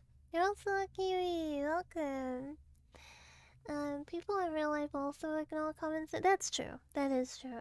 I remember, like, you know, like in horror movies where something like happens in someone's house and they're like, hello? Like they call out to them, and every time you're watching that in a movie, you're like, don't do that, you stupid. I remember when I was like at my apartment and I was like by myself, something like fell over in the kitchen, and I was like the only person who should have been there, right? So I was like, hello? And then I immediately was like, oh my god, that's so stupid. What if that was someone breaking it? I mean, no one could have broken it. I was on like the third floor or something. But like, the immediate response was to do the hello. And then I was like, you stupid. What if there was a monster breaking in? Now they just know where you are and like that you're aware of them, you know. Yeah. So I guess like, as hard as I'm judging, we never know what we're actually gonna do in this situation. We don't know how we're gonna respond. I have been... wait, before we go on to the next thing, let me have a drink. I have been followed before. Like, I've been followed home before, but, I think I handled it pretty well. So, like... Yeah, it was when I was a teenager. I was with my mom, because the supermarkets here used to be open 24 hours. So I wasn't in my current city. I was in like where I lived when I was a teenager, which is opposite side of the country. And supermarkets used to be open 24 hours, and we would go there like middle of the night kind of thing, get out gamer supplies, go back home and play more game, right?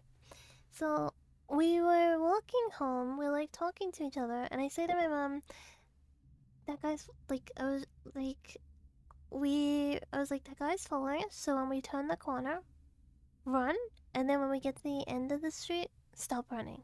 So, like, as soon as we turned the corner, we did that, but, like, we did it in a way that we weren't loud, so he didn't know that he was following us. I mean, he didn't know that we were running. We got to the end of the street where there was a crossing, and he turns the corner faster than he should have been able to if he was going at the same pace than he was, right? So immediately that tells us, okay, he is following us, he does want to keep an eye on us, and he sped up to keep up with us. So we keep walking, and we didn't know directly the other areas, so I told my mom we're gonna head in the direction of our house, but we're not gonna go to our house. So like in this old city, you know how in a lot of how do I explain it? You know how in a lot of Japanese stuff there's like little stairways that go to other streets? That's pretty common in this city. So my old street had like three of those like stairways that go to other streets. So I was like, we're gonna go to our street, and then we're not gonna go up the first one, because if he's at the bottom of the street, he's gonna be able to see us. But if we get to the corner, there is another one. There is like another one that we can go up, that if we turn the corner, we run to it, then we go up, we can sit on that stairway, and it's too black from the street to be able to see like up it. So he could like walk past, look at us directly, and not see us, because there's no lighting there whatsoever. There's trees overlooming it. It is like very, very black. So we did that, right? He followed us like all the way, by the way. He followed us from the supermarket, like multiple streets, kept trying to like be in line with us. I was like, do not look at him, do not pretend you don't know he's following us. And then we got to the thing, and me and my mom sat there, and he like started coming up the street past where we were. He like looked around, like he was like looking around, like where did they go, kind of thing.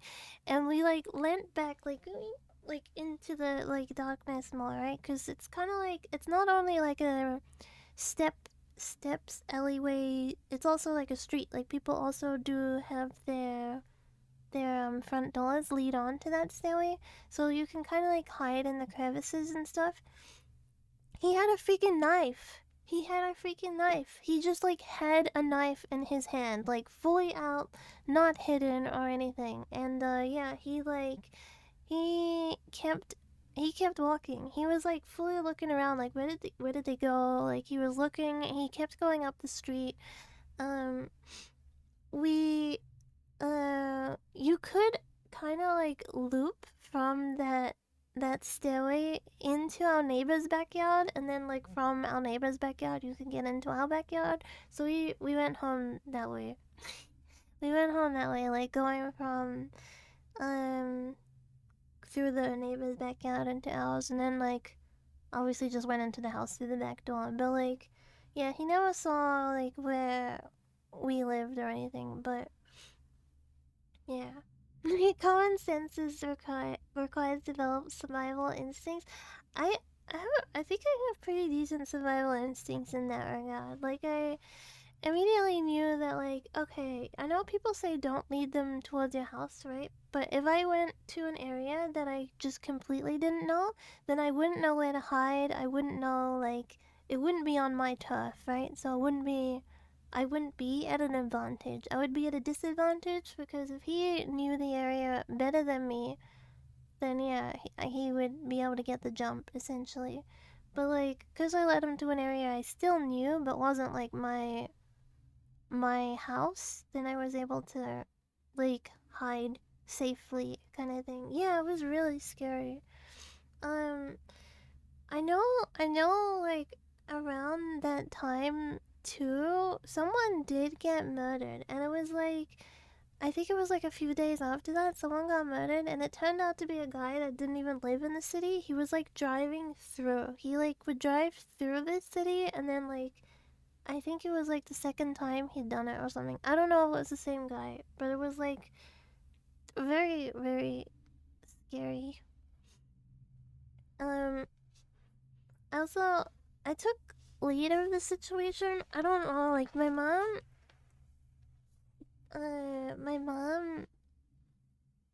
just kind of wasn't sure how to retaliate. Like, you know, she wasn't sure how to do, like, how to respond in this situation, I guess. That's a serial killer, probably. If if like I don't know.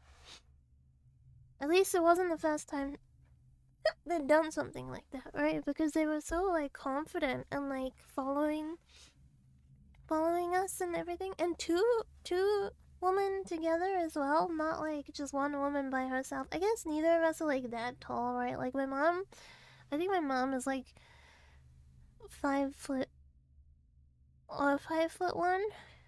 Like she's short. I think she might be just 5 foot actually.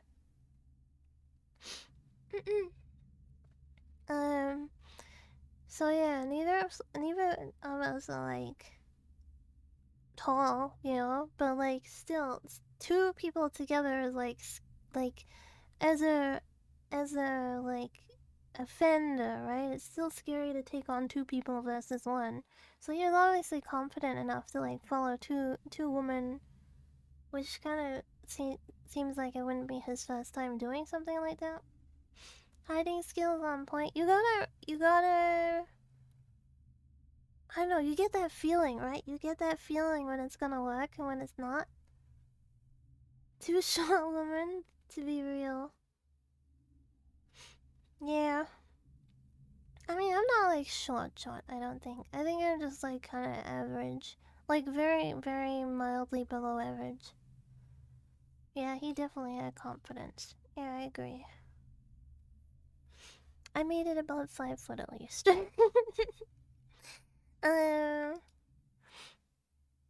Yeah, I'm only a little below average. Just a teeny tiny below average. I think in the Philippines I'm tall. Okay, anyway. Now, after that little break, we can continue again. In the kitchen, Koji takes one look at the sink and decides not to get any closer. He doesn't want any more fuel for his imagination. He reaches the door to the bathroom. A common scene from TV drama flashes through his head. A body with slit wrists floating in a bathtub of water.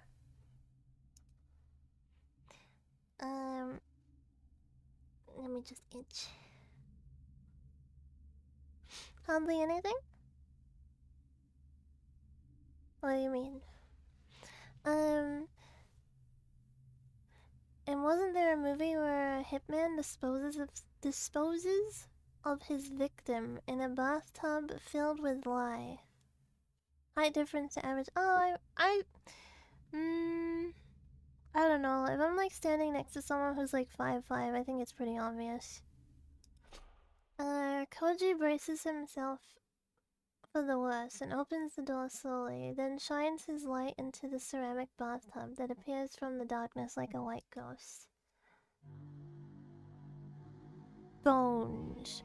A mountain of bones, black with dry flesh and blood. Koji puts one hand against the wall to steady himself as his legs threaten to buckle. Something is wrong, he realizes as he tries desperately to get his thoughts in order. The bones are too small, and there are too many of them. They aren't human. After taking several deep breaths to calm himself, Koji enters the bathroom and examines the tub. The bones are piled atop each other like fallen leaves. They appear to be from small animals, perhaps cats or dogs. Even so, the quantity is mind-boggling. How many bodies would it take to produce this many bones? The bones have all been separated from one another, so it doesn't look like the bodies were just thrown into the tub and left to rot. Each bone is covered with deep grooves, marks left by teeth biting through flesh. Koji's sanity won't let him consider the possibility that a human could have done this. The owner of this house must have kept some kind of carnivorous animal as a pet, giving it the bones of small animals to eat and disposing of the remains in the bathtub. But why not dispose of the leftovers properly? They could have just been thrown out with the garbage, or is there something keeping him from leaving the house? The relief Koji felt when he realized that the bones aren't human is once again under attack. In the first place, what the hell is Fuminori doing here? どうしたコウジ Doshita, Koji? What's wrong, Koji? Koji whirls around, his light revealing Fuminori's expressionless 不法 face. 侵入だぞ。 You're trespassing. お前だって So 同 are じ you, だろうが Koji replies, barely managing to speak over the pounding of his heart. Fuminori pushes past Koji and looks into the bathtub. He doesn't even flinch at the sight of the 僕 bones. はこの家の人と知り合いなんだ。頼まれて探し A 物をしに friend 来た of だけ mine さ。 lives here. I'm just running an errand. 知り合いって What? いつから Who is this person? Why did you meet them? Koji doesn't want to believe that the old friendly Fuminori could have had contact with the denizens of this house? どうした? Denizens. Denizens.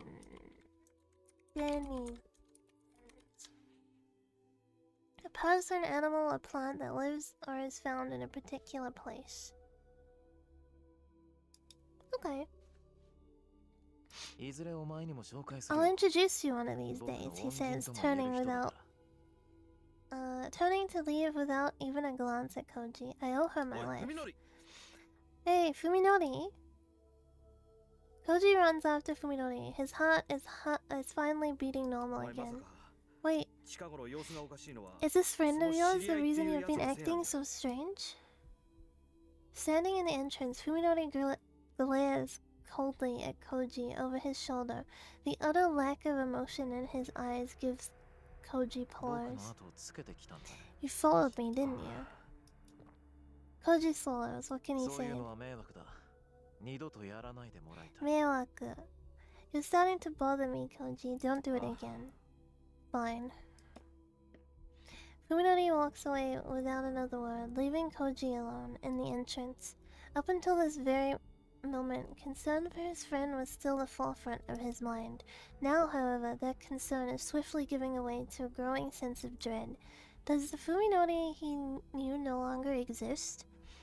Was the person who stared Koji down an imposter wearing Fuminori's skin? Koji has begun to believe that it might be so. I didn't know that word, no. Denizens. I never heard it before. Well, I guess I read it last time I played, but I don't remember. It's been a long time since I played. What a nuisance. Why does he insist on interfering? If only he spoke with me to exchange pleasantries, even I could bear it. But now he's sticking his nose into my business just to satisfy his curiosity. Koji is a perfect example of someone who thinks that it's always good to take an interest in other people's affairs. He probably thinks that he's doing me a favor by prying into my life. He couldn't be more wrong. If he keeps this up, I might have to find some way to deal with him. Like Saya said, I have to keep my search for Dr. Ogai a secret. Koji could ruin everything. I didn't have time to fully investigate the Ogai residence today. At this rate, it will probably take us several days just to go through the study. It's a fairly common word, really. But I think there's still a lot to explore. Who knows what I'll discover? The problem is Koji. He knows about the house now. Will he make things difficult? Excuse me. A hair-raising voice as I'm about to pass through the gate. Suppressing a shudder, I put on a fake smile and turn to face the writhing mass of rotten flesh that is staring at me with bulging eyes. Good evening, are you just getting home? え Yes, I am. Of course, this is my next door neighbor, Suzumi, a middle-aged painter, I think, who spends all day at home while his wife works. I haven't had much contact with him. Oh, it's this guy. I haven't had much contact with him since the accident. Why is he suddenly talking to me now? Have you gotten used to living alone? え Yes, thank you for your help. I know it must be very difficult, but you're still young. You have to try to move on with your life. は Yeah. What is this? Did he just stop me to deliver a lecture? Yeah, I'd be kinda annoyed too. With such a big house, it must be hard work to take care of everything by あ yourself. まあそうですか Yes, I suppose it's rather difficult. Why not hire a caretaker? Didn't your father have one? I'm still a student. I can't really afford the expense. I see. The flesh beast and undulates foully, as though it still has something to say. The sight of it is driving me close to the edge. Even so, don't you think you should at least tend to your yard? I'd be happy to help. No thank you, I'll manage on my own. Now I get it. He's worried that the unsightliness of my house might diminish the image of his own. Damn snob. I flash a token smile, then retreat behind the safety of my gate.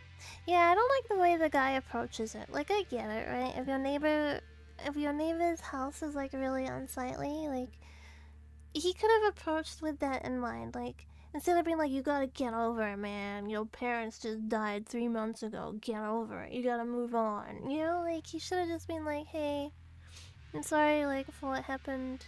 You know, like, I'm sorry for your situation. If you need any help taking care of, like, your yard and stuff, I'd be happy to help out. Like, just like, come out with it, you know. You need to move on and mow the lawn. Yeah, like, he should have just said, like, hey, it sucks what happened. Like, I'm sorry. I'm gonna help take care of things. Or even just say it, like, I can do your lawns for you if you want. Obviously, he can't just say, I'm gonna do your lawns. He can't just, like, say that, right? But he could, like, at least say, like, I'm gonna assist if you need it. I can feel Sesame's eyes boring onto my back all the way into the front room. Why won't everyone just stay out of my life? I just want to live together with Saya, alone where no one will ever bother us. I get it too, like he just wants to be left alone and like enjoy his time with Saya, but I guess it's kind of like goes to show that it in some ways is good when people stick their noses in other people's business out of concern. Like, if he had been left from the start, he would have been like way further off. Way more way off the rails by now. If he had just been left alone to his own devices, yeah. He should have moved into a remote rural area. I guess he, like, hasn't thought of it at this point. He could have had a good meal earlier. Yeah, but if his friends start going missing immediately one after another and he's like still around, it would be really suspicious. I'm sure he thought of that. I want to give him the benefit of the doubt. And a hiccup. You don't understand. Also, like, yeah, he can't just drop stuff and move. Yeah, this guy. I mean, I guess I understand. I used to be like, mind your own business. Like, someone can let the house be like however they want, right? But it is true that, like, a neighbor, like, neglecting their property does diminish the... Like, it doesn't just affect you. You do have to consider that it also affects the people around you. It does diminish the value of your property. And also, if you're not taking care of your yard in the sense of, like, you're letting things overgrow, mice and rats can go live in that, right? Like, they can find refuge amongst the, like, tall grass and stuff. So, it could become hazardous. Even just, like, bugs, like, even just, like, bugs and stuff can,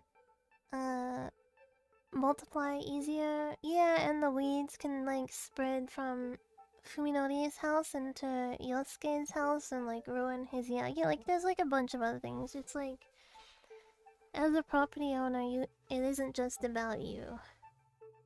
Suzumi Yosuke sighs in annoyance as he watches the neighbor boy retreat into his house. What's with his attitude? Even while talking, he kept his eyes averted as if to avoid looking at something repulsive. Has he always been such an unpleasant young man? No, of course not. When his parents were still alive, he'd be normal youth, a little shy but sensitive and caring. It must be the stress of his sad situation. If it continues to build, he might start to develop serious mental problems. Or is it too late already? Yosuke wonders as he gazes warily at the Sakisaka yard.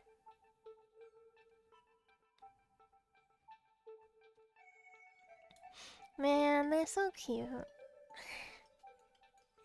Even during dinner, Yosuke can't shake the neighboring house from his mind.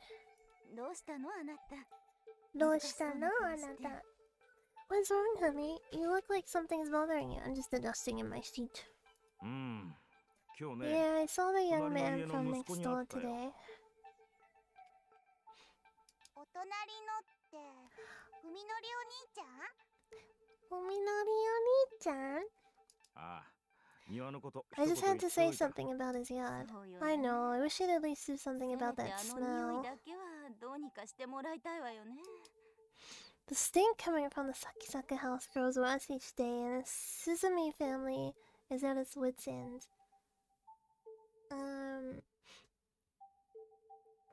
Well, recently these weeds have sprouted up all in our field, and they're covered in hundreds of thorns, but they have the prettiest purple flowers. I wonder what it is.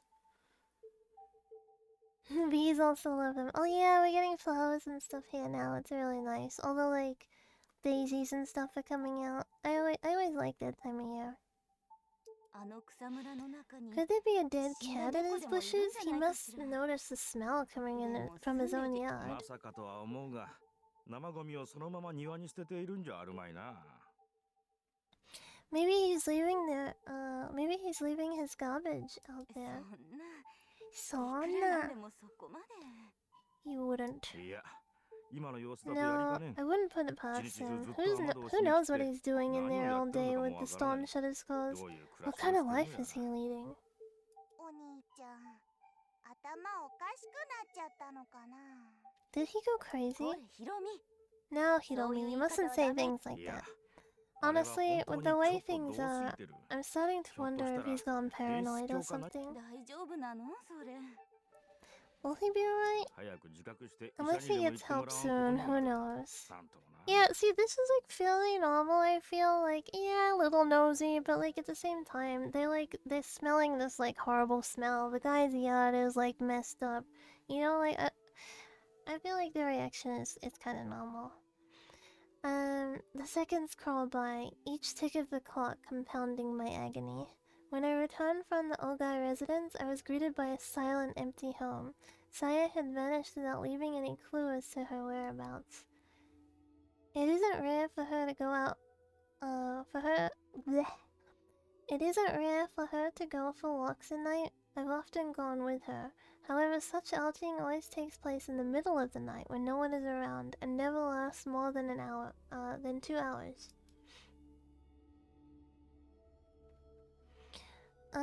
Right now, it's 5 in the morning. Soon the sky will begin to show first light of dawn. Even if she left right before I returned, she's still been gone for almost half a day. I can't sleep. I can only wait in anguish. I tried to distract myself by painting more rooms, but I couldn't concentrate on the work. If I had known this would happen, I would have left the Ogai house sooner. I wish I hadn't wasted time on Koji. If Saya doesn't return, the thought makes me want to tear out my hair. After a long absence, the terror of true loneliness is too much to bear. Alas, the cowbell chimes, and Saya's long-awaited "I'm home" rings out from the bottom of the stairs. Tadaima! As I jump out of my bed in relief, all of the stress that had built up through the night is released in a wave that threatens to sweep me off my feet. I'm gonna hiccup, I can feel it. Oh, I can hear a cat under the house. Oh, blah, blah, blah. This looks like a foxtail. Do you see it? Wait, get all the way, ferret. No. There we go. No. Okay. Look, it looks like a little foxtail. See it? I have a plushie that looks similar to this. It's like a foxtail plushie that I got at Fox Village. I can hear like meow, meow coming from under the house. Meow. Meow. It's kind of like a deep meow. はあ、疲れた。やっぱり往復すると遠いな。I'm so tired, Saya sighs as she climbs the stair. I knew the trip would be さや hard. 一体どこに Saya, where have you? My question trails off as I notice thick bundles of paper that she's carrying under her それは arms. What are those? 文則のカルテとか手術の記録。 Your medical 今日は charts and 古巣の surgery 病院に行ってき records. たの。 I went back to the hospital today. Saya drops her bundles on the floor, sending papers flying everywhere. What is Fox Village? It's kind of like a zoo, but only for foxes. It's like a zoo, but like just for foxes, and you can walk through the enclosure. Burdock. Saya drops her bundles on the floor, sending papers flying everywhere, then pulls her favorite cushion over and collapses into it, stretching luxuriously. こんな夜中に You walked all the way back from the hospital in the middle of the night? ごめんね。本当はもっと早く帰れると思ってたんだけど、調べ出したらごめんね。切れなくて。Sorry, she says, skillfully gathering the scattered papers together. I meant to come back sooner, but there were just so many files to go through. 結局全部持ち出してきちゃった。 So I decided to just bring everything. だ。 It was so heavy. Maybe it's just the exhaustion, but I'm not understanding a word Saya's saying. だから What are you そんなもの planning to 持ってきて do with どう all するつも this? りなんだどうするって、もちろん調べるのよ。うちで時間かけてじっくり。 What do you mean? What do you mean? I'm going to study it, of course, she replies, holding one MRI photograph after another up to the light. I'll have plenty of time to go over it here. At first, I think she's just playing around, but the occasional mutter of, better check this one. Oh, I see. Well, that was silly of them. And the likes as she separates photos into a growing pile beside her make me think that this might not be a joke after all. 君 Do you understand this stuff? こういうパパにいろいろと教わったから。I learned a lot from Dad. She flashes me a grin and returns to the papers. So これ that's じゃ how い it is. つまで経っても直せ No ない wonder よね it can't be fixed. 直せないのか It can't? 人間のお医者さん Not って by a human doctor. I can't tell if she's being serious. 私でもまだちょっと難しいかな。いろいろと試してからでないと。 Even for me, it'll probably be tough, she says offhandedly, even as her hands continue to shuffle papers. I'll have to experiment first. Watching more closely, I realize her eyes are scanning each page rapidly, so rapidly, in fact, that I was unable to notice it at first. Could Saya actually be reading my なあ charts? さや Hey, Saya. Yeah, she answers coolly, looking up from the 今日はもう charts. 疲れたし I'm tired. Let's go to bed. 文則がそうしたいならそうする。 Sure, Saya replies with a grin, if that's what you want. Saya tosses aside the papers she was sorting and leaps on me and begins to tear off my clothes. おい Hey, ねえ、寝る前に come on, just once before bed, okay? いいでしょ。 Idesho? まあさや Hey, Saya, don't you think it's unhealthy to be doing this every 体 day? に毒じゃないのか Huh? Are you sick? どこか具合が悪いの？いや No, not 僕は別に me. My body is all grown ちゃん up, と but 大人の体 you're... になっ平気だよ。 Hey, Kidayo. Don't worry. She laughs playfully as she pushes me onto the bed, the familiar sweet sensation of her weight and skin rendering me helplessly. 今まで But 否 I'm 認もして worried. ないってのに We haven't used any contraception. 文則はさ、さやに子供産ませる。 Fuminori, いや、 she whispers, staring straight into my eyes. You don't want me to have your children? How can I respond to いや that? もう何もさやみたいに小さい Not 体じゃ that. 無 Your 理だって body is too small. Pregnancy is a 母体の serious 負担ってのは burden, 大 you 変な know. んだぞ That's not really something you have to worry 心配してる about. ことって割と的外れなんだけど。 Saya seems unsure how to reply, but not because she doesn't understand what I said. Rather, the bemused look on her face makes it seem as though I'm not the one getting it. It'll be fine. But I know you're just thinking of me, she says suddenly, her smile glowing with innocence. それはそれで嬉しい。それはそう... I don't... Something... 嬉しい. So, I'm happy. By the time I break the spell of her angelic smile, Saya has undone my belt and is removing my pants. なあおい Come on, Saya. 大丈夫。 大丈夫. じゃあ今夜は Relax, she says teasingly. Tonight, I'll do it so you don't have to worry. Okay, we skipped it. Oh my god, my stomach just went like... Argh. As she finishes, she looks up at me smiling like she's just pulled the greatest prank of her life. これだったら See, you don't have to worry if I do it like this. Oh, well, what am I supposed to say to that? ねえダメだった Hey, was it bad? It didn't feel good? 気持ちよくない？ Hearing the sudden nervousness in Saya's voice, I hastily stammer. そん Plus, な it こと felt ない good. 十分によかったでもさや But 何 Saya, もあん you な didn't も have to 飲み do 込まな that.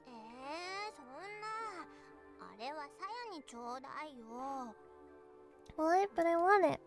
Suddenly distraught, Saya clings to me like a child who's just had her candy みの stolen. りのは一滴だって残さずに欲しい。さやの中に出 Let して me ほしいの。 itch my back. I'm not reading that line. なんかって Kinda stings a bit to skip over it. Yeah, but I can't be showing that on Twitch. So Saya really does want to bear my children. I'm not adverse to the idea. I still think it might be too early, of course. But there isn't much point in worrying about my reputation now. Assuming that Saya and I will be left alone, I even welcome it. みのりは嫌？ You don't like it? She gazes up at me pleadingly. How can I 嫌なん resist? かじゃ I do like it. As long as you're okay さ with や it, さ so えそれでいい am な I. ら Saya smiles with relief and burrows contently into my みのり chest. 大好き。 Fuminori, daisuki.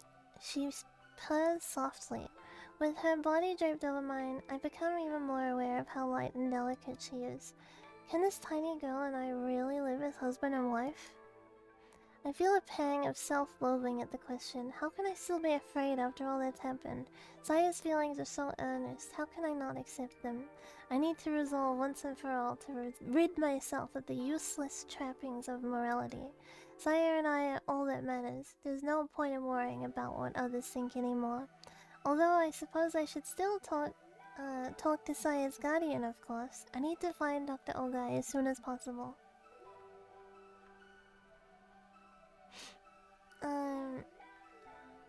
By the time I drift to sleep in exhaustion, comfort embraces all doubts about Saya's actions have vanished from my mind. Yeah, there are other sites that will allow it, but I think it might garnish the wrong opinion if I stream to those. Like, I know a lot of those sites are pretty NSFW heavy, so a lot of, like, you might get the wrong idea, is what I'm trying to say. I'm not really that, how would I say it? Like, I'm not really, like, interested in that kind of attention. You know what I mean? It's not that I'm safe for work, but I'm also not, like, looking for, like, sexual attention, I would say.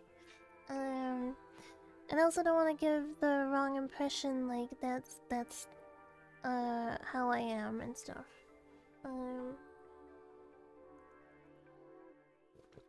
Because I would say, even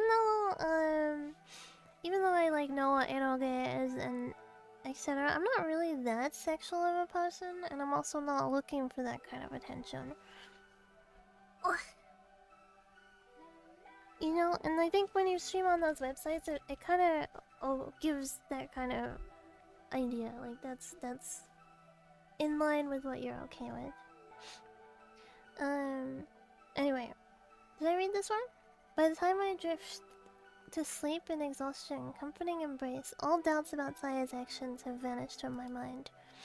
whatever the case, all that matters is that she's returned to me.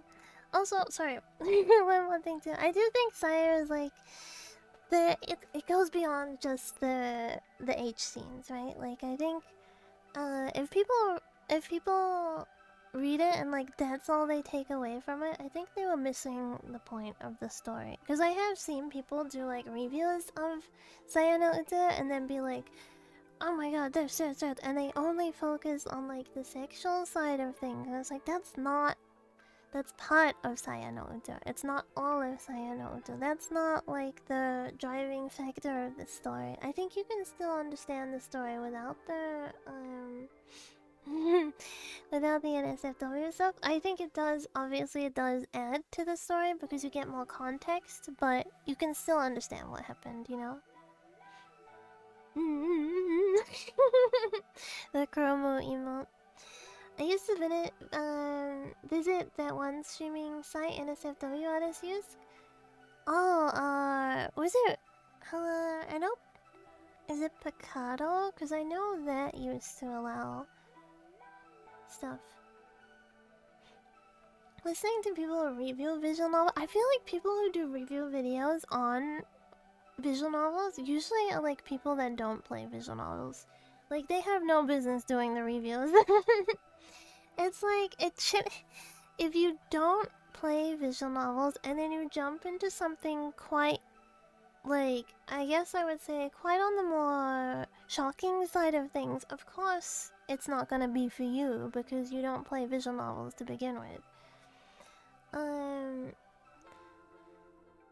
Is the only part of the story can survive without not an integral thing? I do think it does add context. It's just not like it's not the only part of the story.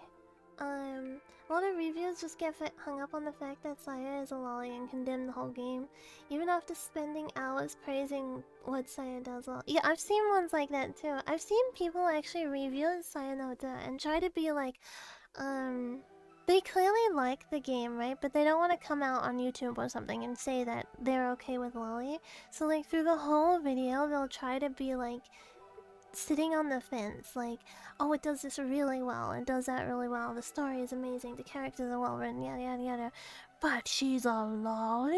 It's like, yeah, it's really annoying. It's really annoying.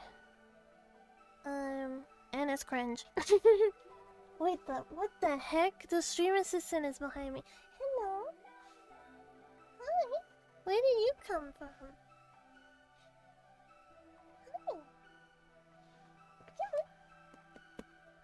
Hello. Oh, I missed you. Were you sleeping in the other room, were you? Were you having big sleepies? Yeah. You smell nice. The lollipop seems to be cringe virtual signaling. They all gather around. Yeah, they get really hung up on it, right? And, I've seen people, too, try to be like,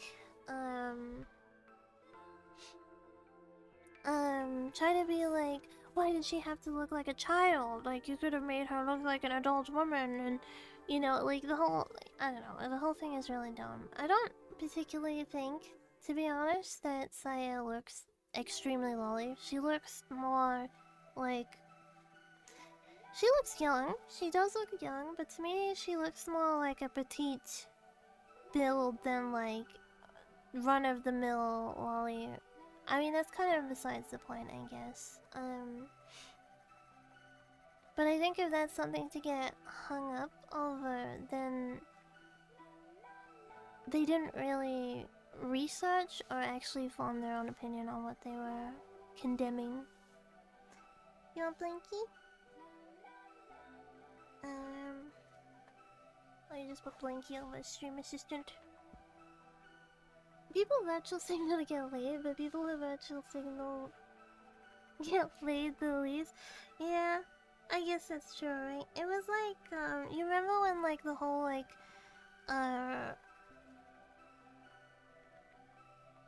Tumblr feminism thing, and then there were like a bunch of guys that would be like, I'm an ally, I'm a feminist too. It's like, that doesn't really get you anywhere. Brother, that's not gonna get you anywhere. If you get hung up on that, then visual novels are not for you. I agree. I don't think they are your they're not your cup of tea, and that's fine. You don't have to enjoy every like form of content. You know, you can enjoy anime without enjoying lollies. Like, you don't have to, but you also don't have to engage in things that are gonna upset you. That's one thing I don't understand with like a lot of people that get like really mad about it. It's like you just don't have to consume it. You know what I mean? Like, you don't have to go look at it. You don't have to engage with it. You can simply say, I don't like this, so therefore I will not engage with it. Anyway, I have a purring stream assistant. Everything I hate must be purged. Everything I hate must be purged. No, it's so much better as purged, because it's just like, what? Everything I hate is going to be purged from my existence. Can I have the cable back? Oh no, it's like under his armpit. Oh, there we go. There we go. Yay, cable free. Happy cat. I think he thinks it's his breakfast time, but it's not his breakfast time. It's 12 a.m. Yeah, it's not breakfast time at 12 a.m. No, it's not. No. Okay, oops, you okay? Fudge. Whatever the case, all that matters now is that she's returned to me. Did I read the first part? I'm gonna just go. Sorry if I didn't read the first part. Oh, the flashbang. 2 o'clock for Suzumi Yosuke. This is the most fulfilling time of the day. After seeing his wife and daughter off, taking care of the morning chores, and eating a leisurely lunch, it's finally time to sit down at his easel. He's not particularly popular painter, as he would only hold on an exhibition if he... He's not a particularly popular painter, and he would only hold an exhibition if he were hurting for money. However, the design work he does on the side ensures that he's... What are you doing? Always has enough to support his lifestyle. Alongside the salary his wife earns, working for a magazine, they're able to pay their mortgage and send their daughter to a school and still have plenty left over. You know. I'm getting stared at. Yosuke's life is perfect, leisurely and absent of want. Must be nice. Must be nice to not have the desire to spoil and bingus every day. Oh, you're chilly. Need your chili. He loves his house, considering it is a symbol of his success. When he mows the lawn, polishes the windows and floors, and cleans the kitchen, toilet, and bath, he feels the same joy as he does when he was washing his own body. Okay, so this guy was like... That's why he's so bothered by Fuminori. Just as he knows the length of his fingernails and the time of his last meal, he knows everything about his home condition. Oh, you leaving? Please don't scratch the screens. No scratching, no scratching.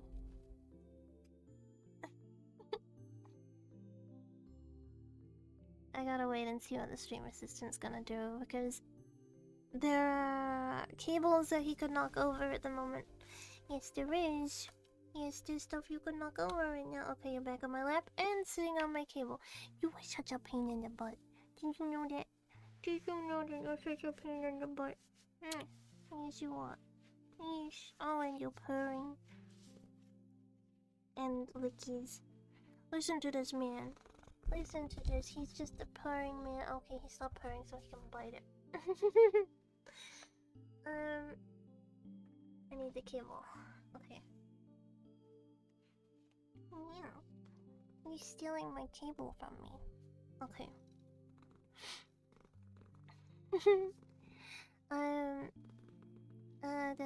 Where am I at? Just as he knows the length of his fingernails and the time since his last meal, he also knows everything about his home's condition, the status of every door, the freshness of every flower, the amount of ice in the ice tray, every last detail. Okay, he's like really OCD about it.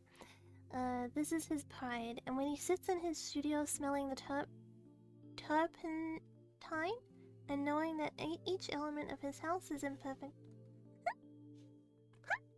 he feels the ultimate satisfaction.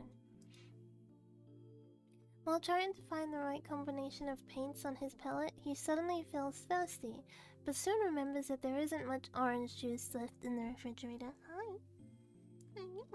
He's so very cute.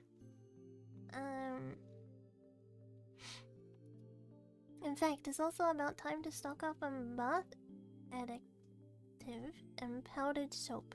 Powdered soap? I don't think I've heard of that before. Powdered soap.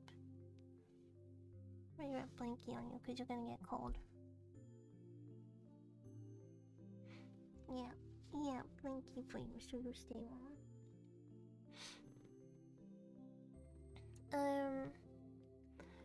To be fair, when you spend a lot of time alone at home, keeping the place clean does feel relief. Yeah, I get it. He's like a little extreme with it, but at the same time, it's his thing. It's fine.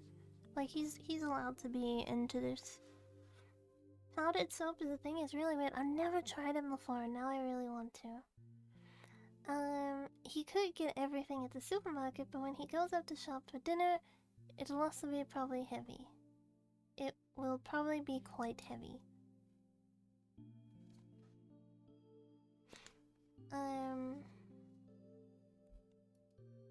Now then, where should I leave off to go shopping? As he ponders this dilemma, he heads downstairs to the kitchen. Just then, a breath of air tickles the back of his neck, bringing him to a halt in the middle of the hallway. A breeze impossible. Every window in the house is closed. Yosuke shut them himself during his morning cleaning. Yosuke enters the living room, searching for the source of the breeze. Something stinks. It's the same pungent smell of fetid swampland that emanates from Sakisaka House. From the Sakisaka House. The window facing the yard next to the door open, curtains billowing loosely in the gentle breeze. Look at that TV. That's a big TV for back then. Oh yeah, it's still a big TV, but like back then? The hole in the glass next to the there's a hole in the glass next to the lock. It looks strange, like it was melted by some chemical instead of broken. Someone must have reached through the hole to unlock the window.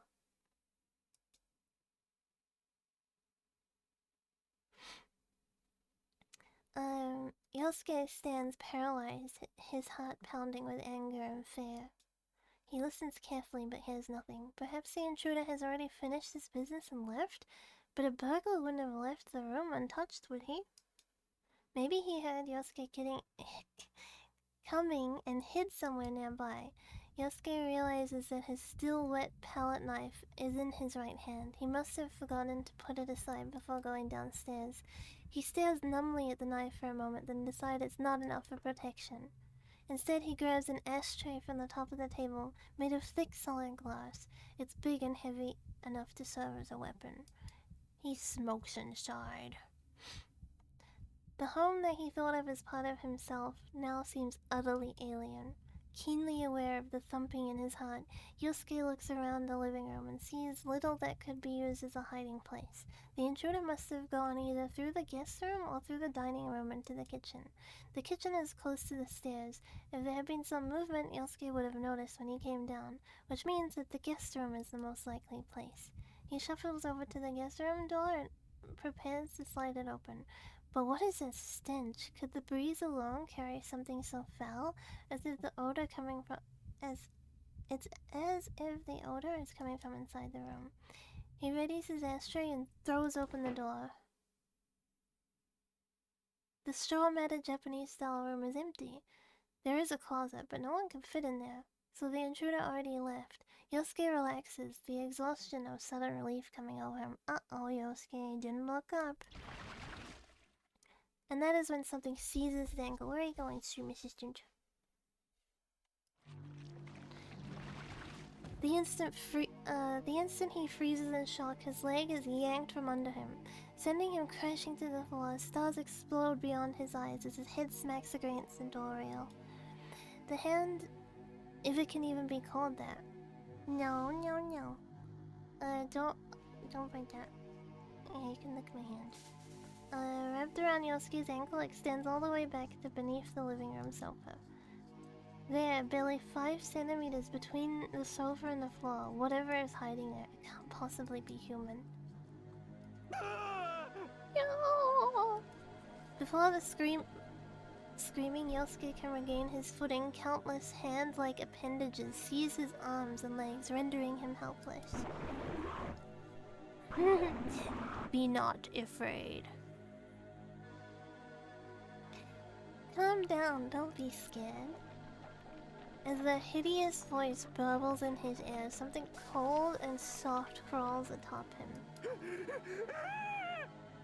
Yosuke can't even scream, his terror is so great. It won't hurt, don't be scared, it won't hurt. Then, like, tube-like appendages penetrate his ears and nose, wriggling deep into his skull. Right before the sensation drives him mad, Yosuke loses consciousness. Uh-oh, stream assistant on the move. Hi. Nope, not on the move. False alarm again. Okay. But he's on my cable now, so my... I'm like... My head is like pulled down. Okay. Wait. Can I reach the other blankie? I don't think I can reach it. I want you to be covered in blankie because you're shivering. You're shivering because you're cold, but you keep moving and the blankie's falling off of you. Yeah. Now I'm gonna be cold because you were being silly. There we go.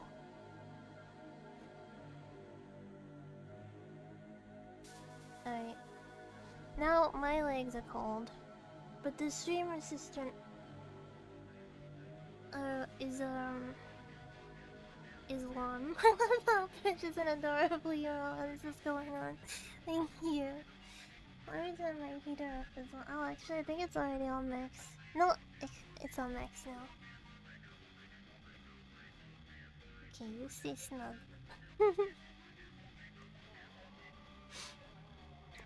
Right before his sensation drives him mad, Yosuke loses consciousness. Yeah, my legs are gonna be cold, so he can be warm. Thank you for taking the time to see us, Koji says, his humble bow concealing his surprise at the doctor's youth. Even without her light makeup, she wouldn't look a day over 30. She must be quite talented to be leading a neurosurgeon at such a young age. いいのよ。いいの。あなたたちみたいな人が来てくれたのは私としてもありがたいところだし。Don't mention it. I was hoping someone like you would come along. Her friendly smile has none of that coldness you might expect from her sharp, refined beauty. はじめまして。 Excuse me. 崎坂文則くんの主治医の丹保です。 It's a pleasure to meet you. I'm Dr. Tanbo, Sakisaka Fuminori's attending physician. 文則の友人で殿浩二と言います。 I'm Fuminori's friend, 筑波陽 Tono Koji, and this is Tsukuba Yo. Yo gives a quick bow, her expression apologetic. When they arrived at the T University Medical Center and asked to see Fuminori's doctor, Koji and Yo had been prepared for rejection. They hadn't expected the ease with which their request was 崎 granted. 坂くんの件について話が聞きたいっていうことだけど。 You say you want to know what's wrong 私 with の方で him? も同じでね。 Well, so do I. は I'm sorry. 彼、一昨日の診察に来てくれなかったのよ。 He didn't come for his 留守 checkup 電に 2 入れた days 伝言に ago. も I 返事が tried ないし。 calling his home, but there was no answer. 2 days ago, the same day Fuminori was searching for the abandoned house, Koji frowns, wondering what was important enough for him to blow off his 彼 appointment. 学校ではどんな様子？ What is he like at どう school? もこうも。もうめちゃくちゃです。 He's totally messed up. Onesan burrows one. Seeing Yo's shoulders jerk out of the corner of his eye, Koji regrets not choosing his words more 事 carefully. 故の前とまるで人が違っ Since た the みたいに見え accident, ます。 he's been like a completely different 僕た person. ちもいろいろと We have no idea what to do, so どうし we ていいか thought わから talking なく to て。 you might help. あなたたちも医大生？ Are you medical students too? She asks out of nowhere. はい。 Hi.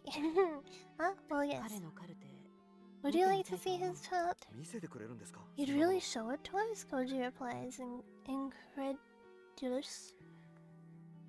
そう思 Dr. った人 Tambo もいるみたいな regards のよ him. それも病院には無断でね。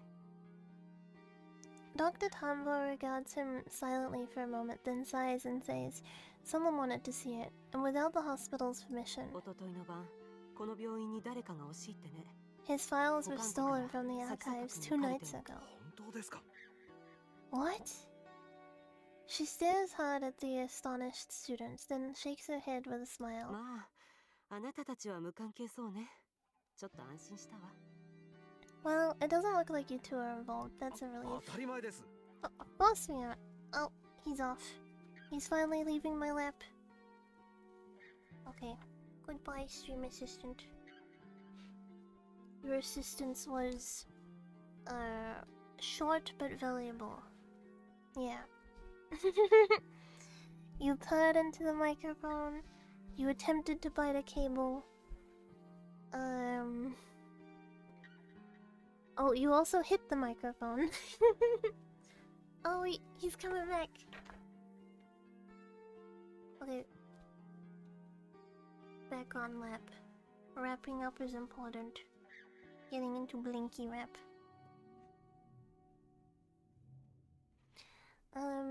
Well, okay, I read this.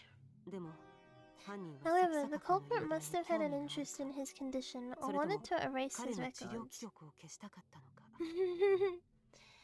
It is time to eat stream assistant for all his crimes. Sometimes I threaten him. I'm like, I say that he's gonna go in the oven and he's gonna become a cooked chicken.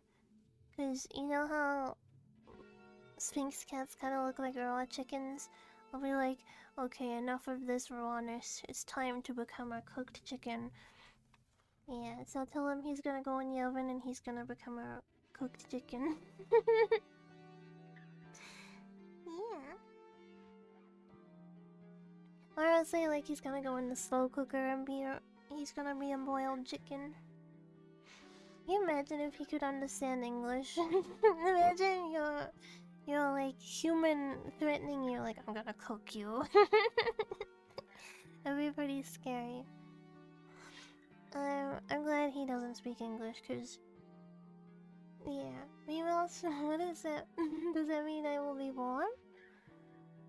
Yeah, probably sound good to him. Oh yeah, I get to be warm? Nice.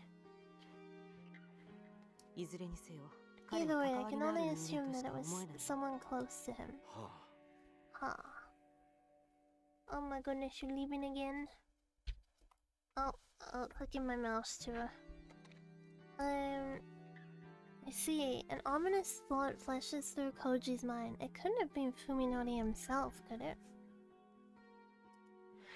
Koji looks at Dr. Tambo and finds her staring right back at him, her expression grave. He realizes that she must be harboring the same suspicion. あなたには他に心当たりはない？ What do you think? 先坂 Do 君 you の知 have り any 合いで idea そういうことをやりかね who ないよ might うな have 人。 done it? Perhaps Dr. Tambo didn't have anyone in mind when she asked, but Koji's thoughts immediately fly to that airy house to which Fuminori had led him. 知り合いだか何なのか自分にもよくわからないんですが。 I don't really know what their relationship is, but there's someone called Ogai, probably a doctor or a...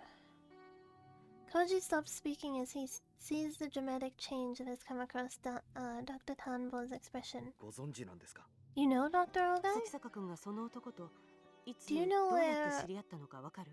Do you know when and where Fuminori met that Yeah. man? No, that's what こっちが I'd 知りたい like ぐ to らいで know. す。Just who is this 先生 old guy? 一体何者なんですか、あのオーガイっていう人は。 After remaining silent for some time, Dr. Tumble looses a heavy sigh. いいわ。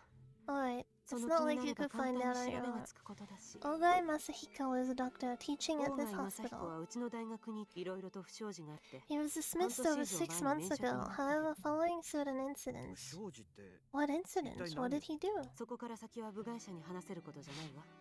I can't say anymore, and anyway, it has nothing to do with your friend. Koji has no argument for which to answer. Dr. Tambo's flat rejection, however. He can't shake the feeling that this Ogai person is the key to unraveling the mysteries surrounding Fuminori. 先生、もしかしたら先坂文則 Doctor, は he says... 刑事事件に関わっているかもしれないんです。 Stream assistant. Oi! Oi! Oi! Oi! Oi! No. Alright. Doctor, he says, making up his mind. Fuminori might be involved in a crime. Yes, he was scratching my skirt. Yeah, go eat. Go eat. Silly. At the sudden declaration, both Yo and Dr. Tambo raised their eyebrows. どういうこと？ What do you mean? 彼を訪ねていったっきり、 A 行方不 friend 明 of になってしまった a 人間 friend がい of ます。 ours went missing after も going ちろ to ん see him. 文則は否定しています。 Fuminori denies any involvement, of course. それってオミちゃんのこと？ You mean Omi? Koji is unable to bear the shock in Yo's voice. Sorry, Tsukuba. I couldn't tell 君 you. には言えなかった。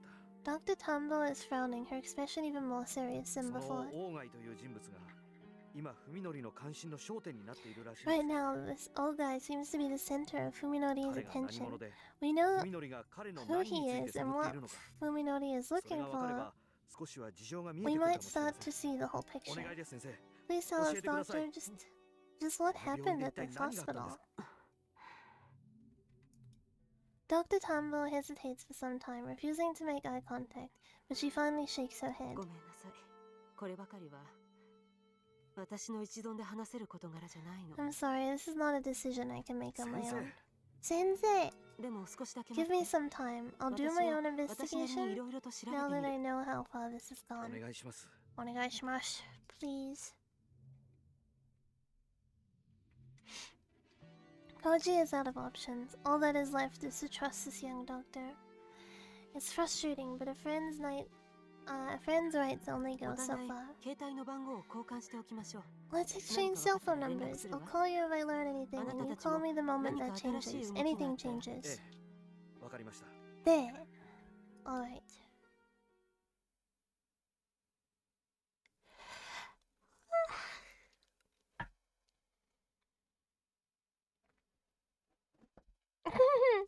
No. Oh my goodness, not on the keyboard. Okay. I mean, just. What the? What happened to me? Yosuke's awareness slowly oh my goodness, stream assistant. Slowly returns as though rising from a bog. I might have to wrap up here for today because the stream assistant has gone in a mood. And it'll probably last for a little while before he calms down. Yeah. Yes. And I should go play with him. I should go play with him and like entertain him. Cause I have been 5 hours now. Yeah, I've been streaming for 5 hours, so he's within his right to be like, give me attention. Sweet fingers, yeah. He wants some attention. He's like, it's been 5 hours. I've been waiting for this. Do I just autoplay quick save? Alright, that's good. Shave complete.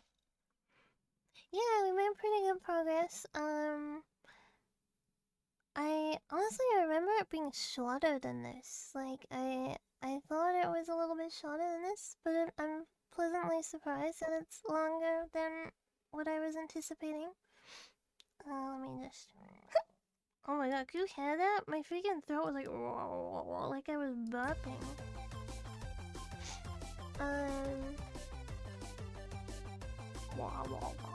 Anyway. It was like rumbling in my chest. I don't know what that's called.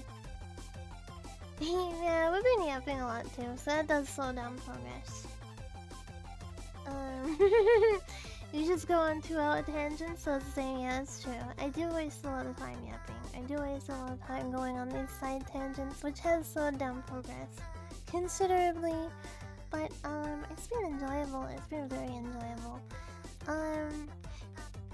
If I stream, like later today, like during the day, I'll do an art stream, and then I'll continue Saya at night.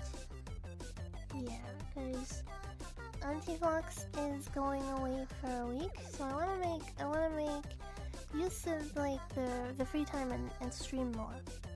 Yeah, I wanna do more stream, and then on actual Halloween, we're gonna do like 2 days of Halloween, I think, because when it's the 31st for me, it's gonna be like the 30th for most of you. So we're gonna celebrate on my Halloween, and then we're gonna celebrate on your Halloween too. And then we can play like, we can play some horror co-op games on stream. I'll probably, Repo is gonna be the first one, I think. And then, we're gonna play Repo on stream, and I think it's like join through invite code, right? Or like, I can't remember, it's been a while since I played. But we're gonna do the first one, like, through, like, the invite codes or whatever, they're gonna be done through the Discord, just to kind of monitor, kind of monitor it a little bit. Hopefully no one, like, joins and then immediately drops the N-word. I hope that doesn't happen, but you know what? If it does, they'll get booted, and then we'll just pretend it didn't happen. But yeah, that's coming up. That's coming up. As for like what time it'll start, I don't know. It's probably gonna be like an all-day kind of thing. It's probably gonna be like we can just play all day or something like that. My head is being pulled down because the stream assistant is laying on my cable again, so I'm like stuck in this awkward position right now, like yeah, you looking up at me all cutely. Yes, you are. I won't have a lot of time, but I look forward to the Halloween stream. Thank you. Hopefully you're able to join at least for a little bit. What else should we do on Halloween? Should we have like a pizza party or something too? And I finally ordered that really ugly pizza that's like overpriced. You know the one that I saw on Uber Eats and it's like full eggs on the pizza? No, that sounds like such a bad idea to do on Halloween. The egg one? Yeah, the egg one. It's like 24 bucks. It's like 24 bucks for like a small pizza with freaking whole eggs on it. I'll save that for another time. Maybe we could do like a pizza party on Halloween. Where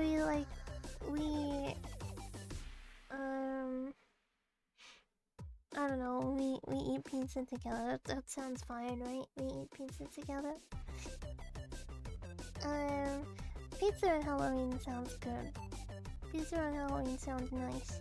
Hopefully I don't get any trick-or-treaters though, cause I'm not answering the door. Even if they can hear me, maybe I could just put like a little candy bowl outside and then they can help themselves. We don't usually get trick-or-treaters. But we also had dogs for a long time, and now we don't have dogs, so there won't be any dog barking when someone comes on the property. Hi. You're just a naked cat. Yeah. Just a naked cat. You're a naked cat. My voice cracked while I was saying that. Trick or treat! Trick. Shoots yourself in the face. Isn't there a rule that if the pop side is off, then they don't come? I don't know if people follow that here. I don't know. I don't think it's that common in my area where I live, because I know, like, certain areas it's like a bigger thing. Hello, welcome. Sorry, we're just about to wrap up. Just about to wrap up. Oh wait, don't kick my hand away. Don't kick my hand away, Brett. Halloween is still new in our areas. I don't think it was like in the area that I grew up in, but like it's not really that popular out this way. I'm like where I live right now is not really that popular. Cause I mean it's an American thing to begin with, but I think it's still fun to. I think it's still fun to. Excuse me. Still fun to engage in. Halloween is usually contained in some area. Yeah, it's kind of like that here too, and I'm not really in like a major area for it, which is fine.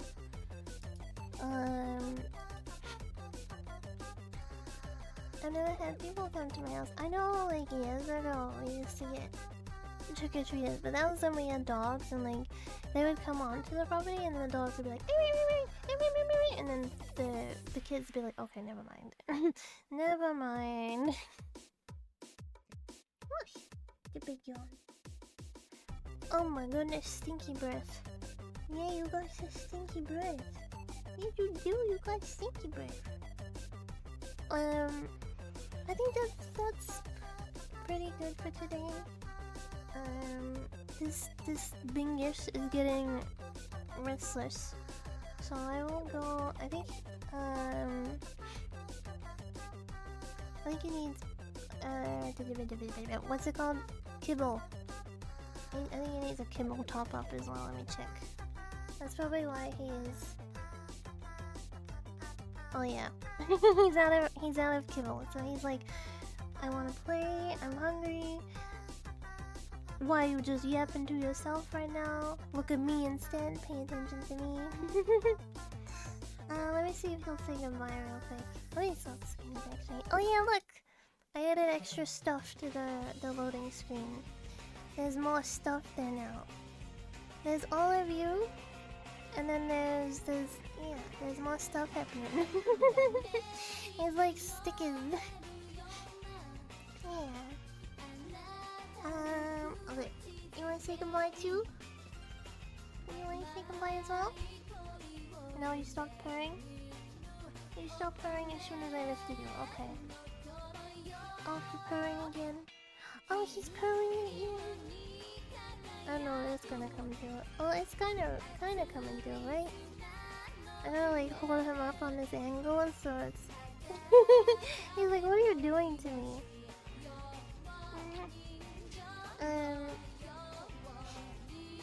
Okay, everyone. Enjoy the rest of your day, evening, whatever it might be. Have a good one, and thank you for hanging out, especially for so long. Thank you for hanging out. I'll see you later. Let's Kagi. Oh, let's Kagi. Bye bye.